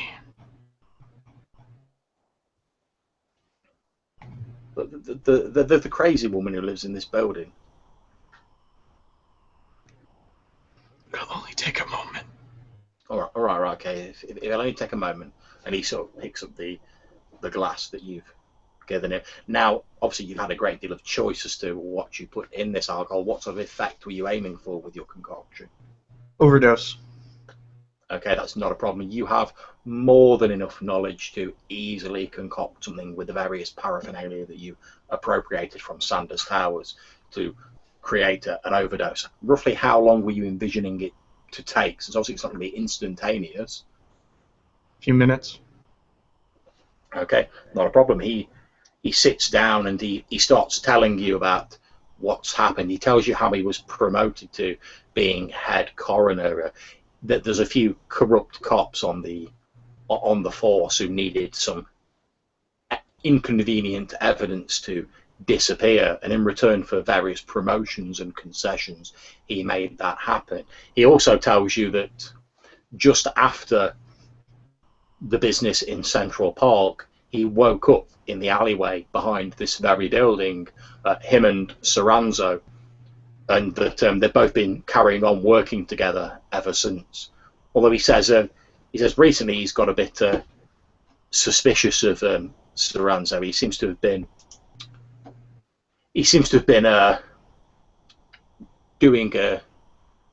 doing some things that are strictly not by the book. But out of respect for their old friendship, he's helped him cover up several things which could have damaged his career. And as a result, he's climbed the totem pole to being the head coroner of New York. I see. As he's sort of sipping from this glass, the effects not having taken place yet, he says, He's pouring him refills. "Yeah, not a problem." He says, "Of course, there were a few inconvenient people who had to disappear as well on the way. Well," and he takes another big swig of this concoction. Well, I wouldn't call them people. Devils is what I'd call them. It's Lorenzo, right? And what about Lorenzo? He's the one who asked you to cover up the Oh, debts. Noted. No. Soranzo didn't have to ask me to cover up the debts. I did that myself. Why's that? Well, much as I knew I was doing the Lord's work, and I wasn't killing people. I was killing devils. I knew that other people wouldn't understand, and I knew that it could be the end of my career. So I made the evidence disappear. Obviously, Sorenzo helped, but Right. As he begins to do this, I start. What were the names? the names of what? People. I need to know how many of my kind. He says, well, there was and his eyes appear to be like losing focus, like he's struggling to keep his eyes on him. He says, well, there was You should hold your liquor better. well, I don't normally drink it, so and a sweat broke out on his forehead. He sort of wipes away and he says, "It's an evil vice, not good for good God-fearing people." But let's see, there was a Robert James, there was a Sally Thomas. I think it was. Let's see, there was a Theodore something or other. Sorry, I'm having trouble. I'm having trouble thinking about the. And his head slumps forward on the desk. Okay. I open up his phone. Right, it's modern time, so I'm gonna text Lorenzo because he'll probably have him on contact. Be like, "I'm sorry, I can't do this anymore."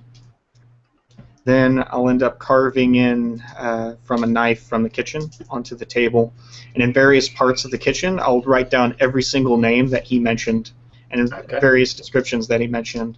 And then several times, the old woman made me do it. The old woman made me do it. The old woman made me do it. Doing God's work. Doing God's work. And then writing the name of my aunt over and over again because I knew I had an emotional issue with her. Indeed, you do that, and as you're doing that, there is suddenly this sound of like sort of collapsing as the body slumped over the table. Literally, in a split second, seems to transform into a collection of bric-a-brac and objects. This scarecrow-like figure held together by cobwebs, and it falls to the floor in a rough heap. As you're looking at this sort of heap of objects that was once an absolute replica of you, you see what appears to be something glinting and metallic right at the center of the pile. I'm assuming it was what I thought it was. Would pick it up. Indeed, you reach in and you pull out the crucifix.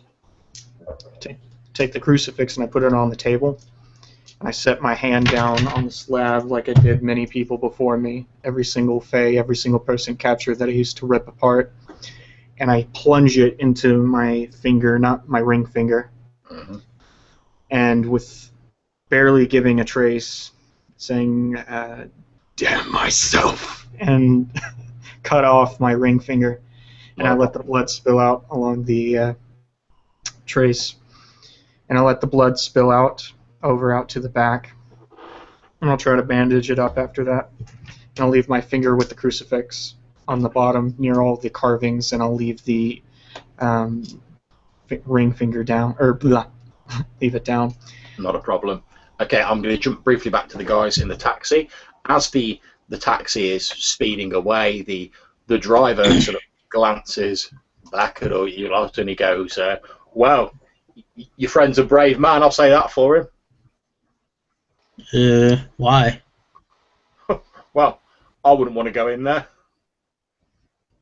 Really? There are things that you're afraid of? I mean, There's shitloads of things I'm afraid of. Why? Well, the old woman who lives in there, for one. What is she? Well, what would be the best way of describing it? Well, from what I hear, that and he actually takes his hands off the wheel. Like the steering wheel seems to like continue moving, even though he's not touching it. And he turns around to like look at you guys, and he's like, "Well, from what I hear, they call her the Weaver." Never had any dealings with her. Never had any dealings with her myself. All I've heard is she's supposed to be quite powerful. A bit nearer to the gentry than I am. Probably a bit nearer than you are, come to think of it. And but as long as you don't go in that building and you like leave her be, she don't cause no harm to nobody. But well, I know a few of my lot who've been into that building. Never the same again. I'll stay well clear of it.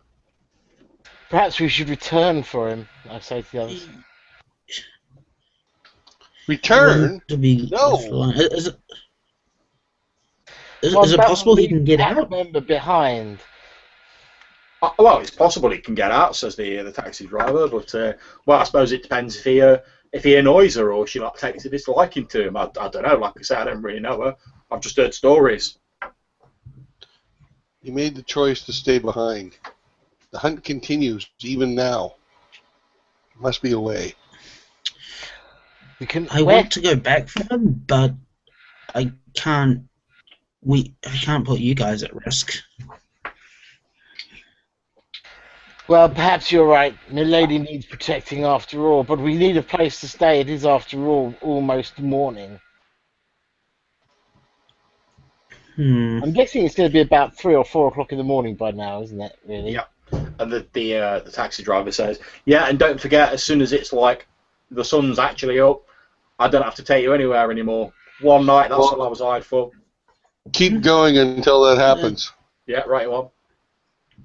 No, well, we need to think about that, Hare, I say to him, because we need a place to stay, and we don't have enough money to get a hotel room, and we have to cash these checks before we have any money. Exactly how are we going to cash these checks? You're right. We have no So identification. We have Well, no social security They number. were made out to cash, weren't they? Yeah, but they still won't give us like several $1 million. That's a good point. Will they? No, they don't do that, do they? No, there'd be all kinds of phone calls and verification. They quite decidedly don't do that. Although, Under saying that, $1,000, they probably would. there's no reason why, as long as I can actually find where my fetch was living, I can't just readopt my old identity now that my fetch is dead. So I would have an ID. I just need to find out. Did I get the dossier from Saunders? No, he just basically told you the information that you were. So he didn't know where he lived then, basically. No, he just basically said he lives somewhere. I pay him as an employee. I don't give a fuck where he lives. Yeah, it'd be 10 years out of date, too. Okay, I'm going to jump back to Bones quickly. Whilst you're engaged in your grisly work, Bones, you hear, as you're sort of about your business, you hear this voice coming from somewhere in the building, a voice that goes, "Who's there?" Take a swig. Not a problem, you take a swig. Start drinking, though, very heavily.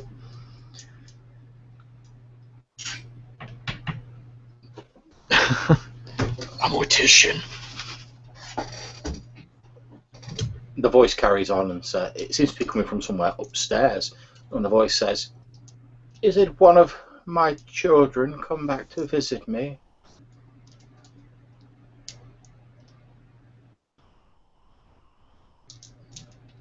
No.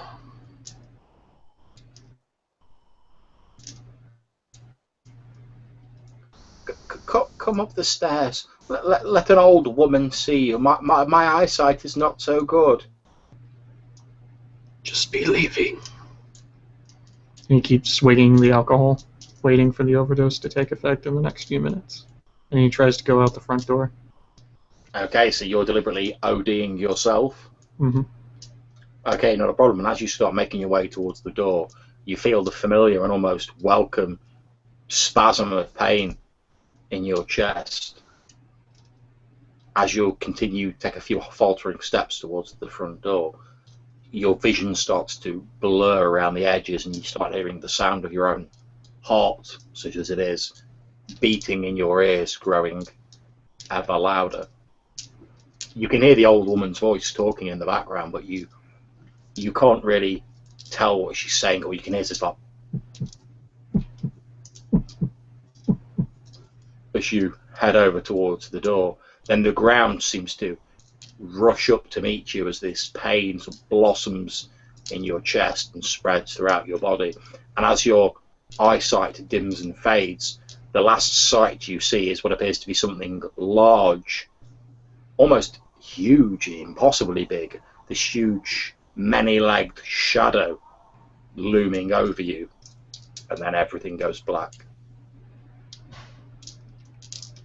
Did I manage to open the door? Indeed you did. I was hoping they would find the body. And you fall with your sort of arm outstretched about an inch away from where the door is open to the elements. back to the taxi. Well, before the night's over, Sway, do you want to meet your fetch? No, not at all. I have no interest in seeing her.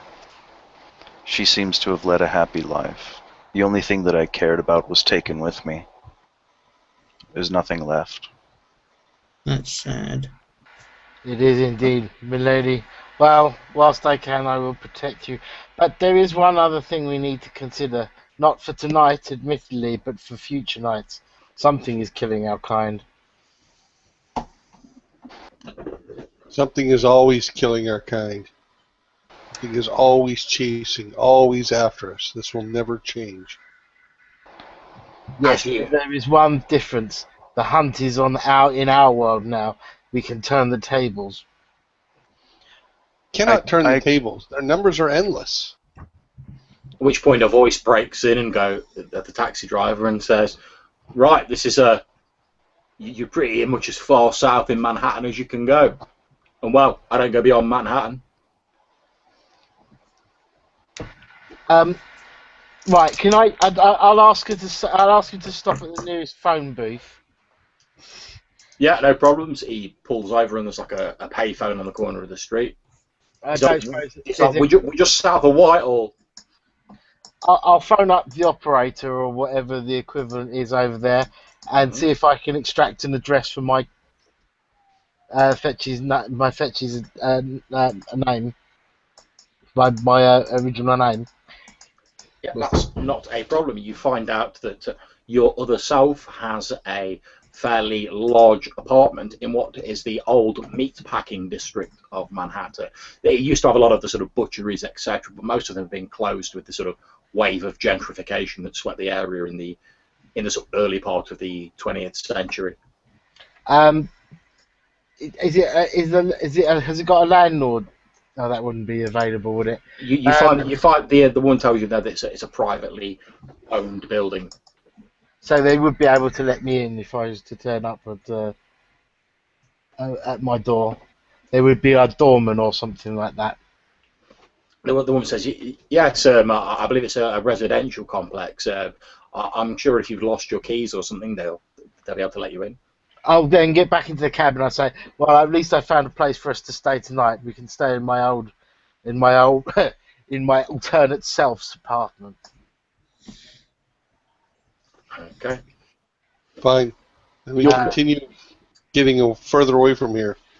Okay, you're conveyed by the taxi to the meat packing district, which, like I say, thanks to the gentrification of Manhattan, is now sort of like a large plush residential area with various different apartment blocks. And you've given the address to the taxi driver, and he drops you off outside. Again, there's not as plush as Sanders Towers, but there is a doorman stood outside. The taxi driver looks up at where the sun's rising, and he goes, "Well, that's about your lot, gents." I'll interrupt and I say, "That's true, but don't forget you still owe me a favour." Hey, don't worry about it. Anytime, I never forget who I owe a favour to. What's your name so that I can call you? Colin, I told you at the start. He's Thank like, look, he reaches inside his pocket and he takes out a business card and passes it to you. He says, "See that number on the bottom?" And actually, as you look at it, it's not a number, it's just like a string of random symbols. It's like, go to any phone you want, type in a number that's that long, and say my name, and I'll be there in like 5 minutes. 10 tops. Excellent, I say, and pocket the card. And at which point he sort of goes, "Right, well, I'm going to have to chuck you all out. That's all I was paid for." So then I go into go up to the doorman of the building and convince them that I've had a hefty night and I've lost my keys. I've got some friends with me, so we obviously need to go and crash out for the evening. They sort of look at you a bit sceptically, and then when you say, "Oh yeah, I've had a heavy night, got some friends," and they're like, "Oh yeah, yes, of course, Mr. Murphy. I'll let you in, no problems." And they lead you to this large apartment. Excellent. I'll ask them to make sure that they send me up a spare key as well. Not a problem. We've always got people losing keys, so it may take half a day or so to get another set sorted out, but we'll have them sent straight up to your apartment, sir. Excellent. So then, we all go up to my apartment, and I make up some beds in the lounge and sleep in my fetch's bed, I suppose, really. Try and get Indeed. to sleep. And the next morning when you all wake up, the main story reported in the newspapers, since the morning paper is delivered to Mr. Murphy's apartment, the main lead story is that Sanders, the famous Fortune 500 businessman, has been arrested and found with numerous drugs and other illegal accoutrements in his possession. He's been arrested by a senior detective, Saranzo, and he's currently looking at a fairly hefty prison sentence. The second story is that the head coroner of the city of New York has been, a man named Steve Anderson, has been discovered dead in a building. Evidence found at the scene, although the newspaper is quite vague about it, links the head coroner with a series of murders that have recently taken place in and around the Central Park district. There are two photos on the front of the newspaper. The first is of Sanders, your other self, Blaze, sort of being handcuffed and pushed into a car by police officers.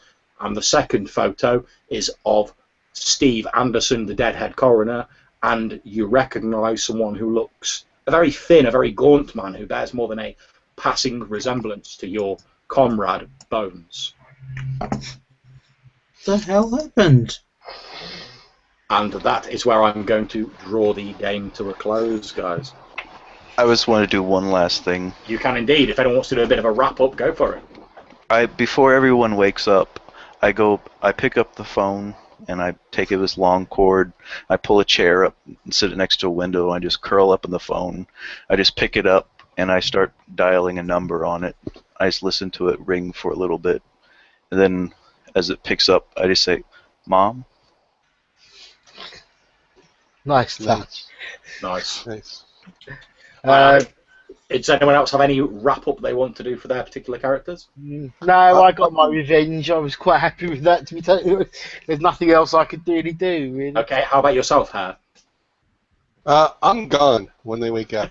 No problem. Yeah, as you get up, Hare was made like a tree and got the fuck out of there. Okay, so And what about yourself, so Mike? Blaze basically wakes up, realizes sort of what's happening, and basically feels like he's failed as a group leader. Indeed, and with that sobering realisation, that is where we draw the game to a close. Thank you very much for playing, Thank gentlemen. you. I hope you all enjoyed playing in the game as much as I enjoyed running it. I must admit, I didn't foresee sort of Chappie's amazing sort of murder/suicide when I started the game, but it did have a certain sense of poetic justice to it. So congratulations for that. That's really good. Thanks a lot for that. That was really good fun. No Yeah, problem. that was a lot of fun. Do any of you have any sort of feedback or any comments? I'll probably get in touch with you via Facebook sort of once you've had a bit of time to sort of relax and digest. But if anyone's got any immediate feedback, I'd be quite happy to listen to that. Do you want to end give the some live first? feedback, Or? Yeah, what I will do is, again, just to say thank you guys for playing in the game. Thanks to anyone who's stuck with us and watched this either now or in the future. And we will say goodbye to anyone watching on the broadcast as I end the broadcast. Take care, guys. Cheers.